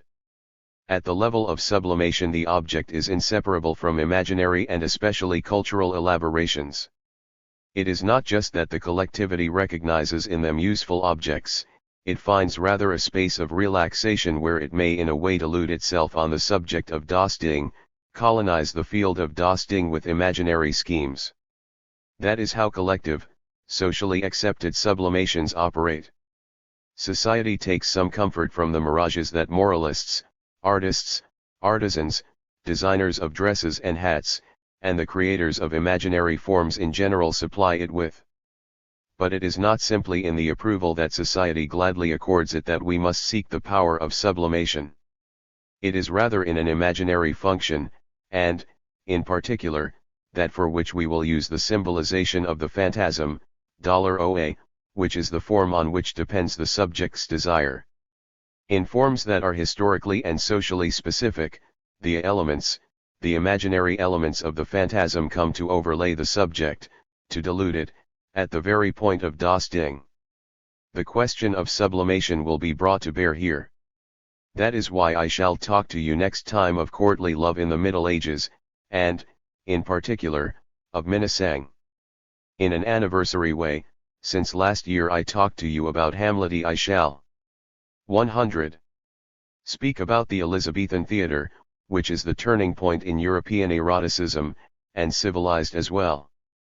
It is at that moment, in effect, that the celebration of the idealized object occurs that Freud talks about in his note. Freud left us with the problem of a gap once again at the level of das Ding, which is that of religious men and mystics, at a time when we could no longer rely on the Father's guarantee. January 13, I 960. 8. The object and the thing. The psychology of affects. The Cleonian myth of the mother. Kantian fables. Sublimation and perversion. The fable of Jacques Prévert, collector. We are progressing this year around an axis that I take to be essential, namely, that Ding, which is not without causing problems, indeed, not without causing some doubts to emerge as to its Freudian legitimacy, at least among those who reflect and who retain their critical intelligence, as they should, in the presence of what I formulate here before you. I take full responsibility for das Dinfwy, whose exact importance you can imagine to the extent that it has proved to be necessary if we are to make any progress. You will be able to appreciate its merits in the use made of it. But I will also be talking about it specifically again. 1. Some might say or think that I have only taken up a small detail of Freud's text in the Entwurf. But experience tells us precisely that in texts like those of Freud nothing is outdated, in the sense that it is simply borrowed from somewhere, the product of scholarly parroting. Nothing goes unmarked by that powerful articulatory necessity that distinguishes his discourse. That's what makes it so significant when one notices places where his discourse remains open, gaping, but nevertheless implying a necessity that I think I have made you sense on a number of occasions. And that's not all. This dingy whose place and significance I have tried to make you feel, is absolutely essential as far as Freud's thought is concerned, and as we go forward, you will see why. What is involved is that excluded interior which, in the terminology of the Entwurf, is thus excluded in the interior. In the interior of what then? Of something that is precisely articulated at that moment as the real ich, which means then the final real of the psychic organization, a real conceived of as hypothetical, to the extent that it necessarily presupposes the lust ich. It is 101. 102.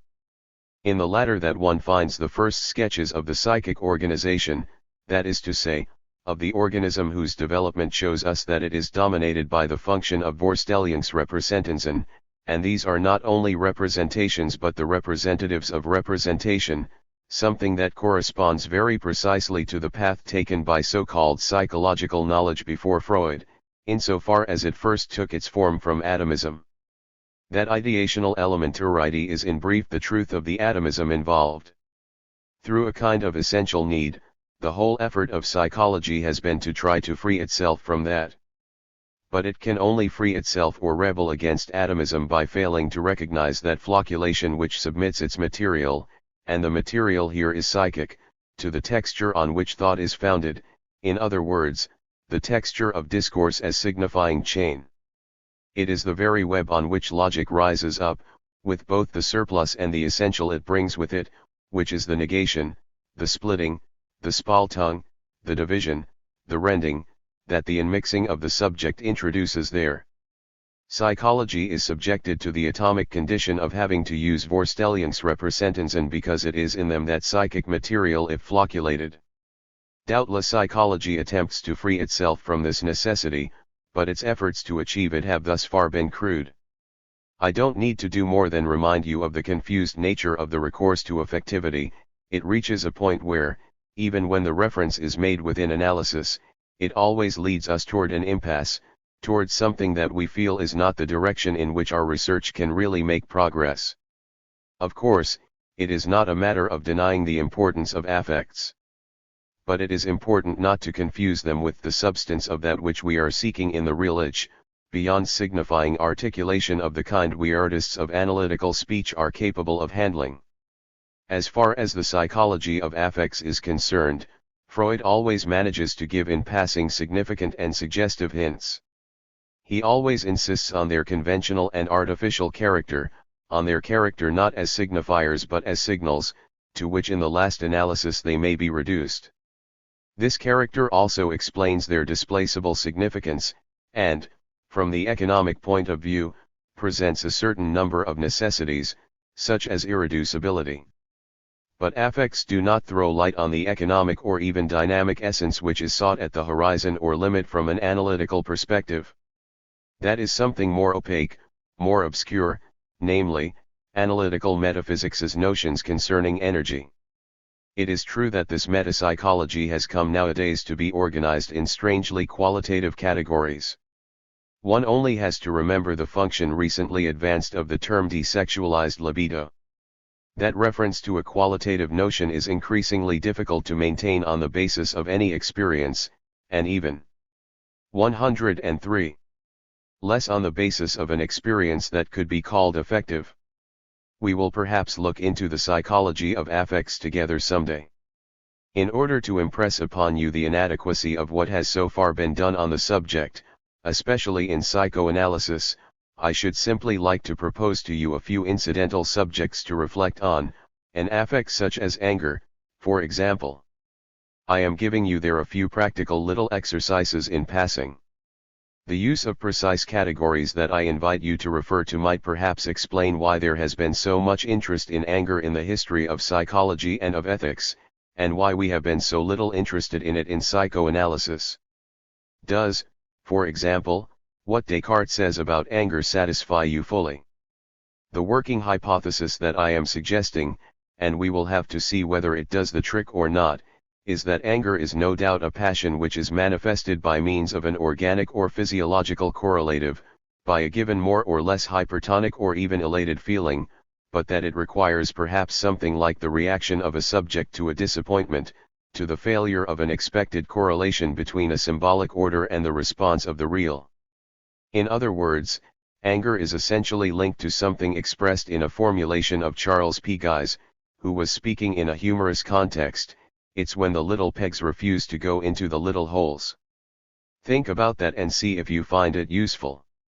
It has all kinds of possible applications, up to and including offering a clue as to the possible outline of a symbolic organization of the world among the rare animal species where one can, in fact, observe something that resembles anger.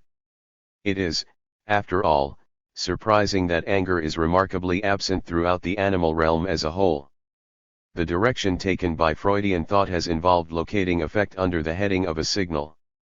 A sufficient indication of this is that, by the end, Freud came to evaluate anxiety itself as a signal.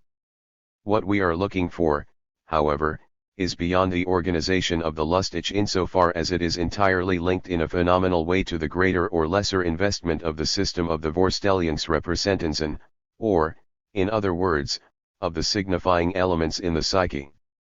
This is something that is calculated to allow us to define the field of das Ding at least operationally, as we attempt to advance on the terrain of ethics. And since Freud's thought progressed from a therapeutic starting point, we can try to define the field of the subject insofar as it is not simply the field of the intersubjective subject, the subject subjected to the mediation of the signifier, but what is behind this subject. With this field that I call the field of das Ding, we are projected into something that is far beyond the domain of affectivity, something moving, obscure and without reference points owing to the lack of a sufficient organization of its register, something much more primitive that I have already tried to describe to you in our previous discussion this year. It isn't just the register of the 104. Wille inskepenhauer's sense of the word, insofar as, in opposition to representation, it is the essence of life whose support it is. It is a register where there is both good and bad will, that valens nolens, which is the true meaning of the ambivalence one fails to grasp, when one approaches it on the level of love and hate. It is on the level of good and bad will, indeed of the preference for the bad at the level of negative therapeutic reaction, that Freud at the end of his thinking discovers once again the field of das Ding, and points out to us the space beyond the pleasure principle. It is an ethical paradox that the field of das Ding is rediscovered at the end, and that Freud suggests there that which in life might prefer death. And it is along this path that he comes closer than anyone else to the problem of evil or, more precisely, to the project of evil as such. This is pointed to in everything that we have seen at the beginning of this year's seminar. Is it to be found in a corner of Freud's work where one might overlook it, might consider it as merely contingent or even outmoded?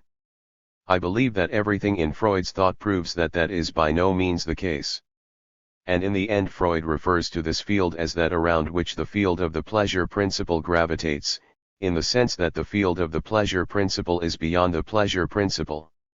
Neither pleasure nor the organizing, unifying, erotic instincts of life suffice in any way to make of the living organism, of the necessities and needs of life, the center of psychic development. Clearly, the term operational has its value on this occasion as it does in all thought processes. This Ding is not fully elucidated, even if we make use of it. The label operational may leave you with a certain comic dissatisfaction, since what we are trying to point to there is precisely that which each and every one of us has to deal with in the least operational of ways. I don't want to indulge in overdramatization. All ages have thought they had reached the most extreme point of vision in a confrontation with something terminal, some extra-worldly force that threatened the world. But our world and society now bring news of the shadow of a certain incredible, absolute weapon that is waved in our faces in a way that is indeed worthy of the muses. Don't imagine that the end will occur tomorrow.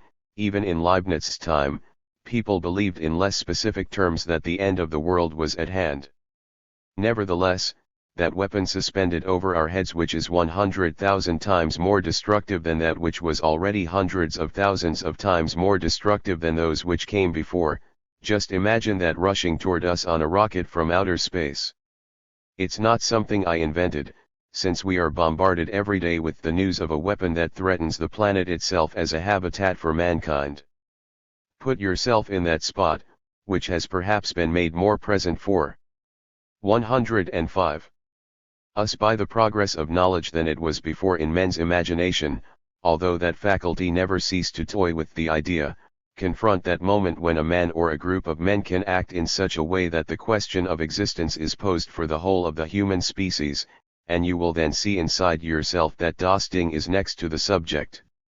You will see that you will beg the subject of knowledge who has given birth to the thing in question, the other thing, the absolute weapon, to take stock, and you will also wish either that the true thing be at that moment within him, in other words that he not let the other go or, in common parlance, let it all blow up, or that we know why. Well now, after that short digression that was suggested to me by the word operational, and from a less dramatic point of view, one no longer dares say eschatological, given the very precise materialization of things, I will take up our discussion again where we are in effect concerned with the essence of das Ding. Or, more exactly, in what way are we concerned with it in the domain of ethics? 2. It is not just a matter of drawing close to das Dingy but also to its effects, to its presence at the core of human activity, namely, in that precarious existence in the midst of the forest of desires and compromises that these very desires achieve with a certain reality, which is certainly not as confused as one might imagine. The demands of reality, in effect, present themselves readily in the form of social demands. Freud cannot not consider them seriously, but one has to indicate immediately the special approach he adopts. It permits him to transcend the simple opposition between individual and society, in which the individual is straightway posited as the eventual side of disorder. Note right off that it is quite unthinkable nowadays to speak abstractly of society. It is unthinkable historically, and it is unthinkable philosophically, too, for the reason that a certain Hegel revealed to us the modern function of the state, and the link between a whole phenomenology of mind and the necessity which renders a legal system perfectly coherent. A whole philosophy of law, derived from the state, encloses human existence, up to and including the monogamous couple that is its point of departure. I am concerned with the ethics of psychoanalysis, and I can't at the same time discuss Hegelian ethics. But I do want to point out that they are not the same. At the end of a certain phenomenology, the opposition between the individual and the city, between the individual and the state, is obvious. In Plato, too, the disorders of the soul are also referred to the same dimension. It's a matter of the reproduction of the disorders of the city at the level of 106. The psyche. All of that is related to a problematic that is not at all Freudian. The sick individual whom Freud is concerned with reveals another dimension than that of the disorders of the state and of hierarchical disturbances. Freud addresses the sick individual as such, the neurotic, the psychotic. He addresses directly the powers of life insofar as they open onto the powers of death. He addresses directly the powers that derive from the knowledge of good and evil. Here we are then in the company of das Ding, trying to get along with it. What I am saying should in no way surprise, for I am only trying to point out to you what is going on in the psychoanalytical community.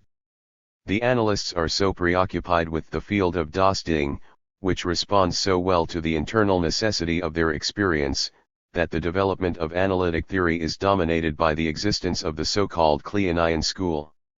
And it is striking to note that whatever reservations or even scorn another branch of the analytic community may express for that school, it is the latter that polarizes and orients the whole development of analytic thought, including the contribution of our group. Let me suggest then that you reconsider the whole of Kleinian theory with the following key, namely, Kleinian theory depends on its having situated the mythic body of the mother at the central place of das Ding. To begin with, it is in relation to that mythic body that the aggressive, transgressive, and most primordial of instincts is manifested, the primal aggressions and inverted aggressions. Also in that register which currently interests us, namely, the notion of sublimation in the Freudian economy, the Kleinian school is full of interesting ideas, not only Melanie Klein herself but also Ella Sharp, insofar as on this point she follows Klein completely. Recently, an American author, who isn't at all Kleinian, has written on sublimation as the principle of creation in the fine arts. In an article that I shall come back to later, entitled A Theory Concerning Creation in the Free Arts, after a more or less exhaustive critical examination of Freudian formulations on sublimation and of Kleinian attempts to explain its full meaning, the author, M. Lee, ends up attributing to it a restitutive function. In other words, she finds there more or less of an attempt at symbolic repair of the imaginary lesions that have occurred to the fundamental image of the maternal body. I will bring the texts involved, if you don't know them. But I can tell you right away that the reduction of the notion of sublimation to a restitutive effort of the subject relative to the injured body of the mother is certainly not the best solution to the problem of sublimation, nor to the topological, metapsychological problem itself. There is nevertheless there an attempt to approach the relations of the subject to something primordial, its attachment to the fundamental, most archaic of objects, for which my field of Das Ding, defined operationally, establishes the framework. It allows us to conceive of 107. The conditions that opened onto the blossoming of what one might call the Kleinian myth, allows us also to situate it, and, as far as sublimation is concerned, to re-establish a broader function than that which one necessarily arrives at if one accepts Kleinian categories. The clinicians who do on the whole accept them end up, I will tell you so now and explain why later, with a rather limited and puerile notion of what might be called an atherapy. Oft had which is included under the heading fine arts, namely, a number of gymnastic, dance and other exercises, is supposed to give the subject satisfactions, a measure of solution to his problems, a state of equilibrium. That is noted in a number of observations that are still rewarding. I am thinking especially of Ella Sharp's articles, which I am far from depreciating, certain aspects of sublimation and delirium, or similar and divergent unconscious determinants, which subtend the sublimations of pure art and pure science. To read these papers is to realize how such an orientation reduces the problem of sublimation and yields somewhat puerile results. The approach involves valorizing activities that seem to be located in the register of a more or less transitory explosion of supposedly artistic gifts, gifts which appear in the cases described to be highly helpful. Completely left out is something that must always be emphasized in artistic production and something that Freud paradoxically insisted on, to the surprise of many writers, namely, social recognition. These objects play an essential role in a question that Freud doesn't perhaps take as far as one would like, but which is clearly linked to the championship of a certain progress, and God knows that such a notion is far from being unilinear in Freud, to the celebration of something that achieves social recognition. I won't go any further for the moment. It is enough to note that Freud articulates it in a way that may seem completely foreign to the metapsychological register. Note that no correct evaluation of sublimation in art is possible if we overlook the fact that all artistic production, including especially that of the fine arts, is historically situated. You don't paint in Picasso's time as you painted in Velázquez's, you don't write a novel in 1930 as you did in Stendhal's time. This is an absolutely essential fact that does not for the time being need to be located under the rubric of the collectivity or the individual, let's place it under the rubric of culture. What does society find there that is so satisfying? That's the question we need to answer. The problem of sublimation is there, of sublimation insofar as it creates a certain number of forms, among which art is not alone, and we will concentrate on one art in particular, literary art, which is so close to the domain of ethics. It is after all as a function of the problem of ethics that we have to judge sublimation, it creates socially recognized values. In order to refocus our discussion onto the level of ethics, one could hardly 108. Do better than to refer to that which, however paradoxical it may seem, has proved to be pivotal, namely, the Kantian perspective on the field. Alongside das Ding, however much we may hope that its weight will be felt on the good side, we find in opposition the Kantian formula of duty. That is another way of making one's weight felt. Kant invokes the universally applicable rule of conduct, or, in other words, the weight of reason. Of course, one still has to prove how reason may make its weight felt. There is always an advantage to reading authors in the original. The other day I brought to your attention the passage on the theme of Schmerz, of pain, as a correlative of the ethical act. I observed then that even some of you to whom these texts were once familiar didn't pick up on the reference. Well now, if you open up the Critique of Pure Reason, you will see that in order to impress upon us the influence of the weight of reason, Kant invents for his didactic purposes an example which is magnificent in its freshness. A double fable is involved that is designed to make us feel the weight of the ethical principle pure and simple, the potential dominance of duty as such against all that is conceived as vitally desirable. The key to the proof lies in a comparison between two situations. Suppose, says Kant, that in order to control the excesses of a sensualist, one produces the following situation. There is in a bedroom the woman he currently lusts after. He is granted the freedom to enter that room to satisfy his desire or his need, but next to the door through which he will leave there stands the gallows on which he will be hanged. But that's nothing, and is certainly not the basis of Kant's moral. You will see in a moment where the key to the proof is. As far as Kant is concerned, it goes without saying that the gallows will be a sufficient deterrent.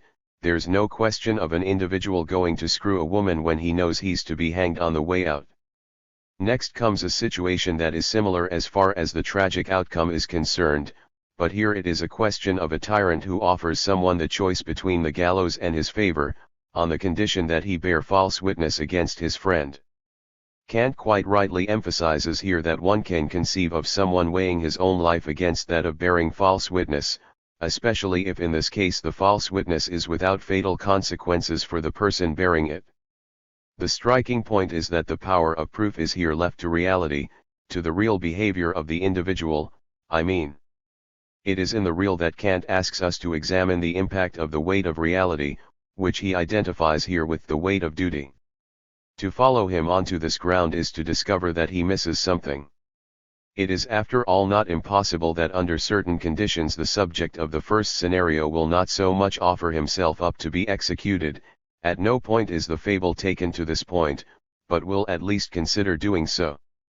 Our philosopher from Königsberg was a nice person, and I don't intend to imply that he was someone of limited stature or feeble passions, but he doesn't 109. Seem to have considered that under certain conditions of what Freud would call Überschätzung or over-evaluation of the object, and that I will henceforth call object sublimation, under conditions in which the object of a loving passion takes on a certain significance, and, as you will see, it is in this direction that I intend to introduce the dialectic through which I propose to teach you how to identify what sublimation really is, under certain conditions of sublimation of the feminine object, or, in other words, the exaltation we call love, a form of exaltation that is historically specific, and to which Freud gives us the clue, in the short note I spoke to you about the other day, in which he says that in the modern period the emphasis of the libido is on the object rather than on the instinct, which is in itself something that poses an important question, one that, with your permission, I will be introducing you to. One that requires you to spend a few sessions on something in German history whose form I referred to the other day in connection with Hamlet, namely, the min, or, in other words, a certain theory and practice of courtly love, and why wouldn't we spend some time on that given the time we give to ethnographic research? Especially if I assure you that it concerns certain traces within us of the object relation that are unthinkable without these historical antecedents, under Psychoanalytic conditions of sublimation, then, it is conceivable for such a step to be taken. After all, a whole corpus of tales stands for something from a phantasmic, if not from a strictly historical point of view. Moreover, there are a great many stories in the newspapers that are relevant. All of which leads to the conclusion that it is not impossible for a man to sleep with a woman knowing full well that he is to be bumped off on his way out, by the gallows or anything else. All this, of course, is located under the rubric of passionate excesses, a rubric that raises a lot of other questions. It is not impossible that this man coolly accepts such an eventuality on his leaving, for the pleasure of cutting up the lady concerned in small pieces, for example. The latter is the other case that one can envisage, and the annals of criminology furnish a great many cases of the type. It is something that obviously changes the facts of the situation, and at the very least the demonstrative value of Kant's example. I have outlined then two cases that Kant doesn't envisage, two forms of transgression beyond the limits normally assigned to the pleasure principle in opposition to the reality principle given as a criterion, namely, excessive object sublimation and what is commonly known as perversion. Sublimation and perversion are both a certain relationship of desire that attracts our attention to the possibility of formulating, in the form of a question, a different criterion of another, or even of the same, morality, in opposition to the reality principle. For there is another register of morality that takes its direction from that which is to be found on the level of das Ding. It is the register that makes the subject hesitate when he is on the point of bearing false witness. 110. Against das Ding, that is to say, the place of desire, whether it be perverse or sublimated. 3. We are only stumbling along here, following the paths of analytical good sense, which isn't, in fact, a very different good sense of the common or garden kind. What one finds at the level of das Ding once it is revealed is the place of the Trieb, the drives. And I mean by that the drives that, as Freud showed, have nothing at all to do with something that may be satisfied by moderation, that moderation which soberly regulates a human being's relations with his fellow man at the different hierarchical levels of society in a harmonious order, from the couple to the state with a capital S. We must return now to the meaning of sublimation as Freud attempts to define it for us. He attaches sublimation to the Trieb as such, and that's what makes its theorization difficult for psychoanalysts. Please forgive me if I don't today read given passages of Freud that might perhaps bore you and that I will take up at the right moment, when you will understand the value of going in one direction or another, of confirming if we are really aligned with Freudian theory. But I don't believe I can hold the interest of most of you here without explaining what my aim is or where I'm taking you. Sublimation, Freud tells us, involves a certain form of satisfaction of the Trieb, a word that is improperly translated as instincts, but that one should translate strictly as drives, pulsions, or as drifts, derives, so as to mark the fact that the Trieb is deflected from what he calls its zeal, its aim. Sublimation is represented as distinct from that economy of substitution in which the repressed drive is usually satisfied. A symptom is the return by means of signifying substitution of that which is at the end of the drive in the form of an aim. It is here that the function of the signifier takes on its full meaning, for it is impossible without reference to that function to distinguish the return of the repressed from sublimation as a potential mode of satisfaction of the drive. It is a paradoxical fact that the drive is able to find its aim elsewhere than in that which is its aim, without its being a question of the signifying substitution that constitutes the overdetermined structure, the ambiguity, and the double causality, of the symptom as compromise formation. The latter notion has never failed to cause problems for theoreticians and analysts alike. What can this change of aim mean? It is a matter of aim and not strictly speaking of object, although, as I emphasized last time, the latter soon enters into consideration. Don't let us forget that Freud points out early on that it is important not to confuse the notion of aim with that of object. 111. And there is a special passage that I will read you at the appropriate moment, but I will give you the reference right away. If I remember correctly, in Einführung des Narzissmus Freud emphasizes the difference that exists between sublimation and idealization as far as the object is concerned. The fact is that idealization involves an identification of the subject with the object, whereas sublimation is something quite different. To those who know German, I suggest you read a little article by Richard Sturba that appeared in Internationale Zeitschrift in 1930, zur Problematik der Sublimierungslehre on the problematic of the doctrine of sublimation. It summarizes the difficulties that analysts found in the notion at the time, that is after an essential article by Bernfeld on the subject and also one by Glover in the International Journal of Psychoanalysis of 1931, sublimation, substitution and social anxiety. This article in English will cause you much more difficulty. It's very long and difficult to follow because it literally parades the standard of sublimation across all the notions known to analysis at that time in order to see how one might apply it to this or that level of the theory. The result of this survey is surprising.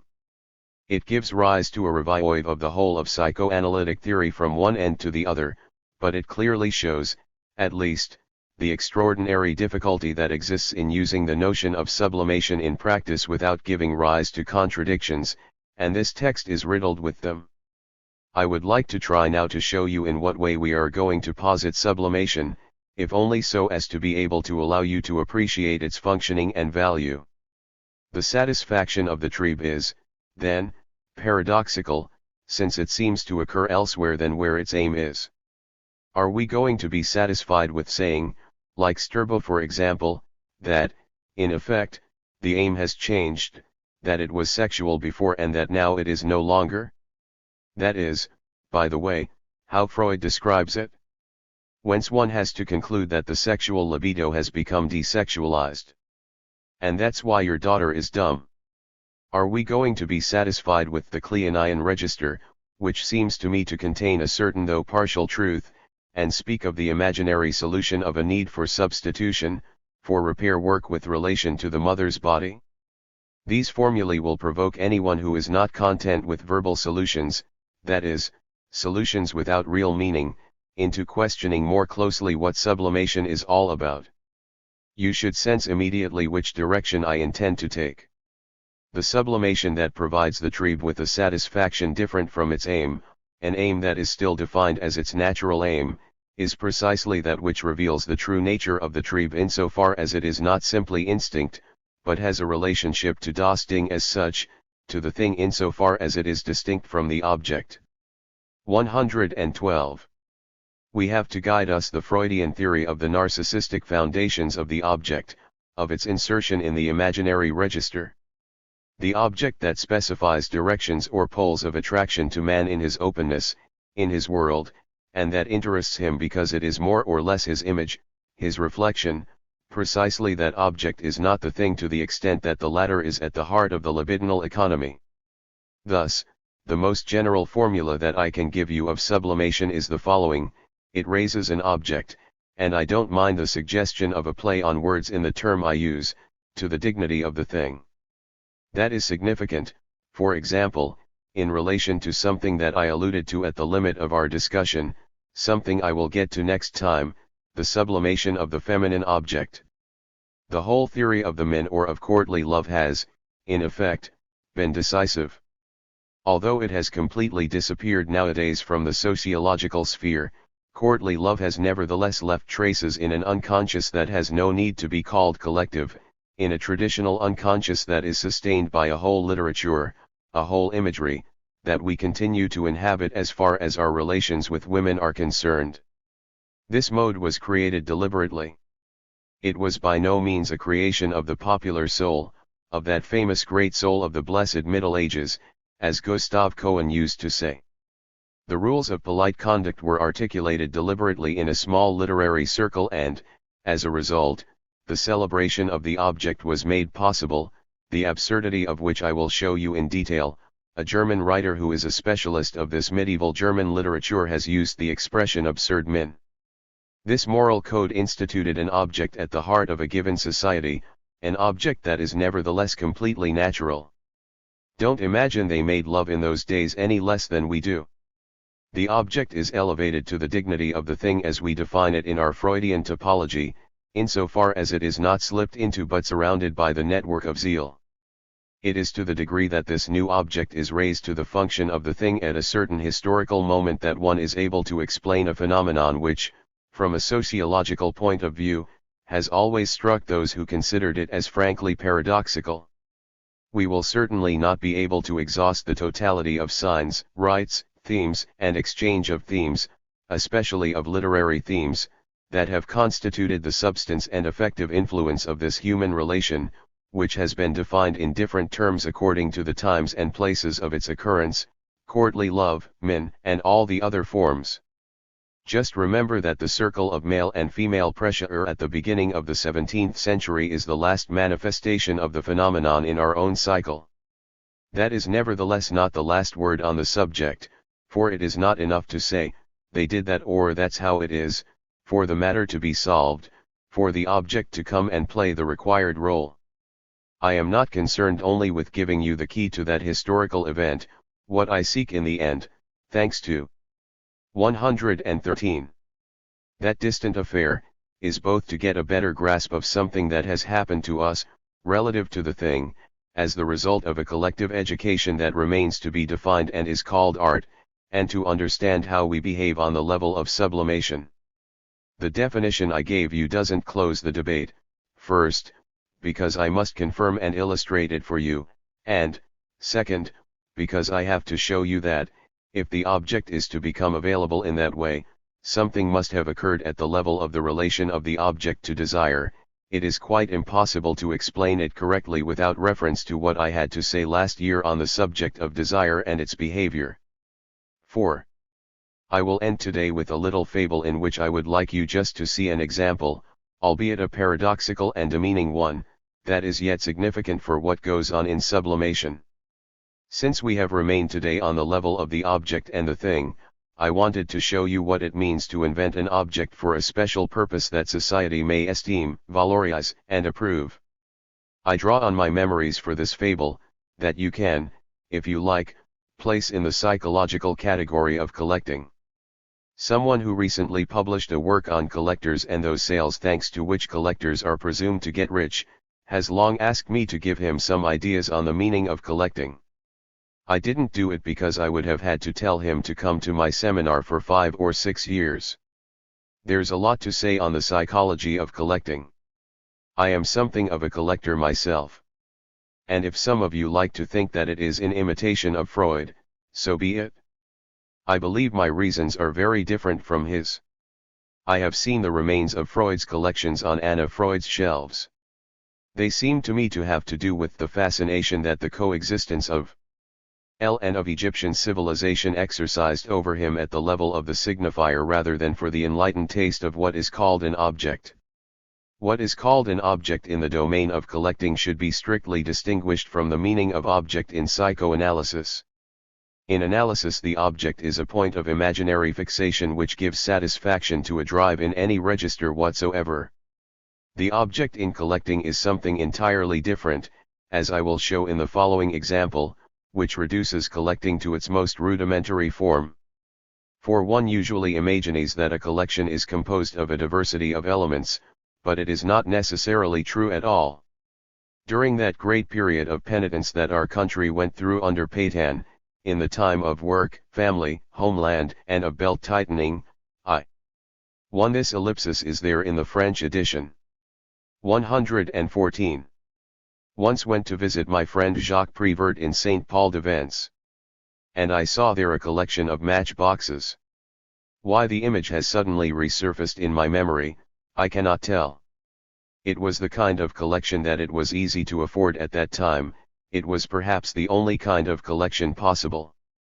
Only the matchboxes appeared as follows: they were all the same and were laid out in an extremely agreeable way that involved each one being so close to the one next to it that the little drawer was slightly displaced.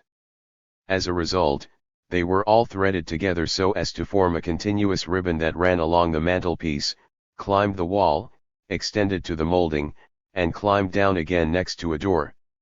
I don't say that it went on to infinity, but it was extremely satisfying from an ornamental point of view.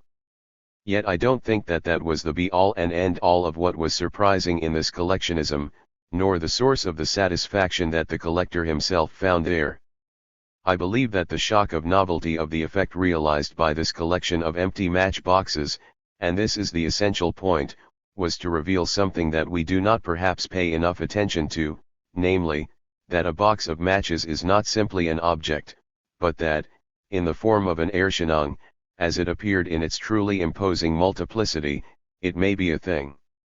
In other words, this arrangement demonstrated that a matchbox isn't simply something that has a certain utility, that it isn't even a type in the Platonic sense, an abstract matchbox, that the matchbox all by itself is a thing with all its coherence of being.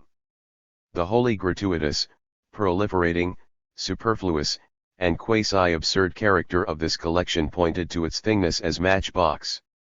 Thus the collector found his motive in this form of apprehension that concerns less the matchbox than the thing that subsists in a matchbox. Whatever you do, however, you don't find that in a random way in any object whatsoever. For if you think about it, the matchbox appears to be a mutant form of something that has so much importance for us that it can occasionally take on a moral meaning. It is what we call a drawer. In this case, the drawer was liberated and no longer fixed in the rounded fullness of a chest, thus presenting itself with a copulatory force that the picture drawn by Prévert's composition was designed to make us perceive. So now, that little fable of the revelation of the thing beyond the object shows you one of the most innocent forms of sublimation. Perhaps you can even see something emerge in it that, goodness knows, society is able to find satisfaction in. If it is a satisfaction, it is in this case one that doesn't ask anything of anyone. January 20, 1960. 9.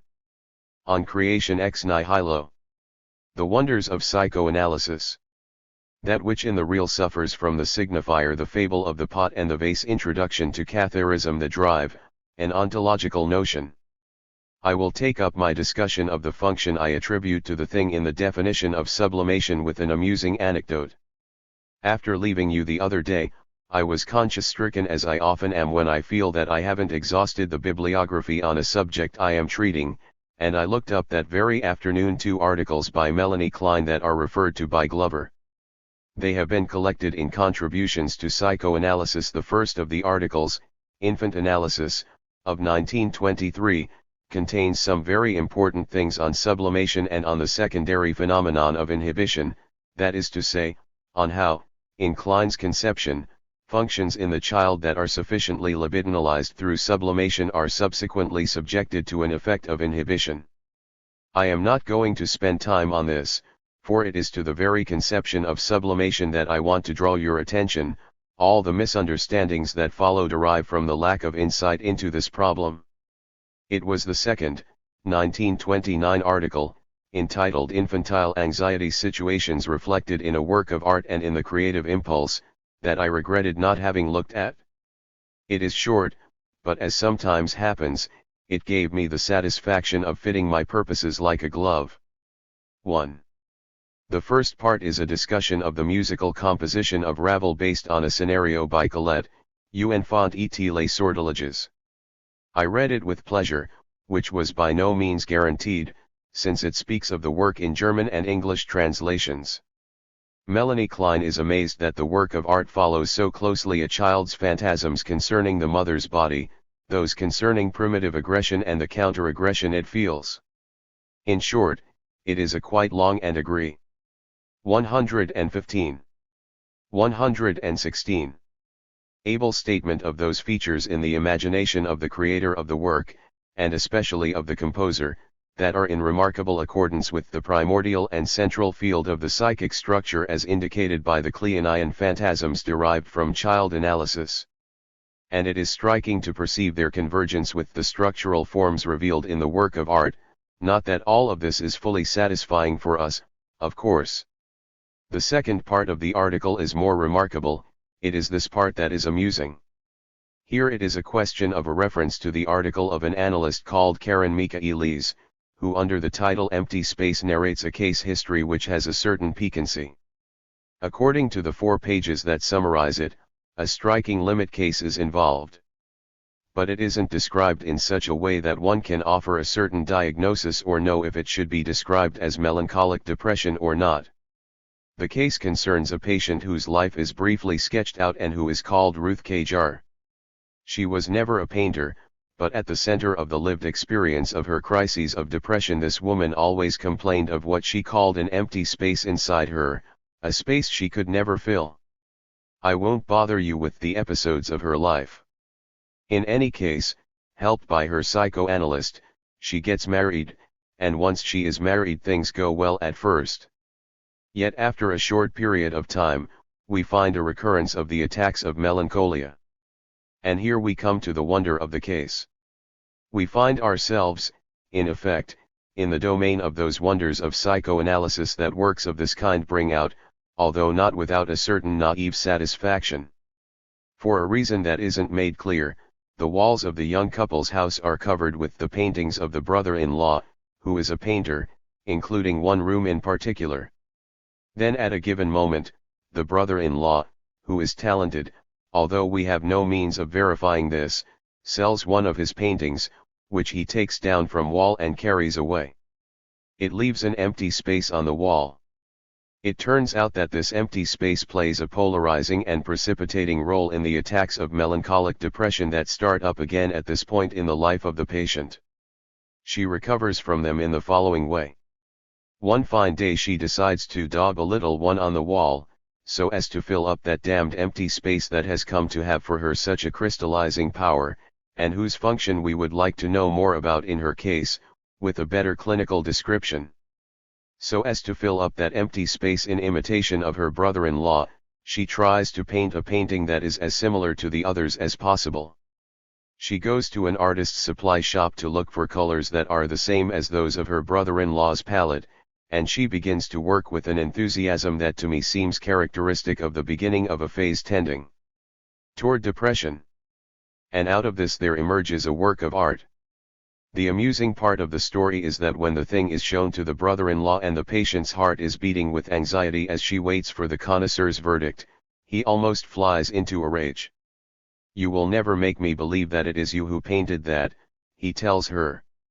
"It's the work of an artist, not just an experienced artist, but a mature one." The devil take your story? Who could it possibly be?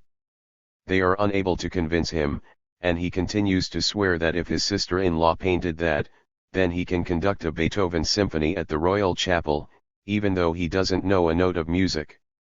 This tale is narrated with a lack of critical distance at the hearsay involved, which cannot fail to inspire some reservations. Such a miracle of technique is after all worth subjecting to some fundamental questions. But it is not very important from our point of view. Melanie Klein finds confirmation of a structure that seems to her illustrated admirably there.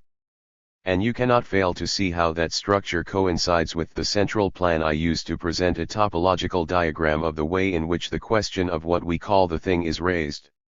As I said before, the Kleinian doctrine places the mother's body there, and she locates the phases of all sublimation there, including such miraculous sublimations as that of this spontaneous accession, one might call it an illumination, of a novice to the most expert forms of pictorial technique. Mrs. Klein finds her theory confirmed, and that no doubt explains her lack of astonishment, by the series of subjects painted by her patient with the purpose of filling up the empty space. First, there is a nude negress, then a very old woman with all the signs of the weight of years, of disillusion, of the inconsolable resignation of extremely advanced age, and the series ends with the rebirth, the re-emergence into the light of day, of the image of her own mother at the height of her beauty. As a result of which, we have, according to Melanie Klein, QED, all we need to understand the motivation of the whole phenomenon. The amusing thing here is surely what we are told concerning the topology in which the phenomena of sublimation are situated.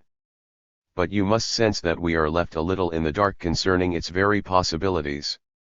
I am trying to give you the information about sublimation required if we are to account for its relation to what we are calling the thing, in its central position as far as the constitution of the reality of the subject is concerned. How can we define it more precisely in our topology?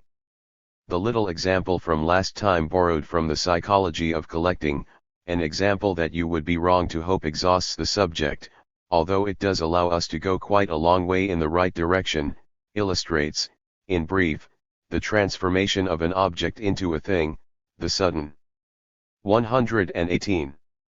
Elevation of the matchbox to a dignity that it did not possess before. But it is a thing that is not, of course, the thing. If the thing were not fundamentally veiled, we wouldn't be in the kind of relationship to it that obliges us, as the whole of psychic life is obliged, to encircle it or bypass it in order to conceive it. Wherever it affirms itself, it does so in domesticated spheres. That is why the spheres are defined thus: it always presents itself as a veiled entity. Let's say today that if the thing occupies the place in the psychic constitution that Freud defined on the basis of the thematics of the pleasure principle, this is because the thing is that which in the real, the primordial real, I will say, suffers from the signifier, and you should understand that it is a real that we do not yet have to limit, the real in its totality, both the real of the subject and the real he has to deal with as exterior to him. In effect, the first relation that is constituted in the subject in the psychic order, which is itself subject to homeostasis or the law of the pleasure principle, involves flocculation, the crystallization into signifying units. A signifying organization dominates the psychic apparatus as it is revealed to us in the examination of a patient. Whereupon we can say in a negative way that there is nothing between the organization in the signifying network, in the network of Vorstellungsrepräsentanzen, and the constitution in the real of the space or central place in which the field of the thing as such presents itself to us. It is precisely in this field that we should situate something that Freud presents, on the other hand, as necessarily corresponding to the find itself, as necessarily being the wiedergefunden or refound object. Such is for Freud the fundamental definition of the object in its guiding function, the paradox of which I have already demonstrated, for it is not affirmed that this object was really lost. The object is by nature a refound object. That it was lost is a consequence oft had, but after the fact.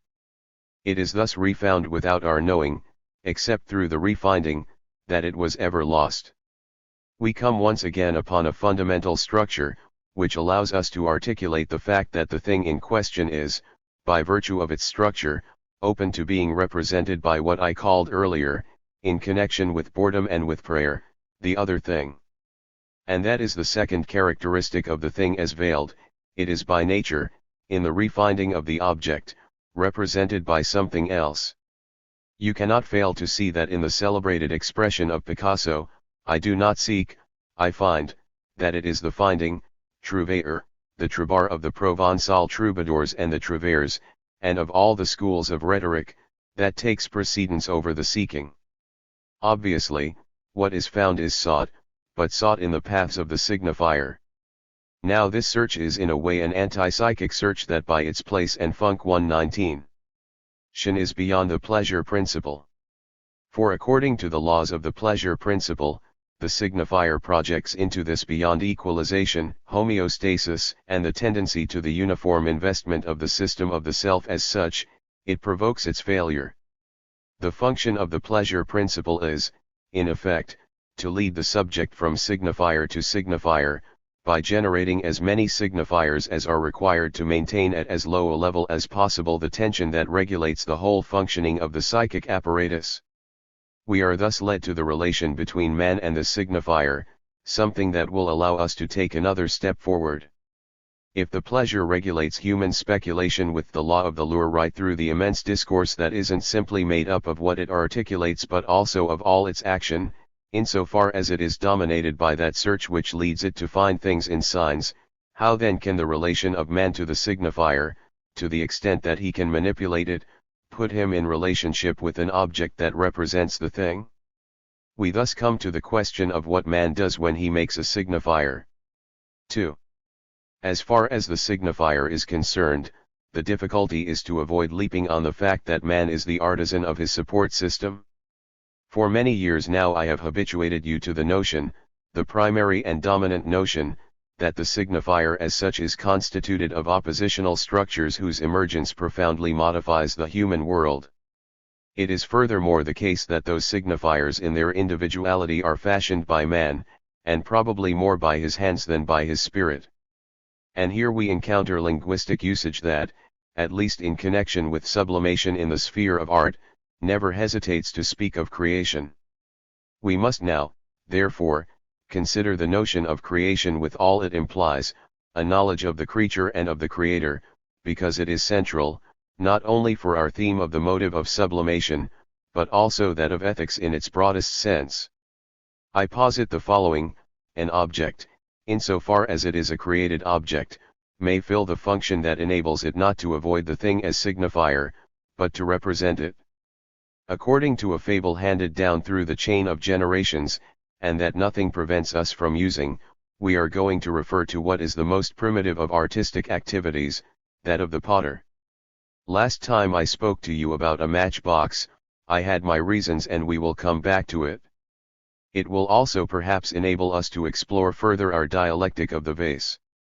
But the vase is simpler. It was certainly born before the matchbox. It has always been there. It is perhaps the most primordial feature of human industry. It is certainly a tool, a utensil that allows us to affirm unam. 120. Ambiguously a human presence wherever we find it. This vase, which has always been there, and which has long been used to make us conceive the mysteries of creation by means of parables, analogies, and metaphors, may still be of use to us. To have confirmation of the appropriation of the vase for this purpose, look up what Heidegger affirms when he writes about das Ding. He's the last in a long line to have meditated on the subject of creation, and he develops his dialectic around a vase. I will not be concerned here with the function of das Ding in Heidegger's approach to the contemporary revelation of what he calls being, and that is linked to the end of metaphysics.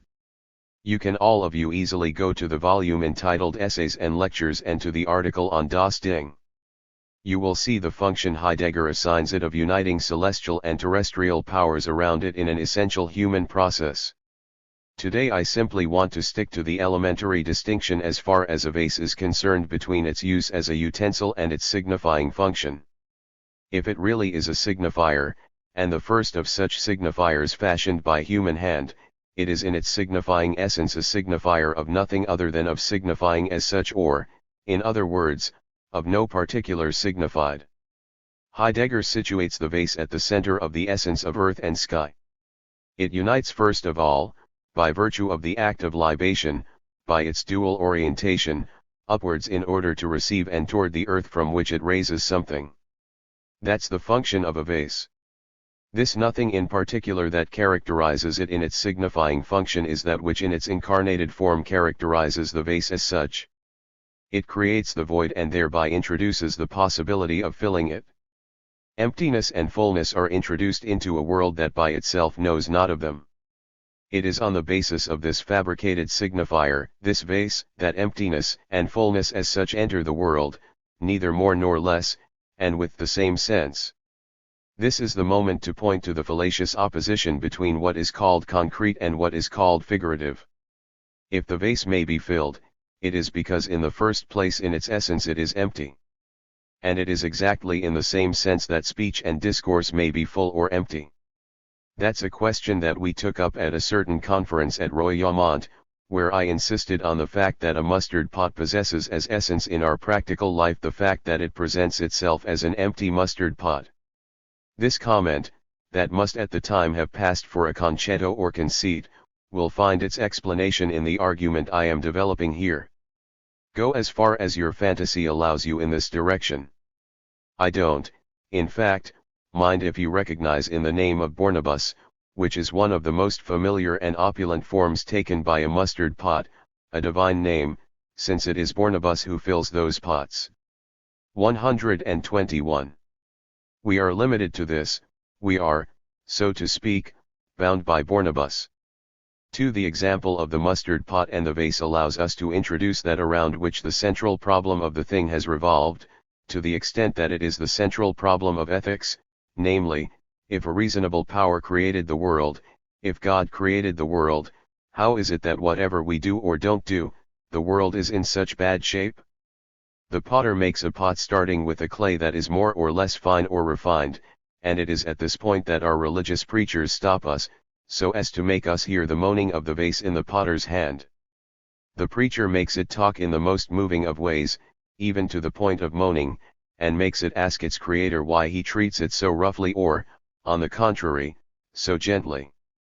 But what is masked in this example of creationist mythology, and strangely enough by those who use the example of the vase, which is so familiar in the imagery of the act of creation.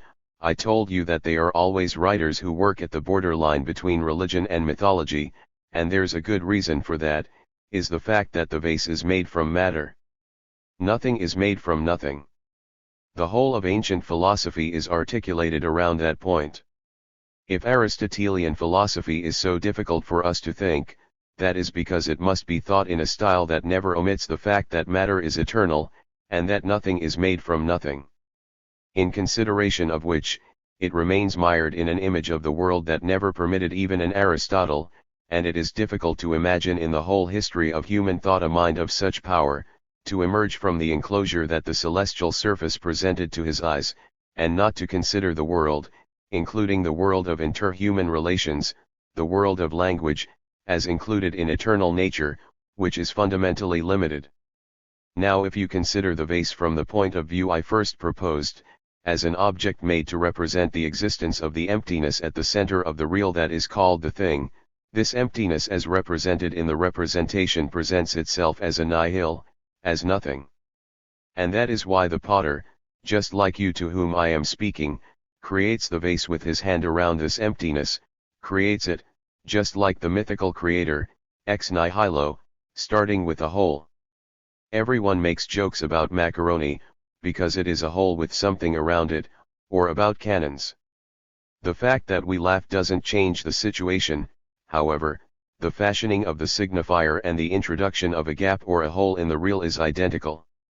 I remember that one evening when I was dining at the home of a descendant of one of those royal bankers who welcomed Heinrich Heine to Paris just over a century ago, I astonished him by telling him, he remains astonished up to this day, and is still clearly not ready to get over it, that modern science, the kind that was born with Galileo, could only have developed out of biblical or Judaic ideology, and not out of ancient philosophy or the Aristotelian tradition.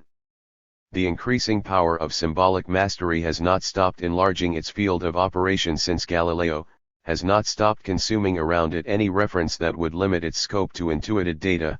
By allowing free rein to the play of signifiers, it has given rise to a science whose laws develop in the direction of an increasingly coherent whole, but without anything being less motivated than what exists at any given point. In other words, the vault of the heavens no longer exists, and all the celestial bodies, which are the best reference point there, appear as if they could just as well not be there. Their reality, as existentialism puts it, is essentially characterized by facticity, they are fundamentally contingent. It is also worth noting that in the end what is expressed for us in the energy/matter equivalence is that one final day we may find that the whole texture of appearance has been rent apart, starting from the gap we have introduced there, the whole thing might just disappear. The introduction of this fabricated signifier that is the vase already contains the notion of creation ex nihilo. And the notion of the creation ex nihilo is coextensive with the exact situation of the thing as such. It is effectively relative to this that through the ages, and especially those ages that are closest to us, those that have formed us, the articulation or the balance of the moral problem is situated. A passage in the Bible that is marked by a tone of gay optimism tells us that when the Lord completed his famous sixth-day creation, at the end he contemplated the whole and saw that it was good. You could say the same thing of the potter when he has made his vase, it's good, it's right, it holds together. In other words, it's always fine from the side of the work. Yet everybody knows what may emerge from a vase or what can be put in one. And it is obvious that the optimism is in no way justified by the way things function in the human world, nor by what is born of its works. Thus it is around the question of the benefit or the cost of a work that the crisis of consciousness has crystallized, which in the West at least was in the balance for centuries and which ended in the period I referred to the other day, when I quoted a classic passage from Luther, a man who long tormented Christian consciousness, 3. To the point of affirming that no merit should be attributed to any work. It is by no means a heretical position without validity, there are good grounds for such a position. So as to orient you in the flood of sects that consciously or unconsciously broke away over the question of evil, the simple tripartition which emerges from the example of the vase, as we articulated it, is excellent. In his troubled search for the source of evil, man finds himself faced with the choice of these three because there are no others. There is the work, and this is the position of renunciation which other bodies of traditional wisdom than our own have adopted. Every work is of and by itself harmful, and it engenders the consequences that it gives rise to, that is to say, at least as many negative as positive ones. This position is formally expressed in Taoism, for example, to the point where it is barely tolerated for one to use a vase as a spoon. The introduction of the spoon into the world is already the source of a whole flood of dialectical contradictions. Then there is matter. We find ourselves here faced with those theories that you have, I assume, heard something about, the theories of the sect called the Cathars, a name whose origin is unknown to us. This is something I need to develop a little. 3. I am not going to give you a lecture on Catharism, but I will mention where you can easily find a good bibliography on the subject in a book that you have no doubt heard of, namely, Love and the Western World by Denis de Rougemont. It's not the best book on the subject, nor the most profound, but it's fun to read. I reread the whole thing in the revised edition, and on a second reading I disliked it less than I had expected. I even liked it. You will find expressed there in connection with the author's particular theory all kinds of facts which enable us to understand the profound crisis that Cathar ideology, or rather theology, represents in the development of Western man's thought, since it is Western man who is at issue here, although the author does show that the questions involved probably had their origin at the limit of what we usually call the West, a term that I have no particular fondness for, and that one would be wrong to see as the center of my thought. In any case, at a certain point in the collective life of Europe, the question was asked as to what was wrong with the creation as such. It was asked by people about whom it is very difficult for us to know exactly what they thought, or what at a deeper level the religious and mystical movement we call the Cathar heresy, in effect, represented. One can even say that it is the only example in history in which a temporal power proved to be so efficient that it succeeded in eliminating almost all traces of the trial. Such was the tour de force realized by the Holy Catholic Church of Rome. We are reduced to seek 124 documents in out-of-the-way corners, and few of them are very satisfying. The Inquisition's trial transcripts have vanished, and all we have are a few indirect testimonies here and there. A Dominican father tells us, for example, that the Cathars were good people, deeply Christian in their way of life and exceptionally pure in their morals. I'm willing to believe that their morals were of an exceptional purity, since they had basically to desist from any act that might in any way favor the perpetuation of the world, considered as execrable and bad in its essence. The practice of perfection thus consisted essentially in seeking to achieve death in the most advanced state of detachment, which was a sign of reintegration into an Edenic world characterized by purity and light, the true world of the original good Creator, whose creation had been sullied by the intervention of the bad Creator or demiurge.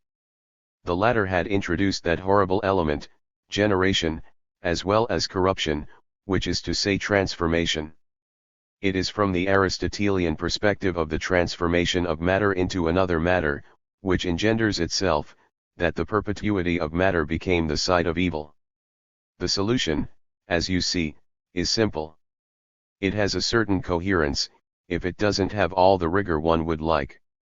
One of the rare solid documents that we have on the enterprise, for we do not really know what was the basic doctrine of the Cathars, is a late work, which is, therefore, likely to provoke some doubt. It was discovered in 1939 and was published with the name The Book of Two Principles. It is easy to find under the title Cathar Writings, a fine book edited by René Nelly. Evil is in matter. But evil can be elsewhere as well. The question remains open. And it is no doubt an indispensable key if one is to understand what happened historically to moral thought on the topic of evil. Evil may be not only in works, not only in execrable matter, from which the whole subsequent ascetic task will consist in turning away, without, however, entering the world we call mystic, and which might just as well be called mythic or indeed illusory. Evil may be in the thing. It may be in the thing insofar as it is not the signifier that guides the work, or insofar as it is not the matter of the work either, but only insofar as, at the heart of the myth of the creation on which the whole issue depends, it maintains the presence of the human factor. And it should be noted parenthetically that whatever you do, even if you don't give a tinker's cuss for the Creator, it is nevertheless true that you think of the notion of evil and interrogate it in creationist terms. The thing is, in effect, involved insofar as it is defined by the fact that it defines the human factor, although, as we know, the human factor escapes us. In this connection, the human factor will not be defined otherwise than in 125. The way that I define the thing just now, namely, that which in the real suffers from the signifier. Note the following: Freudian thought directs us to raise the problem of what it is exactly that one finds at the heart of the functioning of the pleasure principle, namely, a beyond of the pleasure principle, and very probably that which the other day I called a fundamentally good or bad will.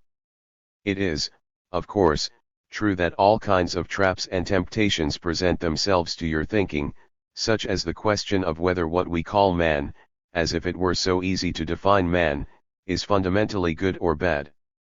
But it's not a question of that, it is rather a question of the whole. The fact is, man fashions the signifier and introduces it into the world. In other words, we need to know what he does when he fashions it in the image of the thing, whereas the thing is characterized by the fact that it is impossible for us to imagine it. The problem of sublimation is located on this level. That is why I have chosen the history of the men as a point of departure. I began there because it is of exemplary value, and because the word is unambiguous in German. The men is quite distinct from Liebe, whereas in French we only have the word amour, love. The problem posed for the author referred to is that of the link that may exist between the highly profound and secret heresy which began to dominate Europe from the end of the 11th century on, although we don't know how far back things actually went, and the appearance, articulation, establishment, of a whole moral code, of a whole ethic, a whole way of life, that is called courtly love. I am not forcing things in saying that once one has examined all the historical, social, political, and economic evidence, and applied all the available modes of interpretation of the superstructure, our contemporary historians are unanimous in giving up on the question. Nothing offers a completely satisfying explanation of the success of this extraordinary fashion at a period which was not, believe me, so mild or civilized. On the contrary, society was just emerging from the first feudal period, which in practice can be summed up as being dominated across a large area of geographical space by the manners of bandits, and then one suddenly finds codes that regulate the relations between man and woman that have all the characteristics of a stupefying paradox. Given the time, I am not even going to begin my discussion today. You should nevertheless be aware of what I shall be talking about next time. It will have to do with the ambiguous and enigmatic problem of the feminine object. Don't imagine that it is something exclusive to me. I will not attempt to exercise my feeble powers of investigation on the subject. But the fact is that 126. This object of praise, of service, of devotion, and of all kinds of sentimental, stereotyped behavior on the part of the defender of courtly love relative to the lady, leads one commentator to say that they all seem to have been praising the same person. And it is a fact that is calculated to leave us with a question mark. The Romance scholar in question is Mr. André Morin, a professor in the Department of Literature at the Université de Lille, to whom we also owe a fine anthology of Minnesang published by Aubier. The creation involved is a function of an object about which we naturally wonder, what was the exact role played by creatures of flesh and blood who were indeed involved in the matter? We have no trouble in naming the ladies and people who were at the center of the spread of this new style of behavior and of existence at the moment when it emerged. We know the first stars of this veritable social epidemic as well as we know Mr. Sartre or Miss de Beauvoir. Eleanor of Aquitaine is not a mythical figure, and nor is her daughter, the Countess of Champagne. The important point will be to see how certain of the enigmas that historians raise in this connection may be resolved as a function of the doctrine that I am expounding here, the analytical doctrine. To what extent does it allow us to explain the phenomenon as a work of sublimation in its purest sense? You will see in detail how it was possible to give an object, which in this case is called the lady, the value of representing the thing. So as to give you an idea of the path we will follow to the moment when I leave you in February, note that this will allow me to go on and show the subsequent developments of that construction relative to the feminine object, including the problematic character that it still possesses for us today. We will consider it in terms of the analytical structure. Beyond the February break, my aim is to allow you to calculate at its true worth the originality of the Freudian contribution. The idea of creation is co-substantial with your thought. You cannot think, no one can think, except in creationist terms. What you take to be the most familiar model of your thought, namely, evolutionism, is with you, as with all your contemporaries, a form of defense, of clinging to religious ideals, which prevents you from seeing what is happening in the world around you. But it is not because you, like everyone else, whether you know it or not, are caught up in the notion of creation, that the Creator is in a clear position for you. It is obvious that God is dead.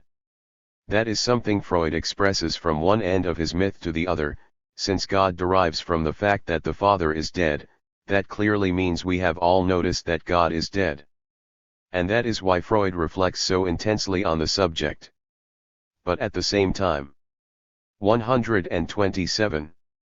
Because it was the originary dead Father that God releases, he, too, was dead from the beginning.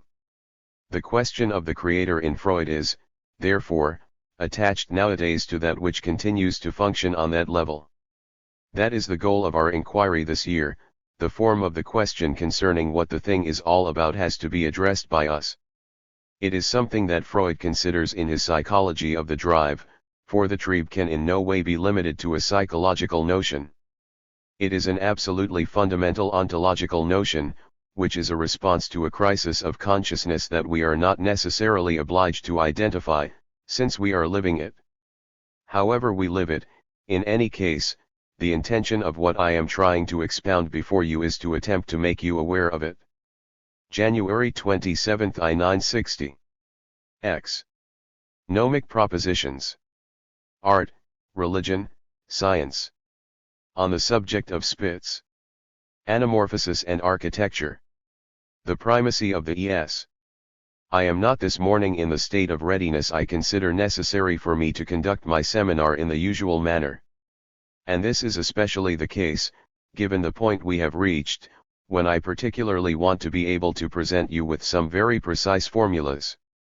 You will thus allow me to put it off until next time. The break caused by my absence of 2 weeks comes at a bad time, since I would have liked to go beyond what I announced last time that I would be dealing with, after having dealt with it, of course. 1. Courtly love is, in effect, an exemplary form, a paradigm, of sublimation. We only have essentially the documentary testimony of art, but we still feel today the ethical ramifications. If on the subject of courtly love, apart from the lively archaeological interest in the matter, we still only have the documentary testimony of art in a form that is almost dead, it is obvious that its ethical ramifications are still felt in the relations between the sexes. The long-lasting influence of the effects of a phenomenon that one might think is little more than an issue of aesthetics is thus of a kind to make us aware of the importance of sublimation, something that psychoanalysis has specifically foregrounded. I would like to be at the top of my form in order to show you how the question has been posed historically, and how it is posed from the point of view of method, for I believe that there again we are in a position to throw some light on admitted difficulties that historians, Romance scholars, philologists, and various specialists who have approached the problem have encountered. They apparently recognize that they have in no way managed to reduce the phenomenon of courtly love in its historical emergence to an identifiable form of conditioning. The recognition of the fact is common, and I would say almost uniform. One encounters a paradoxical phenomenon, one that is almost taken for granted. In every example of this kind scholars have often been led to examine influences, something that in many cases is only a way of displacing the problem. They tell us that the origin of the problem is to be found in the transmission of something that happens somewhere else. Yet we still need to know how that happens somewhere else. But in the event that is precisely what gets lost. In this case, the recourse to influences is far from having illuminated the problem. We will try to approach the problem at its very center, and we will see that Freudian theory is of a kind to shed a certain light there. Thus in this way I take up the problem not only for its value as example but also for its value relative to method. To start out from this very specific point doesn't mean that everything that concerns sublimation is to be considered from the perspective developed here, namely, from the point of view of the man/woman relation, of the couple.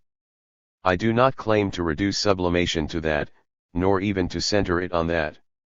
I believe on the contrary that to start out from this example is essential in order to arrive at a general formula, whose beginnings we can find in Freud, if we know where to look for it, and I don't mean search for this or that detail. If I proceed sometimes by emphasizing one of Freud's sentences, an isolated formula, or, I was about to say, some gnomic proposition, then I am very conscious of making that gnomic proposition work for me. When I give you a formula such as the desire of man is the desire of the other, it is a gnomic formula, although Freud didn't seek to present it as such. But he does so from time to time without doing it on purpose.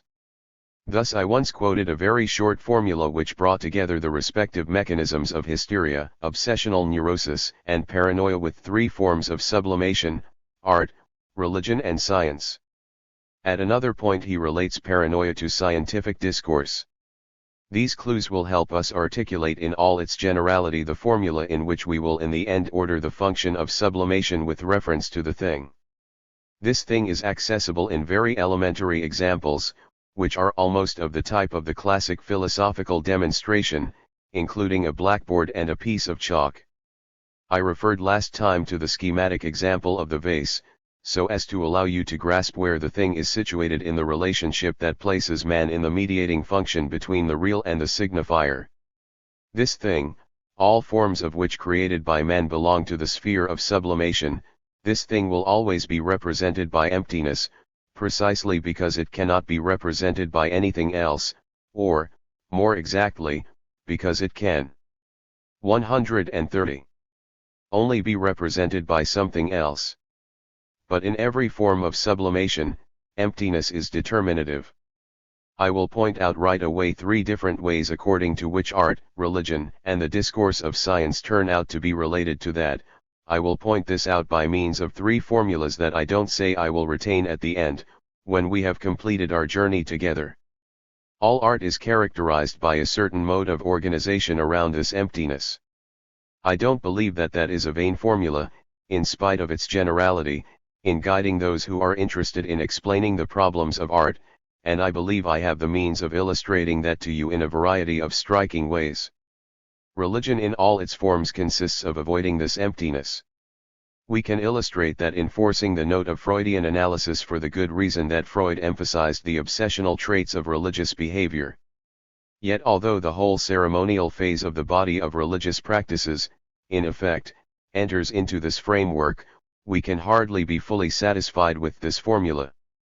A phrase like respecting this emptiness perhaps goes further. In any case, the emptiness remains in the center, and that is precisely why sublimation is involved. As for our third term, the discourse of science, to the extent that it finds its origin in our tradition in the discourse of wisdom or of philosophy, the term Freud uses in connection with paranoia and its relation to psychic reality, the term Unglauben, finds its full meaning there. I emphasized this fact in passing in a recent seminar. Unglauben is not the negation of the phenomenology of Glauben, of belief.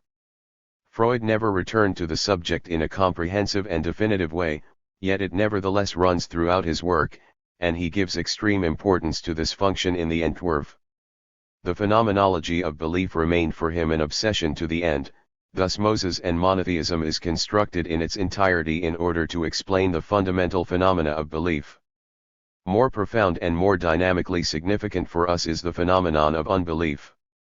It is not the suppression of belief, but it has to do with man's relationship to the world and to truth that is specific to man, a relationship he inhabits. In this connection you would be wrong to trust in summary oppositions or to think that history has known sensational turning points, such as the supposed passage from the theocratic age to so-called humanist forms of liberation of the individual and of reality. The conception of the world is not decisive here. On this occasion, it has nothing to do with something resembling a Weltanschauung, and certainly not mine. I am only pointing the way here. I am only trying to help you orientate yourself in the bibliography of significant works on the subject, works by specialists who in their different fields are 131. Equipped with some talent for analysis. I advise you to look up the work of an historian, Lucien Febvre, who is the author of the widely accessible, The Problem of Unbelief in the 16th Century. It is a work that enables you to see how the thoughtful use of historical methods allows us to pose more precisely the question of the forms of development of thinking on the subject of problems of faith. If you have the time and you would like to read something amusing, you should read a little book by the same author that is supplementary but not secondary, not a little boat bobbing in the wake of a ship. It is called Concerning the Heptameron. The author of the Heptameron is Marguerite de Navarre, whom, I hope, you will not mix up with Queen Margot, the wife of Henry IV. She is not just a libertine author, but turns out to have written a treatise that is mystical in kind. But that is not something which excites the astonishment of the historian.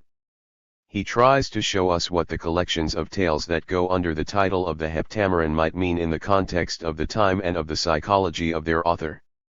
And he does it in such a way as to allow us to read that work with not so much a more informed eye as an eye that doesn't censure the text or, in particular, the reflections of each of the characters after each of the tales that are supposed to be true, and that certainly are for the most part.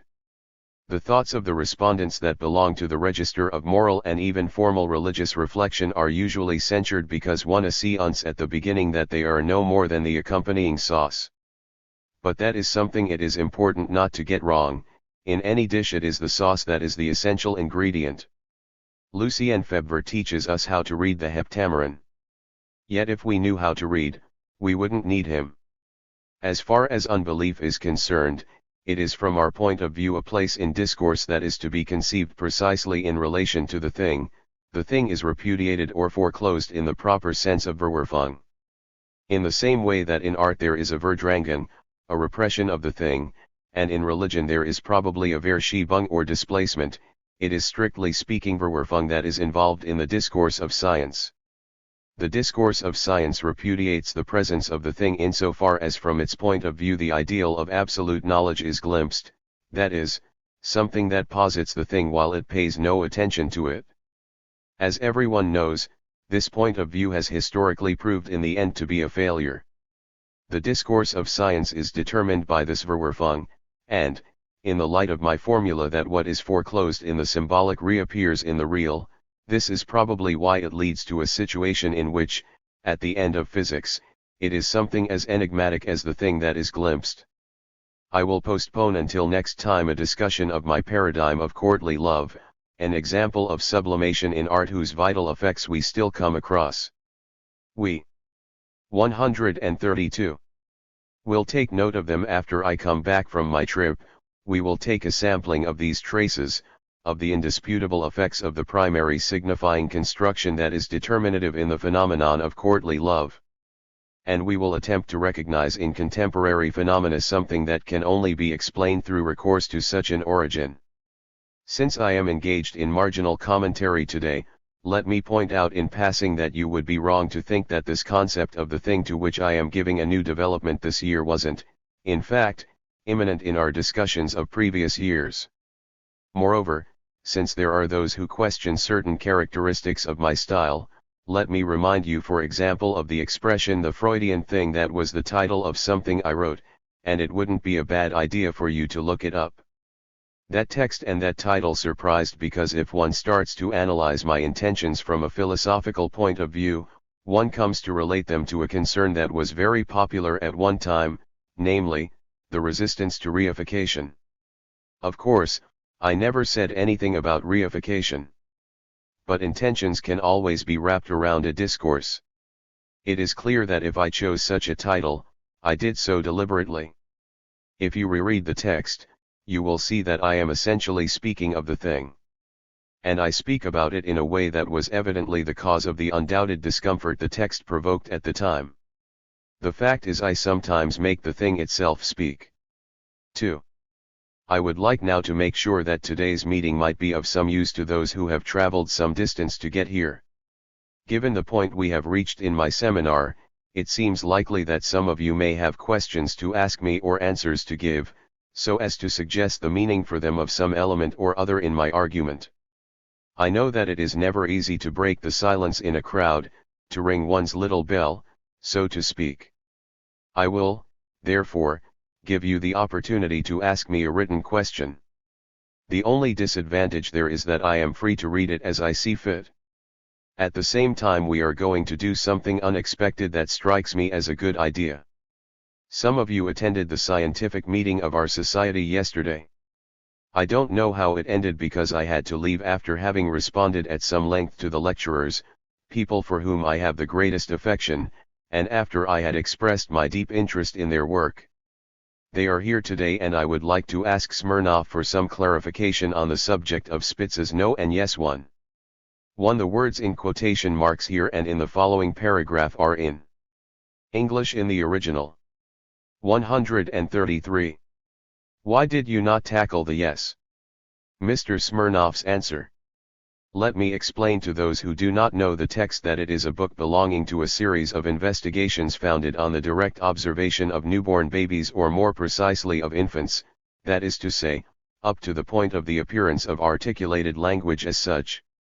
Within this dimension, Spitz claims to find the no as a pattern, as a semantic form in a certain number of gestures and expressions, and primarily in rooting, that is to say, in the oscillating gesture of the head that the infant makes in its approach to the breast. The word is very difficult to translate into French, but there is a correlative in the English text in the word snout, which clearly indicates what is involved. I am far from being critical of Spitz. I intend rather to defend him. I don't mean he is right, but the work is good and sharply articulated. And I would fault you with failing to have brought out the fact that the phenomenon is analogous to what occurs in traumatic neurosis. It is, he says, the last memory before the emergence of the catastrophic reaction. I embarrassed you by asking you to comment on Spitz's other works, namely, his fiction on the primal cavity, or at the very least his references to the screen of the dream. Spitz doesn't on the whole elaborate on the fact that a form of reaction deriving from an earlier stage may be used in a critical situation. That seems to be a very useful idea, however, something that should always be emphasized. I think you made the point, unless it was La Planche. Spitz is reduced to having a mechanism as passive as that of traumatic neurosis intervene. He thus implies some preceding frustration of the infant. He considers the act of rooting to be a trace which remains inscribed after something like the refusal or withdrawal of the breast that immediately precedes it. It is surprising that he expresses it in an isolated form, on the basis of a given case, and not in general. Statements by Mr. Smirnov and La Planche. A question from Mr. Odward. Why do you speak to us about the thing instead of simply speaking about mediation? To answer you briefly right away, I note that you have always been attentive to the note of what one might call Hegelian reinterpretations of analytical experience. We are concerned here with the Freudian experience as an ethics, which is to say, at its most essential level, since it directs us towards a therapeutic form of action that, whether we like it or not, is included in the register or in the terms of an ethics. And the more we deny this, the more it is the case. Experience demonstrates this. A form of analysis that boasts of its highly scientific distinctiveness gives rise to normative notions that I characterize by evoking the curse Saint Matthew enters on those who make the bundles heavier when they are to be carried by others. Strengthening the 134 categories of effective normativity produces disturbing results.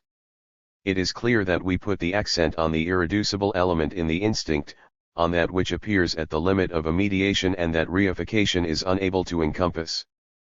but in encircling that something whose limits we explore, we are encircling the empty image. The deliberate intention to emphasize this notion has never been absent from what I have said thus far. If you look up the texts I referred you to on this subject, you will see that there is no ambiguity.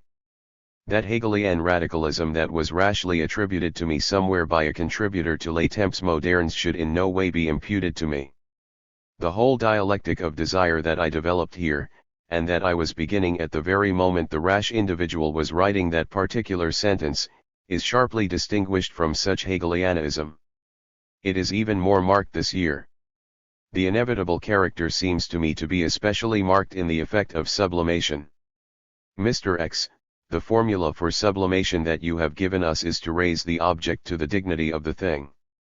This thing doesn't exist to start with, because sublimation is going to bring us to it. The question I have is, therefore, isn't this thing not really a thing, but on the contrary a non-thing, and isn't it through sublimation that one comes to see it as being the thing? What you are saying strikes me as on the right track. It's obvious you follow my presentation of these questions without difficulty. Something is offered to us as analysts, if we follow the sum of our experience and if we know how to evaluate it. You state that the attempt at sublimation tends in the end to realize the thing or to save it. It's true and it's not true. There's an illusion there. 3.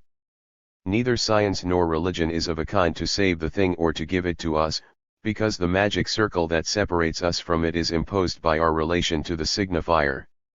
As I have told you, the thing is that which in the real suffers from this fundamental, initial relation, which commits man to the ways of the signifier by reason of the fact that he is subjected to what Freud calls the pleasure principle, and which, I hope it is clear in your minds, is nothing else than the dominance of the signifier. I, of course, mean the true pleasure principle as it functions in Freud. In brief, it is the effect of the influence of the signifier on the psychic real that is involved, and it is for this reason that the activity of sublimation is not 135. Purely and simply senseless in all its forms. One responds with whatever is at hand. I wanted to have here today, so as to be able to show it to you at the end of the seminar, an object that to be understood, if not to be described, demands a long commentary on the history of art. That one manage to construct such an object and to find pleasure in it requires that we make a significant detour. I will describe it to you. It is an object that embodies an anamorphosis. I assume that many of you know what that is. It is any kind of construction that is made in such a way that by means of an optical transposition a certain form that wasn't visible at first sight transforms itself into a readable image. The pleasure is found in seeing its emergence from an indecipherable form. Such a thing is extremely widespread in the history of art. Just go to the Louvre, you will see Holbein's painting of the ambassadors, and at the feet of one of the two men, who is just as well built as you or I, you will see an enigmatic form stretched out on the ground. It looks roughly like fried eggs. If you place yourself at a certain angle from which the painting itself disappears in all its relief by reason of the converging lines of its perspective, you will see a death's head appear, the sign of the classic theme of Vanitas. And this is found in a proper painting, a painting commissioned by the ambassadors in England, who must have been very pleased with his work, and what was at the bottom must have amused them a lot, too. This phenomenon is datable. It was in the 16th and 17th centuries that things reached this point of heightened interest and even of fascination. In a chapel built by order of the Jesuits in Descartes' time, there existed a whole wall some 18 meters long that represented a scene from the life of the saints or a nativity scene, and that was completely unreadable from any point in the room, but if one entered by a certain corridor, you can see for a brief moment the extraordinarily dispersed lines come together and perceive the body of the scene. The anamorphosis I wanted to bring here is much less voluminous. It belongs to the collector I have already referred to. It is formed of a polished cylinder that has the function of a mirror, and around it you put a kind of bib or flat surface on which there are also indecipherable lines. When you stand at a certain angle, you see the image concerned emerge in the cylindrical mirror, In this case it is a beautiful anamorphosis of a painting of the crucifixion copied from Rubens. This object could never have been produced, never have had a necessary meaning without a whole preceding development. There is behind it the whole history of architecture as well as that of painting, their combination, and the history of this combination. To put it briefly, primitive architecture can be defined as something organized around emptiness. That is also the authentic impression that the forms 136 of a cathedral like St. Mark's give us, and it is the true meaning of all architecture. Then subsequently, for economic reasons, one is satisfied with painting images of that architecture, one learns to paint architecture on the walls of architecture, and painting, too, is first of all something that is organized around emptiness. Since it is a matter of finding once more the sacred emptiness of architecture in the less marked medium of painting, the attempt is made to create something that resembles it more and more closely, that is to say, perspective is discovered. The following stage is paradoxical and quite amusing, it shows how one strangles oneself with one's own knots. From the moment when perspective was discovered in painting, a form of architecture appears that adopts the perspectivism of painting. Palladio's art, for example, makes this very obvious. Go and see Palladio's theatre in Vicence, a little masterpiece of its kind that is in any case instructive and exemplary. Neoclassical architecture submits itself to the laws of perspective, plays with them, and makes them its own. That is, it places them inside of something that was done in painting in order to find once again the emptiness of primitive architecture. From that point on one is entangled in a knot which seems to flee increasingly from the meaning of this emptiness. And I believe that the Baroque return to the play of forms, to all manner of devices, including anamorphosis, is an effort to restore the true meaning of artistic inquiry. Artists use the discovery of the property of lines to make something emerge that is precisely there where one has lost one's bearings or, strictly speaking, nowhere. Rubens' painting that suddenly appears in the place of the unintelligible image reveals what is at issue here.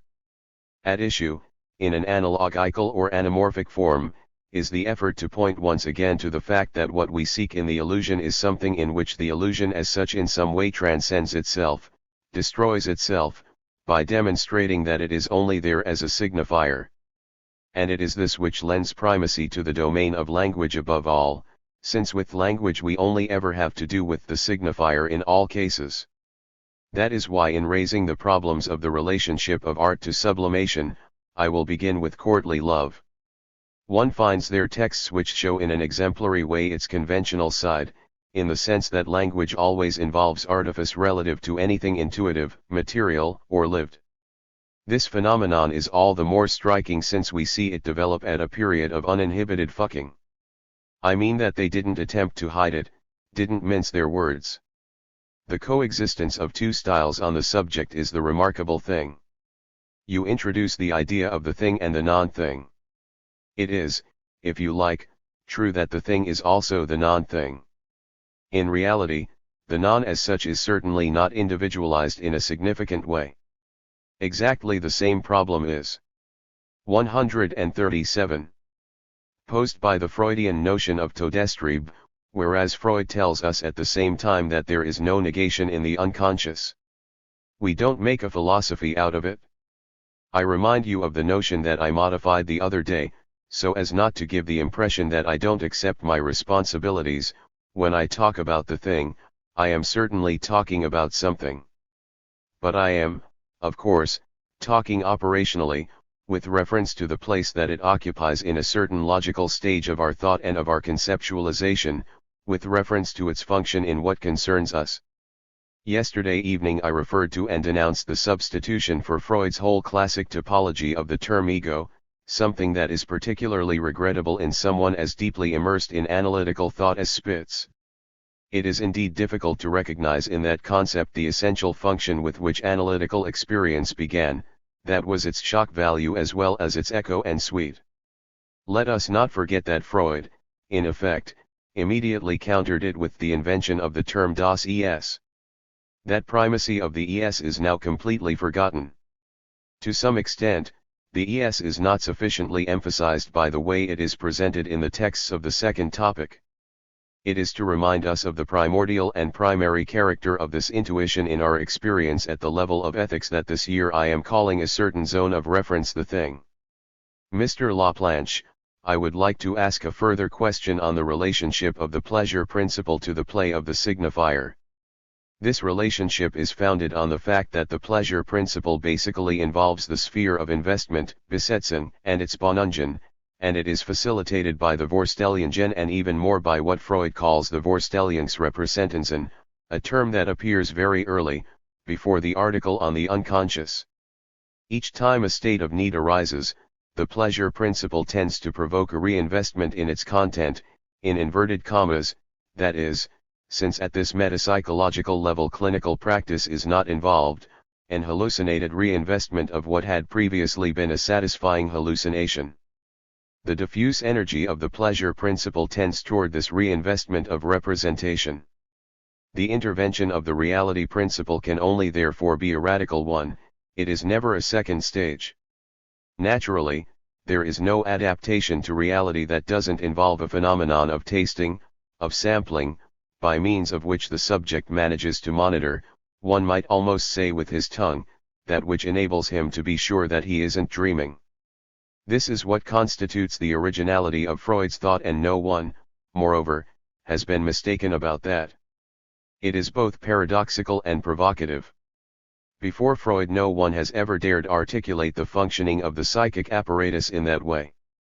He describes it on the basis of his experience. 138. Of the irreducible element he saw emerge at the core of hysterical substitutions, the first thing that poor, defenseless man can do when he is tortured by need is to begin to hallucinate his satisfaction, and after that he can only monitor the situation. Fortunately, he more or less makes at the same time the gestures required to attach himself to the zone in which this hallucination coincides with the real in an approximative form. If the basic texts are to be respected, that's the miserable beginning from which the whole dialectic of experience is articulated in Freudian terms. That's what I told you when I discussed the relationship between the pleasure principle and the signifier. Thus the Vorstellungen have right from the beginning the character of a signifying structure. February 3, 1960. 11. Courtly love as anamorphosis. On the history and ends of art. The sublimation of the father. On the subject of Bernfeld. The vacuole and the inhuman partner. Negotiating the detour. Why is this example of anamorphosis on this table? 1. It is here to illustrate my ideas. Last time I sketched out the meaning or the goal of art in the usual sense we give that term, the fine arts, for example. I'm not the only psychoanalyst to have been interested in that. I've already mentioned Ella Sharp's article on the subject of sublimation, an article that starts out with the cave walls of Altamira, which is the earliest decorated cave to have been discovered. Perhaps what we described as the central place, as the intimate exteriority or extimacy, that is the thing, will help us to shed light on the question or mystery that remains for those who are interested in prehistoric art, namely, its site as such. 1. It is surprising that an underground cavern was chosen. Such a site only creates obstacles to the viewing that one assumes is presupposed by the creation and observation of the striking images which decorate the walls. The production of images and their viewing could not have been easy given the forms of lighting available to primitive men. Yet in the beginning those paintings that we take to be the earliest productions of primitive art were thrown up on the walls of a cavern. One could call them tests in both senses of the word, subjective and objective. Tests no doubt for the artist, for, as you know, these images are often painted over each other, it's as if in a consecrated spot it represented, for each subject capable of undertaking such an exercise, the opportunity to draw or project afresh what he needed to bear witness to, and to do so moreover over what had already been done before. That suggests the idea of something. 1. For a description of an anamorphosis in the form of an object, see page 135. 139. 140. Like the updating of a certain creative potential. Tests also in the objective sense, for these images cannot fail to seize us as being deeply linked both in a tight relationship to the world, and by that I mean to the very subsistence of populations that seem to have been composed chiefly of hunters, and to something that in its subsistence appears as possessing the character of a beyond of the sacred, something that we are precisely trying to identify in its most general form by the term, the thing. I would say it is primitive subsistence viewed from the perspective of the thing. There is a line which runs from that point to the other end, infinitely closer to us, in the exercise of anamorphosis, probably around the beginning of the 17th century. And I pointed out the interest that exercises of this kind had for the constructive thought of artists. I tried to make you understand briefly how the genesis of this tradition might be sketched. In the same way that the exercise on the wall consists in fixing the invisible inhabitant of the cavern, we see the link forged between the temple, as a construction around emptiness that designates the place of the thing, to the figuration of emptiness on the walls of this emptiness itself, to the extent that painting progressively learns to master this emptiness, to take such a tight hold of it that painting becomes dedicated to fixing it in the form of the illusion of space. I am moving fast and I just throw out these crumbs so that you can put them to the test of whatever you may subsequently read on the subject. Before the systematic establishment of geometrical laws of perspective formulated at the end of the 15th and the beginning of the 16th centuries, painting passed through a stage in which various artifices made it possible to structure space. The double band that appears in the 6th and 7th centuries on the walls of Santa Maria Maggiore is one way of treating certain stereonoses. But let's leave that aside. The important thing is that at a given moment one arrives at illusion. Around it one finds a sensitive spot, a lesion, a locus of pain, a point of reversal of the whole of history, insofar as it is the history of art and insofar as we are implicated in it. That point concerns the notion that the illusion of space is different from the creation of emptiness. It is this that the appearance of anamorphoses at the end of 16th and the beginning of the 17th centuries represents. I spoke last time of a Jesuit convent. It was a mistake. I checked in Baltrucitis's excellent dictionary of anamorphoses, and it is a convent of the Minim friars in Rome as well as in Paris.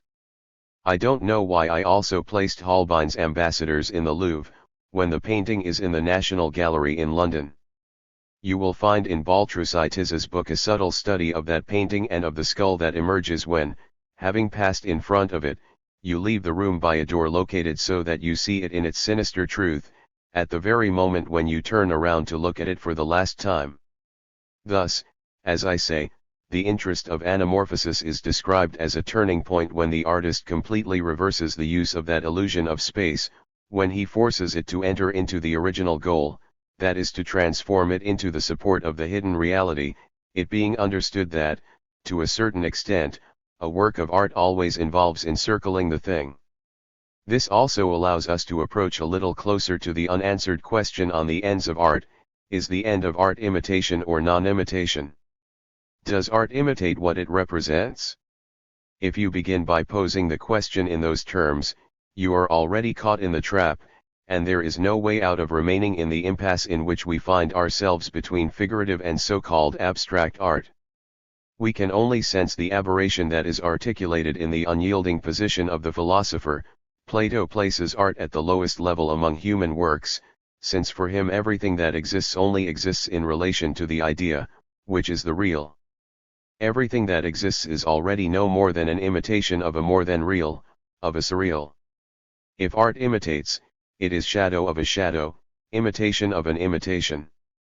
You can, therefore, see the vanity of the work of art, of the work of the brush. That's a trap one must not enter. Of course, works of art imitate the objects they represent, but their end is certainly not to represent them. In offering the imitation of an object, they make something different out of that object. Thus they only pretend to imitate. The object is established in a certain relationship to the thing and is intended to encircle and to render both present and absent. Everybody knows this. At the moment when painting turns once again upon itself, at the moment when Cézanne paints his apples, it is clear that in painting those apples, he is doing something very different from imitating apples. even though his final manner of imitating them, which is the most striking, is primarily oriented toward a technique of presenting the object. But the more the object is presented in the imitation, the more it opens up the dimension in which illusion is destroyed and aims at something else. Everyone knows that there is a mystery in the way Cézanne paints apples, for the relationship to the real as it is renewed in art at that moment makes the object appear purified. It involves a renewal of its dignity by means of which these imaginary insertions are, one might say, repetitively restated. The fact is, as has been noted, such insertions cannot be detached from the efforts of earlier artists to realize the ends of art in their own way. Obviously, the notion of historicity should not be used here without great caution. The expression history of art is highly misleading. Every appearance of this way of proceeding consists in overthrowing the illusory operation so as to return to the original end, which is to project a reality that is not that of the object represented. In the history of art, on the other hand, by virtue 142 of the necessity that supports it, there is only substructure. The relation of the artist to the time in which he appears is always a contradictory one. It is against the current, in opposition to reigning norms, including, for example, political norms, or indeed, systems of thought, that art attempts to operate its miracle once more. With the anamorphosis I have here, we find ourselves faced with a game that may seem futile to you, when you think of the sophisticated operational techniques required for the success of such a little artifact. And yet how can one not be touched or even moved when faced with this thing in which the image takes a rising and descending form? When faced with this sort of syringe which, if I really let myself go, would seem to me to be a kind of apparatus for taking a blood sample of the Grail. But don't forget that the blood of the Grail is precisely what is lacking. The argument I have been developing thus far in my lecture should be interpreted only in a metaphorical way. I have only been following this line of argument because I want to discuss today that form of sublimation which appeared at a certain moment in the history of poetry, and which interests us in an exemplary way in connection with something that Freudian thought has placed at the center of our interest in the economy of the psyche, namely, eros and eroticism. I just wanted to point it out to you at the beginning. You might almost structure around this anamorphosis the ideas I am sketching out for you on the subject of the ethics of psychoanalysis. It is something that is wholly founded on the forbidden reference that Freud encountered at the terminal point of what in his thought one might call the Oedipus myth. 2. It is remarkable that the experience of what goes on in the neurotic caused Freud to leap to the level of the poetic creation of art, to the drama of Oedipus, insofar as it is something datable in the history of culture. You will see this when we take up Moses and monotheism, which I asked you to read during our break. There is in Freud no distance from the facts of the Judeo-Greek experience, and I mean by that those that characterize our culture in its most modern everyday life. It is equally striking that Freud couldn't fail to pursue his reflection on the origins of morality to the point of examining Moses' action. When you read the astonishing work that is Moses and monotheism, you will see that Freud cannot help revealing the duplicity of his reference, of the reference that I have declared to you over the years to be the essential reference, namely, the no/name of the Father in its signifying function. From a formal point of view, Freud makes recourse to paternal power for 143. A structuring purpose that appears to be a sublimation. He emphasizes, in the same text in which he leaves at a distance the primordial trauma of the murder of the father, and without worrying about the contradiction, that this sublimation emerges at a given historical date against the background of a visible, evident fear that she who engenders is the mother. There is, he tells us, genuine progress in spirituality in affirming the function of the Father, namely, of him of whom one is never sure. This recognition implies a whole becomes evident. In truth, this myth is nothing other than something that is inscribed in the clearest of terms in the spiritual reality of our time, namely, the death of God. It is as a function of the death of God that the murder of the Father which represents it in the most direct way is introduced by Freud as a modern myth. Mental elaboration. To introduce as primordial the function of the Father represents a sublimation. But, Freud asks, how can one conceive of this leap, this progress, since, in order to introduce it, it was necessary that something appear that imposes its authority and its reality from outside? He himself underlines the impasse constituted by the fact that sublimation exists, but that such sublimation can only be motivated historically by means of the myth to which it has recourse. At that point the function of myth, it is a myth that has all the properties of a myth.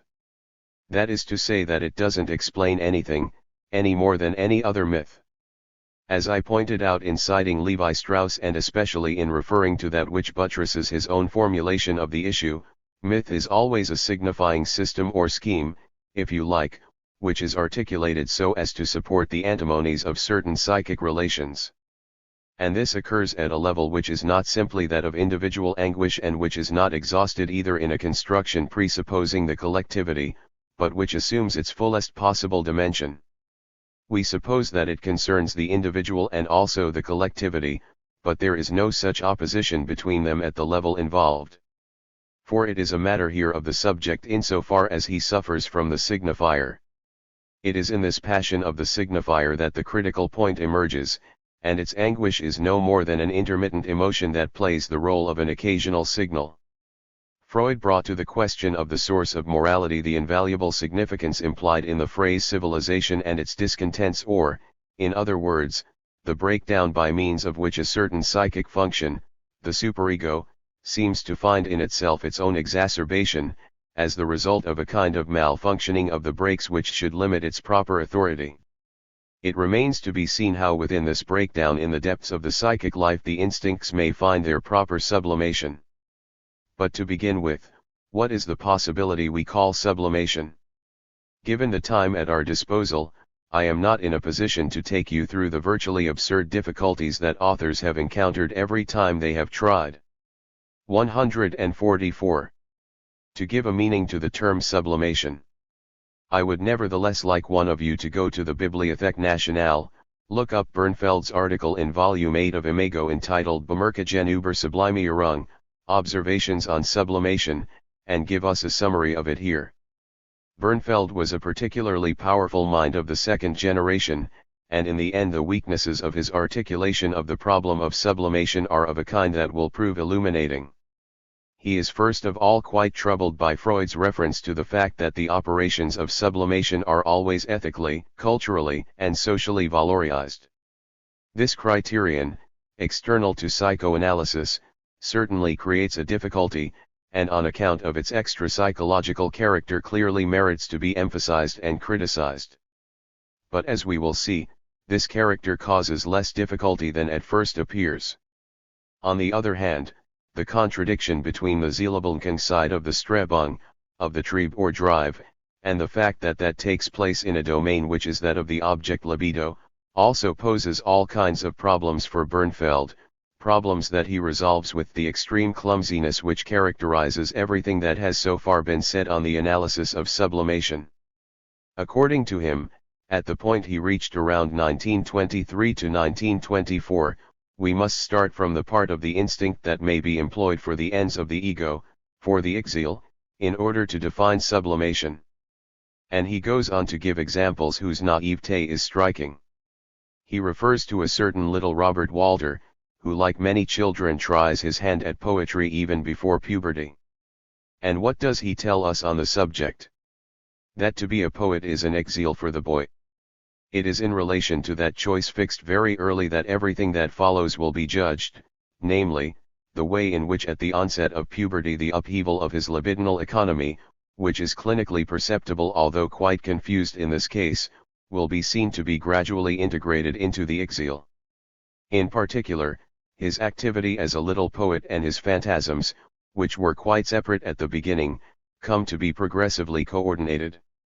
Bernfeld thus assumes the primordial, primitive character of the goal set by the child to become a poet. And a similar argument is to be found in the other, equally instructive examples he gives us, some of which concern the function of the Verneinungen, of the negations that occur spontaneously among groups of children. He was, in effect, very interested in this question in a publication devoted to the problems of youth for which he was responsible at the time.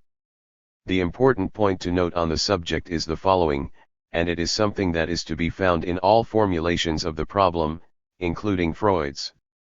Freud points out that once the artist has carried out an operation on the level of sublimation, he finds himself to be the beneficiary of his operation insofar as it is acclaimed after the fact.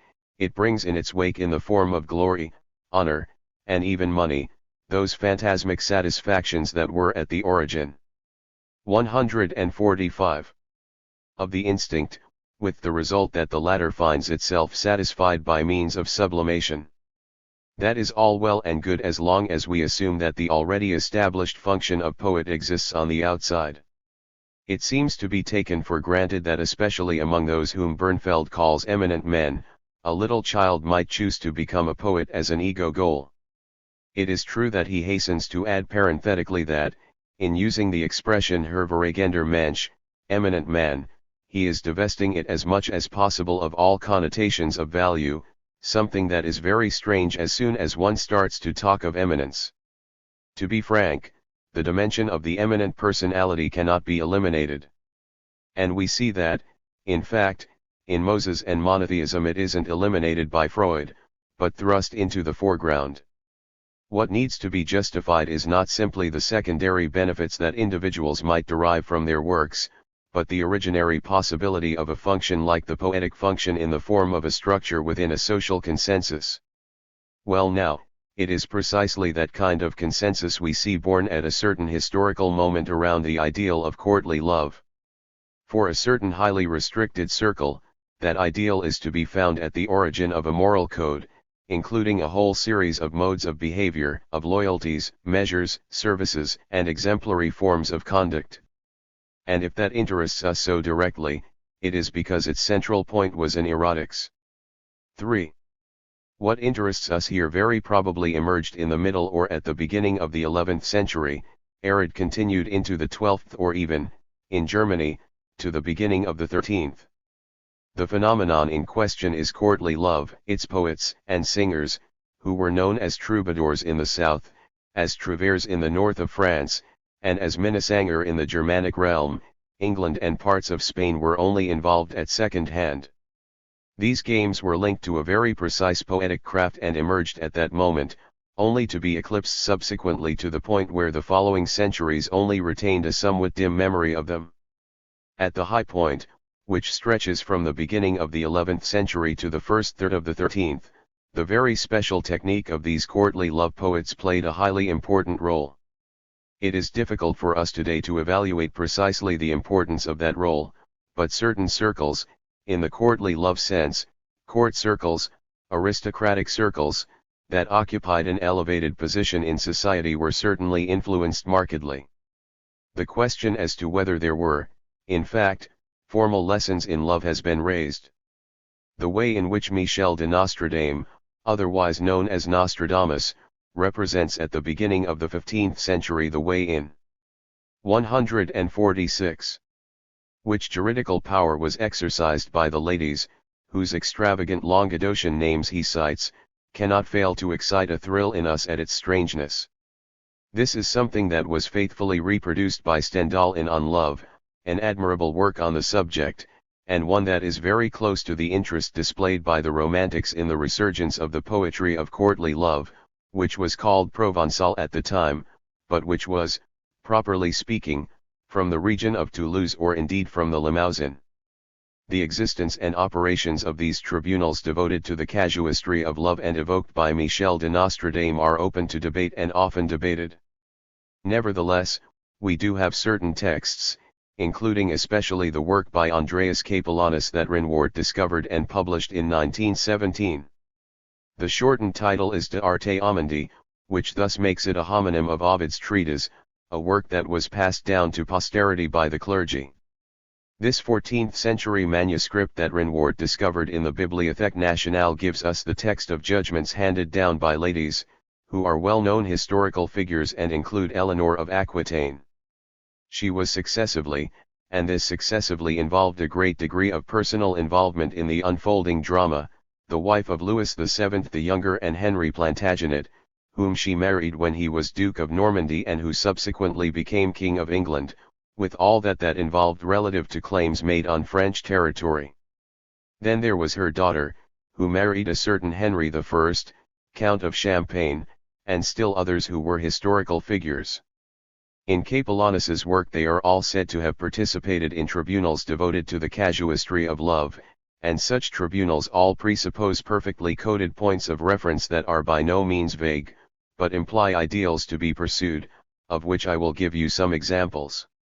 It doesn't matter whether we take them from the southern French domain or the German domain except as far as the signifier is concerned, which in the former case is the langue doc and in the latter the German language. This is after all a poetry written in the vernacular. Except for the signifier, then, the terms overlap, repeat each other, both involve the same system. They are organized around diverse themes, the first of which is mourning, and even mourning unto death. As one of those put it who at the beginning of the 19th century in Germany formulated its characteristics, the point of departure of courtly love is its quality as a scholastics of unhappy love. Certain terms define the register according to which the lady's values are attained, a register indicated by the norms which regulate the exchanges between the partners of the strange rite, namely, reward, clemency, grace or nade, felicity. So as to imagine the extremely rarefied and complex organization concerned, think of the 17th century map of love, Carte du Tendre, although what one finds there is a far more pallid version, the Precieuses, too, at another historical moment. 147. Placed the emphasis on a certain social art of conversation. With courtly love things are all the more surprising because they emerge at a time when the historical circumstances are such that nothing seems to point to what might be called the advancement of women or indeed their emancipation. To give you an idea of the situation, I would just refer to the story of the Countess of Comminges, the daughter of a certain William of Montpellier, that took place at the time of the full flowering of courtly love. There was a certain Peter of Aragon, who was King of Aragon and was ambitious to extend his power north of the Pyrenees in spite of the obstacle raised at the time by the first historical campaign of the north against the south, namely, in the form of the Albigensian Crusade and Simon de Montfort's victories over the Counts of Toulouse. By reason of the fact that the lady in question was the natural heir upon the death of her father of the county of Montpellier, Picaratur of Aragon wanted her. She was, however, already married, and seems to have been someone who was not cut out to involve herself in sordid intrigues. She was of a highly reserved personality, not far from sainthood in the religious sense of the word, since it was at Rome that she ended her days with a reputation for saintliness. Political intrigue and the pressure of the noble Lord Peter of Aragon forced her to leave her husband. Papal intervention obliged the latter to take her back, but on her father's death, everything happened in accordance with the will of the powerful Lord. She was repudiated by her husband, who was used to such things, and she married Peter of Aragon, who proceeded to mistreat her to such a degree that she fled. And that is why she finished her days in Rome under the protection of the Pope, who turned out to be on occasion the only protector of persecuted innocents. The style of this story simply shows the effective position of woman in feudal society. She is, strictly speaking, what is indicated by the elementary structures of kinship, i.e., nothing more than a correlative of the functions of social exchange, the support of a certain number of goods and of symbols of power. She is essentially identified with a social function that leaves no room for her person or her own liberty, except with reference to her religious rights. It is in this context that the very curious function of the poet of courtly love starts to be exercised.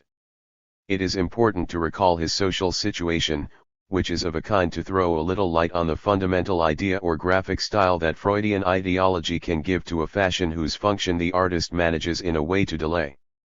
Satisfactions of power are involved, Freud tells us. That is why it is all the more remarkable to emphasize that in the whole collection of Ménasange, there are numerous poets who occupy positions that are not inferior to those of emperor, king, or prince. There are, in fact, 126 Ménasange in the Manes. 148.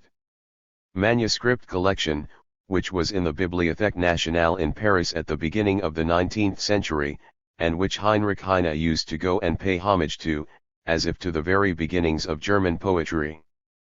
But after 1888, as the result of negotiations I know nothing about, but that were certainly justified, it was given back to the Germans and is now in Heidelberg. The first of the troubadours was a certain Guillaume de Poitiers, the 7th Count of Poitiers and 9th Duke of Aquitaine. Before he devoted himself to his early poetic activities in the sphere of courtly love poetry, he appears to have been a formidable brigand of the kind that, goodness knows, every right-minded feudal nobleman of the period seems readily to have been. In a number of historical situations that I won't go into, he can be seen to have behaved in conformity with the norms of the most barbarous practice of ransom. That was the kind of service one could expect from him. Then, from a particular moment on, he became the poet oft had singular form of love. I urge you right away to read those specialized works that contain a thematic analysis of the veritable love ritual which was involved. The question is, how should we situate it as analysts? I will just mention in passing a book that is somewhat depressing in the way it solves problems by neatly avoiding them, although it is full of material and quotations, namely, The Joy of Love by Pierre Perdue, which was published by Plon.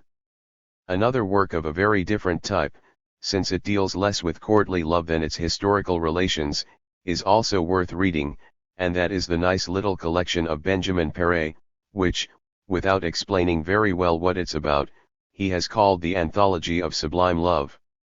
Then there is René Nelly's book, published by Hachette, Love and the Myths of the Hardy, in which I find a certain philogenic moralism along with a lot of facts.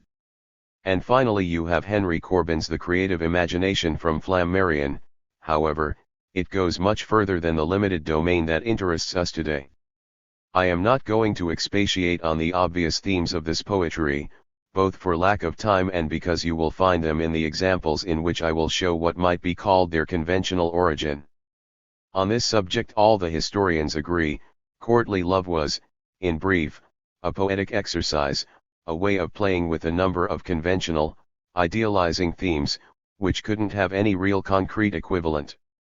Nevertheless, these ideals, first among which is that of the lady, are to be found in subsequent periods, down to our own. The influence of these ideals is a highly concrete one in the organization of contemporary man's sentimental attachments, and it continues its forward march. Moreover, march is the right word because it finds its point of origin in a certain systematic and deliberate use of the signifier as such. A great deal of effort has been expended to demonstrate the relationship between this apparatus or organization of the forms of courtly love and an intuition that is religious in origin, mystical for example, and that is supposed 149 to be located somewhere in the center that is sought, in the thing, which comes to be exalted in the style of courtly love. Experience has shown that this whole effort is condemned to failure. On the level of the economy of the reference of the subject to the love object, there are certain apparent relationships between courtly love and foreign mystical experiences, Hindu or Tibetan, for example. As everyone knows, Denis de Rougemont made a great deal of this, and that is why I told you to read Henry Corbin's book. There are nevertheless serious difficulties and even critical impossibilities involved, if only because of dates. The themes in question among certain Moslem poets from the Iberian Peninsula, for example, appear after Guillaume de Poitiers' poetry. Of interest to us from a structural point of view is the fact that an activity of poetic creation was able to exercise a determining influence on manners at a time, and subsequently in its historical consequences, when the origin and the key concepts of the whole business had been forgotten. But we can only judge the function of this sublimated creation in features of the structure. The object involved, the feminine object, is introduced oddly enough through the door of privation or of inaccessibility. Whatever the social position of him who functions in the role, the inaccessibility of the object is posited as a point of departure. Some of those involved were, in fact, servants, servants, at their place of birth. Bernard de Ventadour was, for example, the son of a servant at Ventadour Castle, who was also a troubadour. It is impossible to serenade one's lady in her poetic role in the absence of the given that she is surrounded and isolated by a barrier. Furthermore, that object or domnii, as she is called, she is also frequently referred to with the masculine term, me dom, or my lord. This lady is presented with depersonalized characteristics.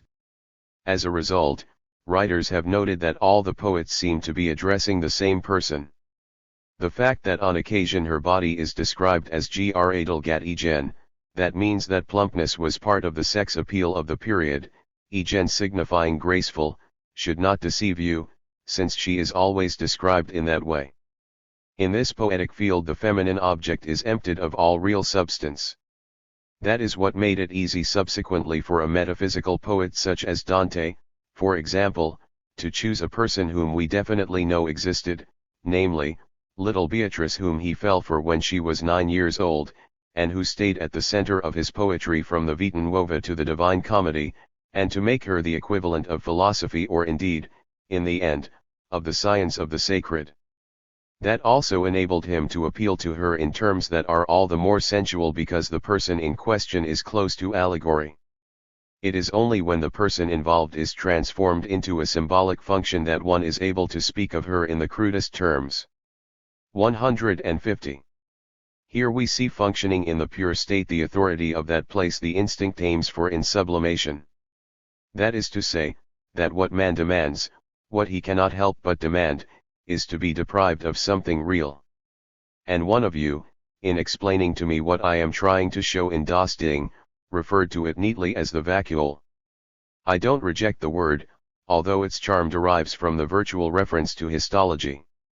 Something of that order is, in effect, involved, if we indulge in that most risque of reveries associated with contemporary speculation that speaks of communication in connection with transmission inside organic structures, transmission that functions pseudopodically.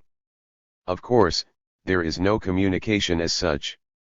But if in a monocellular organism such communication were organized schematically around the vacuole, and concerned the function of the vacuole as such, we could, in fact, have a schematic form of what concerns us in the representation. Where, in effect, is the vacuole created for us? It is at the center of the signifiers, insofar as that final demand to be deprived of something real is essentially linked to the primary symbolization which is wholly contained in the signification of the gift of love. In this connection I was struck by the fact that, in the terminology of courtly love, the word domnii is used. The corresponding verb is domkire, which means something like to caress, to play around. Domnii, in spite of the fact that its first syllable in French is an echo of the word don, gift, is, in fact, unrelated to it. It is related instead to the domna, the lady, or in other words, to her who on occasion dominates. That has its amusing side.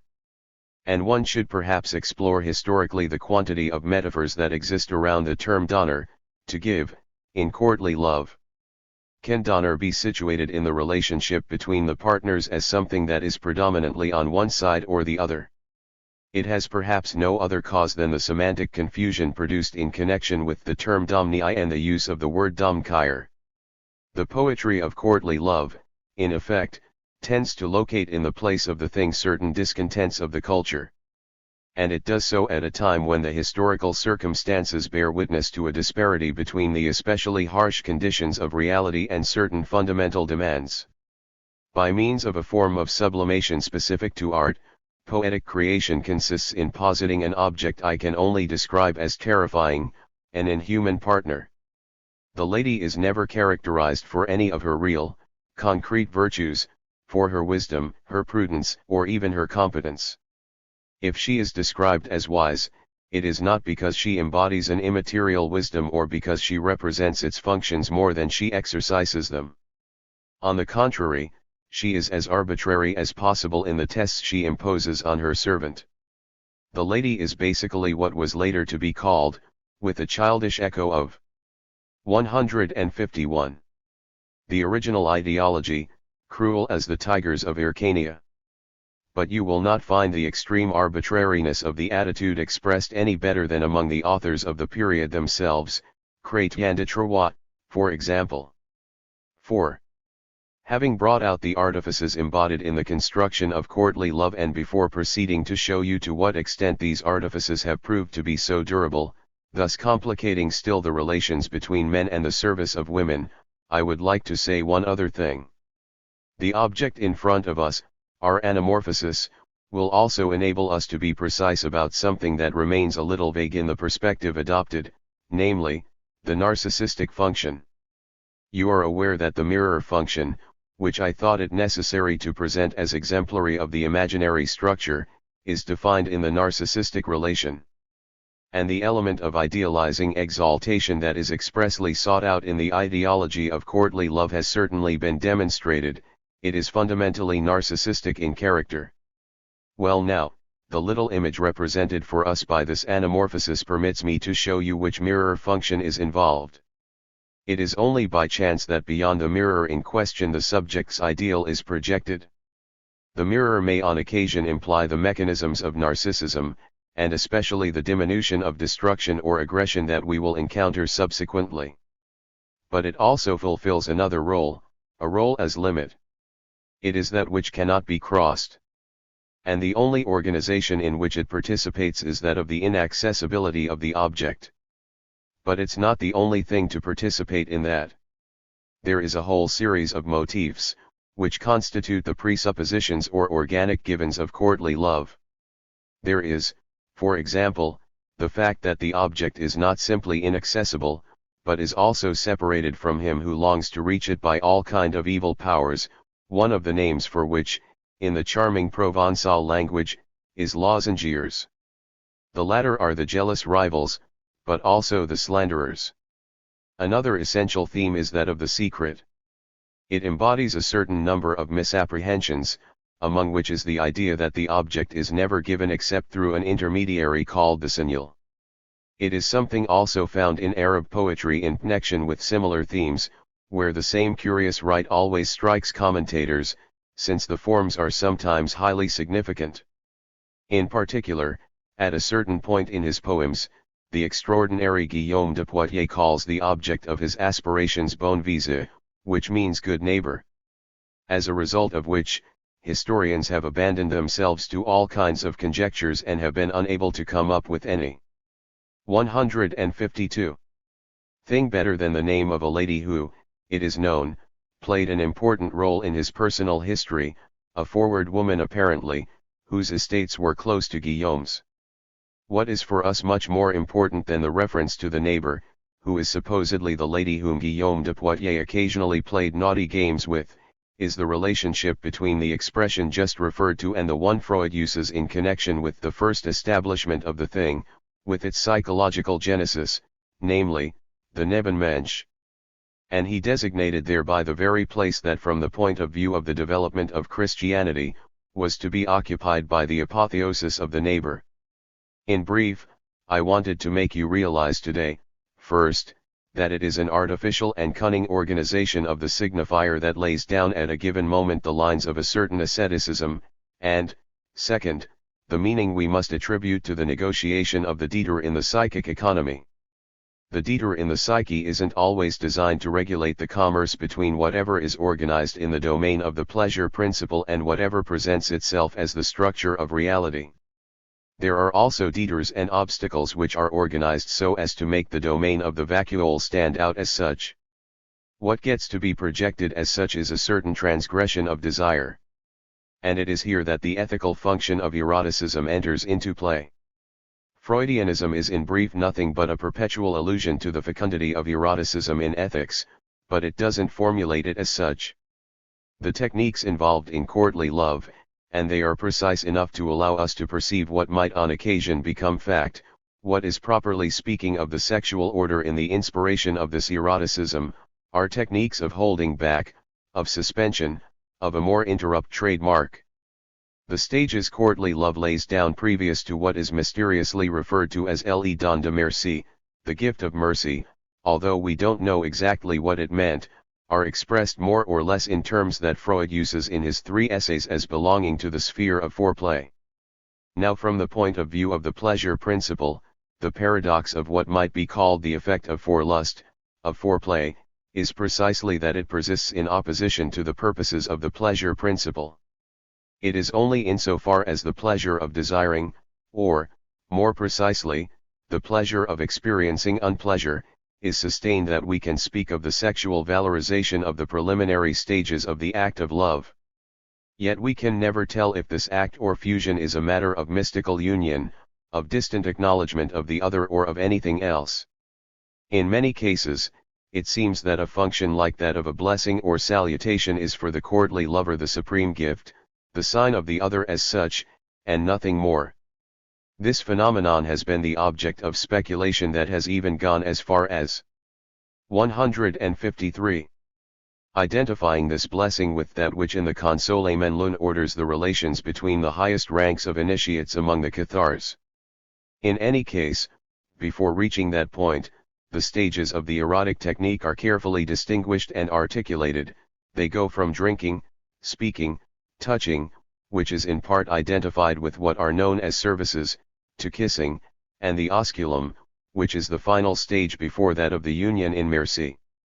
Oh, that has come down to us in such an enigmatic form that, in order to explain it, the attempt has been made to relate it to Hindu or even Tibetan erotic practices, since it seems that the latter have been codified in the most precise way and constitute a disciplined asceticism of pleasure from which a kind of lived substance may emerge for the subject. It is only on the basis of extrapolation that it is supposed something analogous was effectively practiced by the troubadours. Personally, I don't believe a word of it. Moreover, without assuming an identity between the practices taken from different cultural spheres, I do believe the influence of this poetry has been decisive for us. Following the notable failure of the different attempts to explain in terms of influence the emergence of this particular kind of idealizing cult of the feminine object in our culture, I am struck most by the fact that a number of the most ascetic and most paradoxical of the texts utilized in the discourse of courtly love are taken over from Ovid's Art of Love. Ovid wrote in a sparkling verse form a little treatise for libertines in which one learns, for example, in which neighborhoods of Rome one can meet the prettiest little whores. And he develops his theme in a poem in 3 parts that ends with the direct evocation of what can only be called the game of the two-backed beast. In the midst of all that one also comes across formulas such as arte regendus amor, love must be ruled by art. And then, 10 centuries later, with the help of those magic words, a group of poets starts to introduce all that word for word into a veritable operation of artistic incantation. One also reads Militiae species amor est, love is a kind of military service, which means for Ovid that the ladies of Rome aren't as easy as all that. And then in the discourse of chivalry, in a form that is nicely outlined in Don Quixote, such terms begin to resonate so as to evoke an armed militia devoted to the defense of women and children. You can certainly understand the importance I attribute to such well-attested analogies, for it is clear that in the priesthood itself, Ovid's Ars Amandi had not been forgotten. Chrétien de Troyes even translated it. It is through these kinds of revivals that one is able to understand what the function of the signifier means. And I would like to make my boldest assertion today at this point in affirming that courtly love was created more or less as you see the phantasm emerge from the syringe that was evoked just now. 154. That doesn't mean that something fundamental isn't involved, however. Otherwise it would be inconceivable that André Breton could celebrate in this day and age l'amour fou, the madness of love, as he puts it in terms dictated by his concerns, or by his interest in the relationship to what he calls objective chance. That is a strange signifying configuration, since who, a century or so from now, on reading these things in their context, will understand that objective chance means things that occur and are all the richer in meaning because they take place somewhere where we are unable to perceive either rational or causal or any other kind of order that can justify their emergence in the real? In other words, it is once again in the place of the thing that Breton has the madness of love emerge. As I take leave of you today and remind you that we will meet again 3 weeks from now, I would like to conclude with 4 lines from a poem, which, thanks to my memory, came to mind this morning. They are from another surrealist poet, Paul Eluard. they are in their poetic context exactly at that frontier or limit which in my own words I am attempting to enable us to localize and feel. Against this dilapidated sky, these panes of fresh water, which face will appear and, like a sonorous shell, announce that the night of love has turned to day, open mouth joined to a mouth that is closed. February 2, 1960. 12. A Critique of Bernfeld. Reaction Formation and Sublimation. The Precociousness of Sublimation. Between Freudian Aesthetics and Ethics. Sublimation and Identification. A Curiosity. Let us not forget that this year I resolved that this seminar would be a real seminar. This is all the more essential because we have among us not a few people capable of contributing, including someone whom I can call our friend. That is Pierre Kaufmann, who is an assistant at the Sorbonne. He has been following what goes on at this seminar for a long time now, and has been attentive to its work in the most useful of ways. Perhaps some of you follow his philosophical chronicle that appears in Combat on Thursdays. He has several times discussed my teaching, on the occasion of the Royaumont Conference, for example, or quite recently when he was good enough to give an account of work that was useful to an author such as Henry Lefebvre. He had complained of a deficiency of some kind in my teaching on the basis of the mere sight of a part of it or of an article. In any case, 4 weeks ago I referred to a little article by Bernfeld. It was the Bemerkungen über Sublimierung, which appeared in Imago in 1922. Mr. Kaufmann was good enough to show an interest in it, and our discussion progressed to the point where he brought me something which appeared to me to be both suggestive and promising enough for me to encourage him to develop it as far as time and interest permitted. He will thus present the thoughts that were inspired by Bernfeld's article and the further developments it inspired in him. Please note especially that on a number of occasions in this presentation very interesting allusions will be made. I can only call them allusions, when I think of all that Mr. Kaufmann has added relative to the sources of the matter he was dealing with in the field of psychology at the moment when he became interested in it. In France, as in the English-speaking countries, we are quite ignorant of a whole, extremely rich German tradition, which shows that Freud, in fact, was the object of readings that were careful and extensive, or, in a word, immense. 155. 156. On many points, we have a lot to learn about things that even Mr. Kaufmann hasn't yet formulated completely or published. You will get some idea of that today. I now give him the floor and thank him in advance for what he has prepared for us. Mr. Kaufmann's talk followed.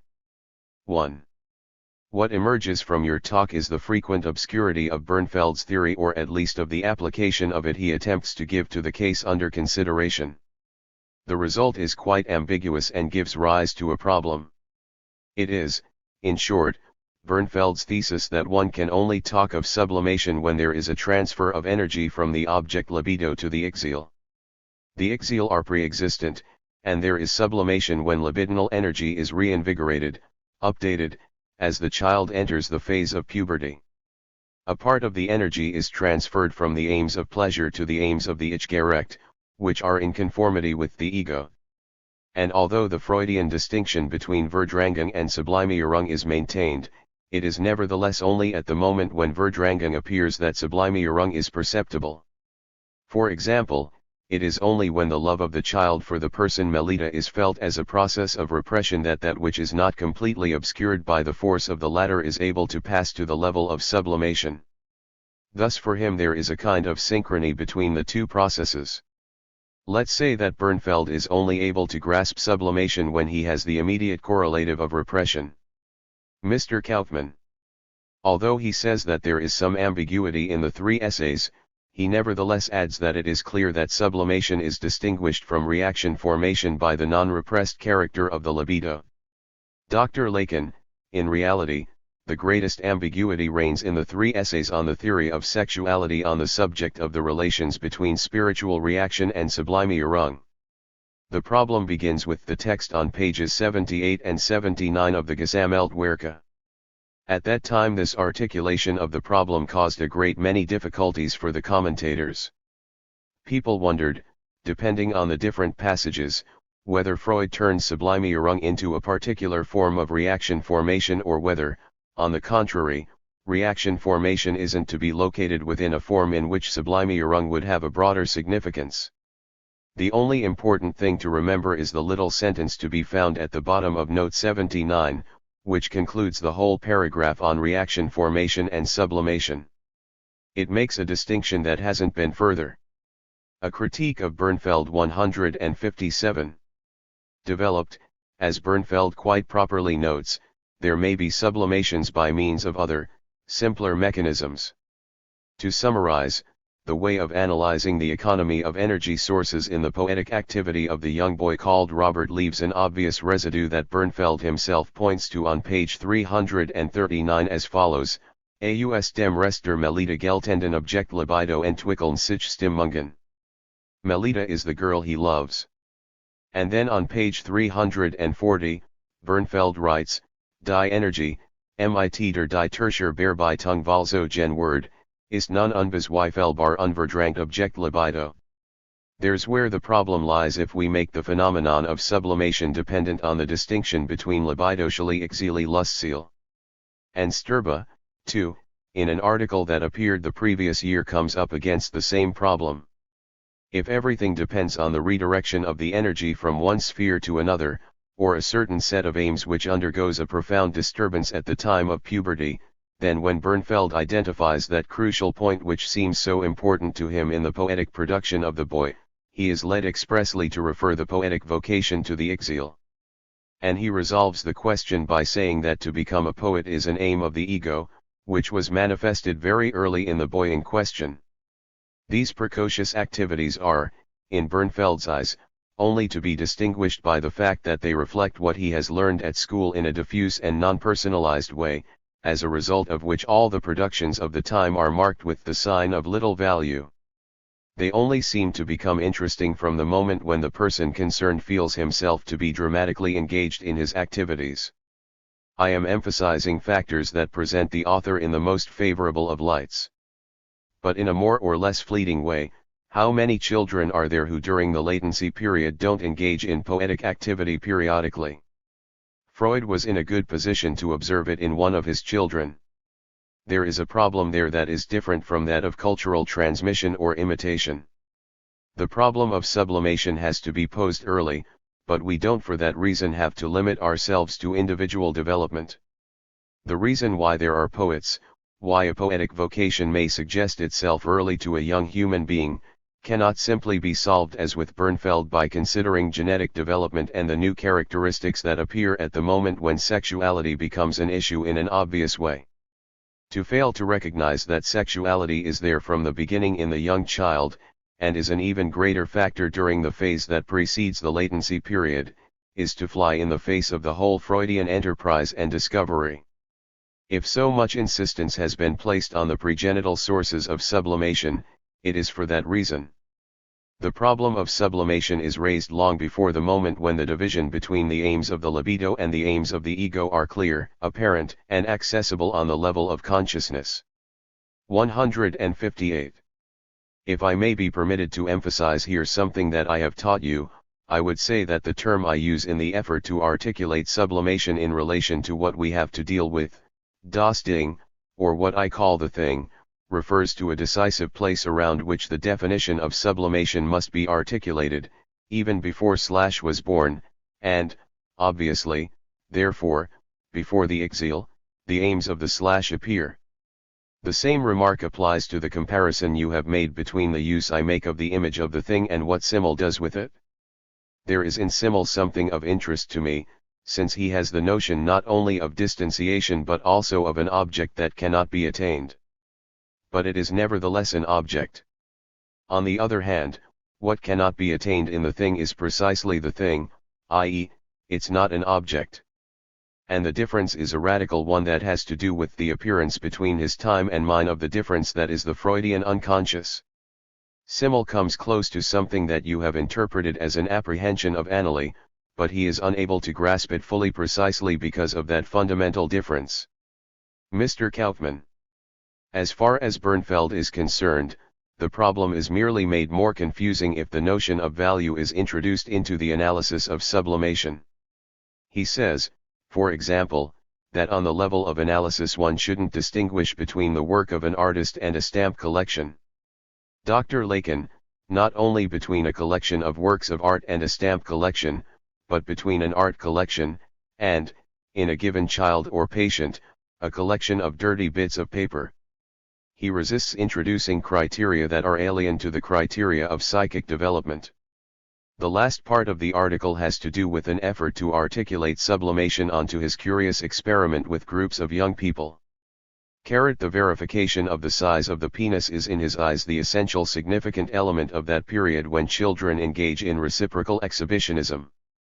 According to him, there is here a conflict between the ego and the object libido. On the one hand, the ego exhibits itself narcissistically as the most handsome, strongest, and biggest. Another part is opposed to the ego because it goes in the direction of genital excitation.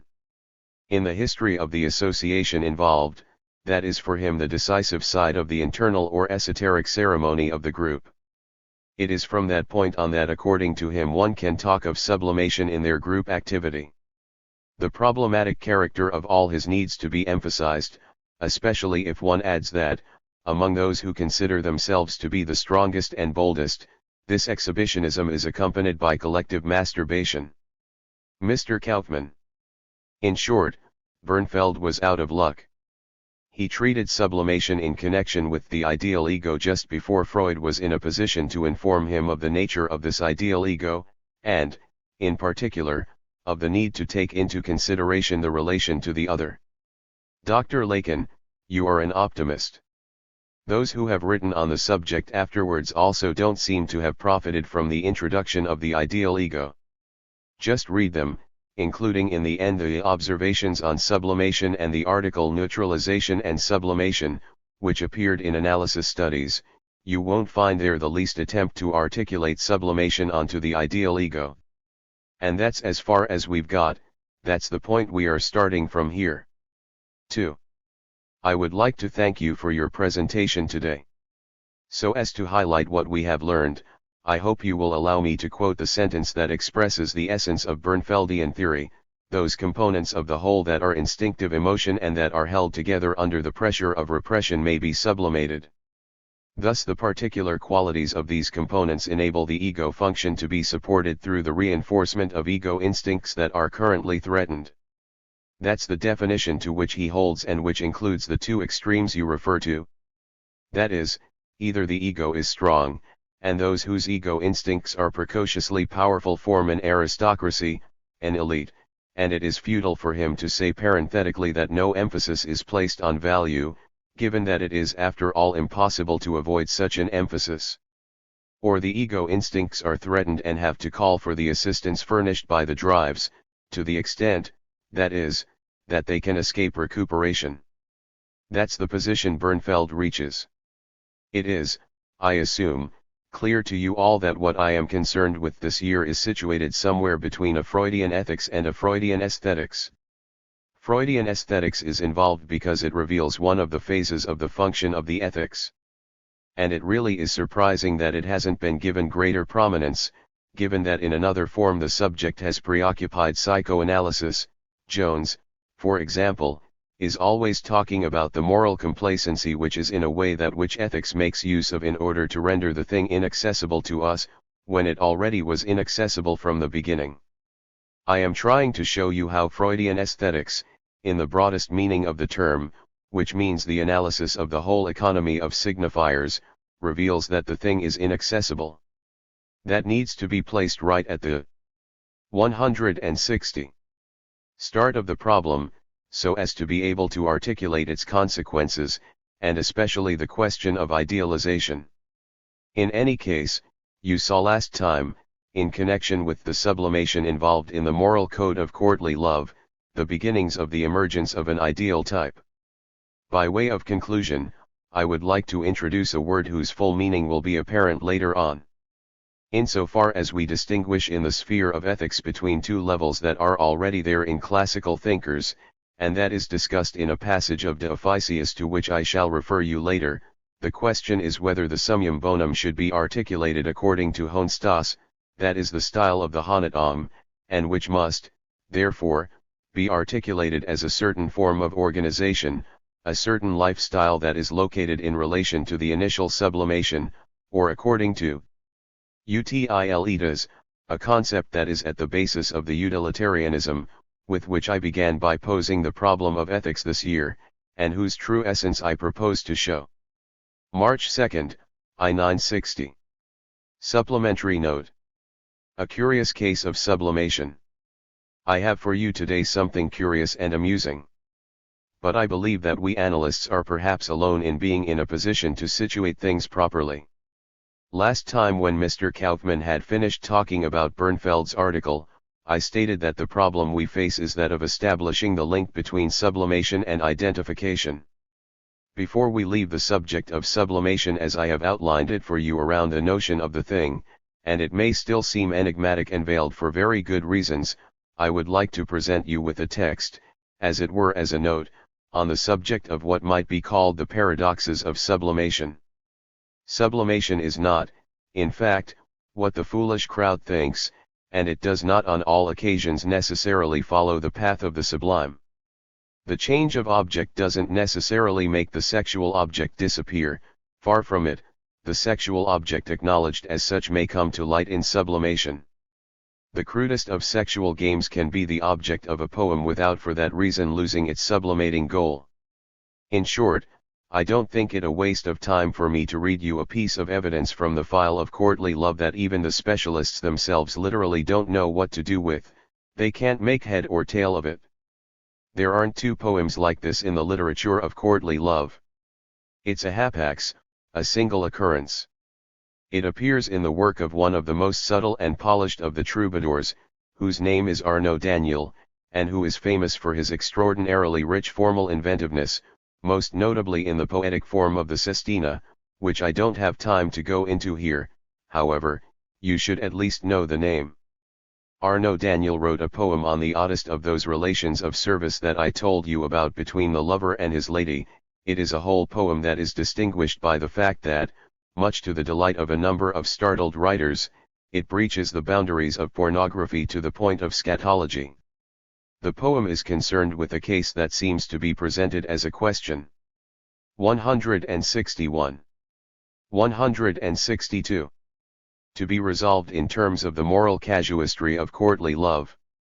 The case involves a lady, called Domna Ena in the poem, who orders her knight to put his mouth to her trumpet, an expression that is quite unambiguous in the text, and the order is designed to test the worthiness of his love, his loyalty, and his commitment.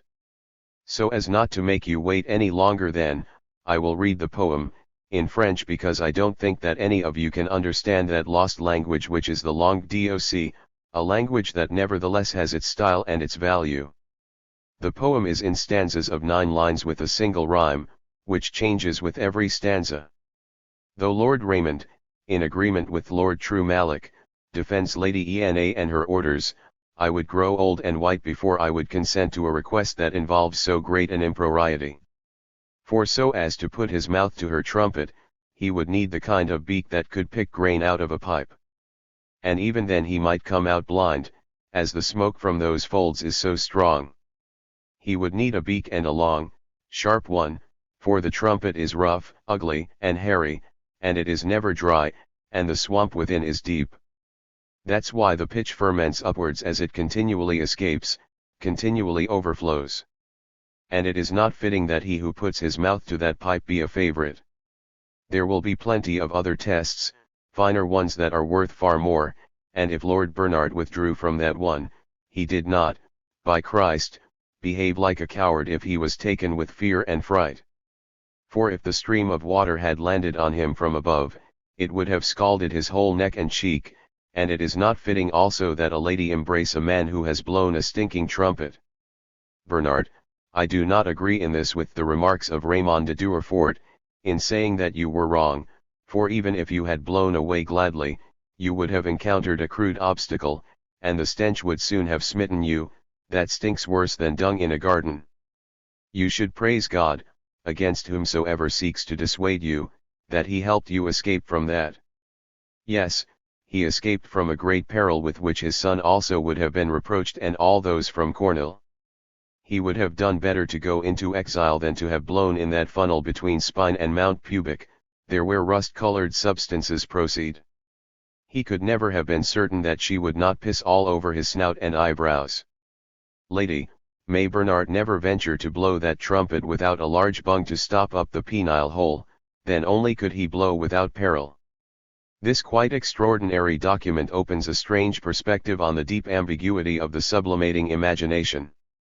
One should first note that all the poetic works of the Travers and Troubadours have not come down to us, and that we only find some of Arnaud Daniel's poems in 2 or 3 manuscripts. Yet this poem, whose literary merit goes far beyond what a translation is able to reveal, not only was not lost but is to be found in some 20 manuscripts. We have other texts which show that 2 other Irivaraci Trumalic and Raymond de Durfort participated in this debate, arguing on the other side, but I won't go into that. We find ourselves here faced with a sudden reversal, a strange reaction. Heaven knows that Arnaud Daniel went a long way in the direction of lending the greatest subtlety to the pact between lovers. Doesn't he push desire to the extreme point of offering himself in a sacrifice that involves his own annihilation? Well, he is the very same one who turns out to have written a poem, however reluctantly, on a subject that must have concerned him in some way for him to have taken so much trouble with it. The idealized woman, the lady, who is in the position of the other and of the object, finds herself suddenly and brutally positing, in a place knowingly constructed out of the most refined of signifiers, the emptiness of a thing in all its crudity, a thing that reveals itself in its nudity to be the thing, her thing, the one that is to be found at her very heart in its cruel emptiness. That thing, whose function certain of you perceived in the relation to sublimation, is in a way unveiled with a cruel and insistent power. It is nevertheless difficult not to note echoes of this elsewhere, for the oddness involved is not without precedence. Remember, for example, the origin of the flute evoked in Longus's pastoral romance. Pan pursues the nymph Syrinx, who runs away from him and disappears among the reeds. In his rage, he cuts down the reeds, and that, Longus tells us, is the origin of the flute with pipes of unequal length. Pan wanted, the subtle poet adds, to express in that way the fact that his love was without equal. Syrinx is transformed into the pipe of Pan's flute. Now on the level of derision that is to be found in the strange poem that I brought to your attention here, we find the same structure, the same model of an emptiness at the core, around which is articulated that by means of which desire is in the end sublimated. I wouldn't tell all if I didn't add to the file, in case it proves useful, that Dante places Arnaud Daniel in Canto 14 of his Purgatory in the company of Sodomites. I haven't been able to pursue the particular genesis of this poem beyond that. I am now going to ask Madame Hubert to speak. She will be talking to you about a text that is frequently referred to in analytic literature, namely, Sperber's article entitled On the Influence of Sexual Factors on the Origin and Development of Language, but it also touches on all kinds of problems relative to what we have to say about sublimation. In his article on the theory of symbolism, an article on which I wrote a commentary in our journal but which, I have heard, is not particularly accessible to a reader, Jones expressly singles out the Sperber article. If, he says, 164. Sperber's theory is true, if we must consider certain forms of primitive work, agricultural work, in particular, the relations between man and the earth, as the equivalent of the sexual act, features whose traces are, as it were, retained in the meaning we give that primitive relation, then can this be explained by the process of symbolization? Jones says no. In other words, given the conception he has of the function of the symbol, he considers that what is involved is by no means a symbolic transposition, neither can it be registered as a sublimation effect. The sublimation effect is to be taken in its liberality, in its authenticity. The copulation between the ploughman and the earth is not a symbolization but the equivalent of a symbolic copulation. It is worth taking the time to reflect on that, and in my article I draw certain consequences to which I will return. Sperber's text appeared in the first issue of Imago, and it is perhaps even more difficult to find than the others. But so that it may receive its due, Mrs. Hubert has been good enough to concentrate on it, and she will tell us today what it contains. March 9, I 960. The Paradox of Jacques. 13. The Death of God. On Sexual Symbolism. From the Neumann to Moses's Message. The Great Man and His Murder. Freud's Christocentrism. Jacques and Dead. If I wanted you to be acquainted with Sperber's article, it is because it is coupled to our sublimation train. 1. I will not engage in a serious critique of the text, for I hope that after several years of following my teaching here, most of you have found something irritating in the way in which Sperber proceeds. Though his goal is undoubtedly interesting, his mode of demonstration has its weaknesses. To refer to the fact that words with an original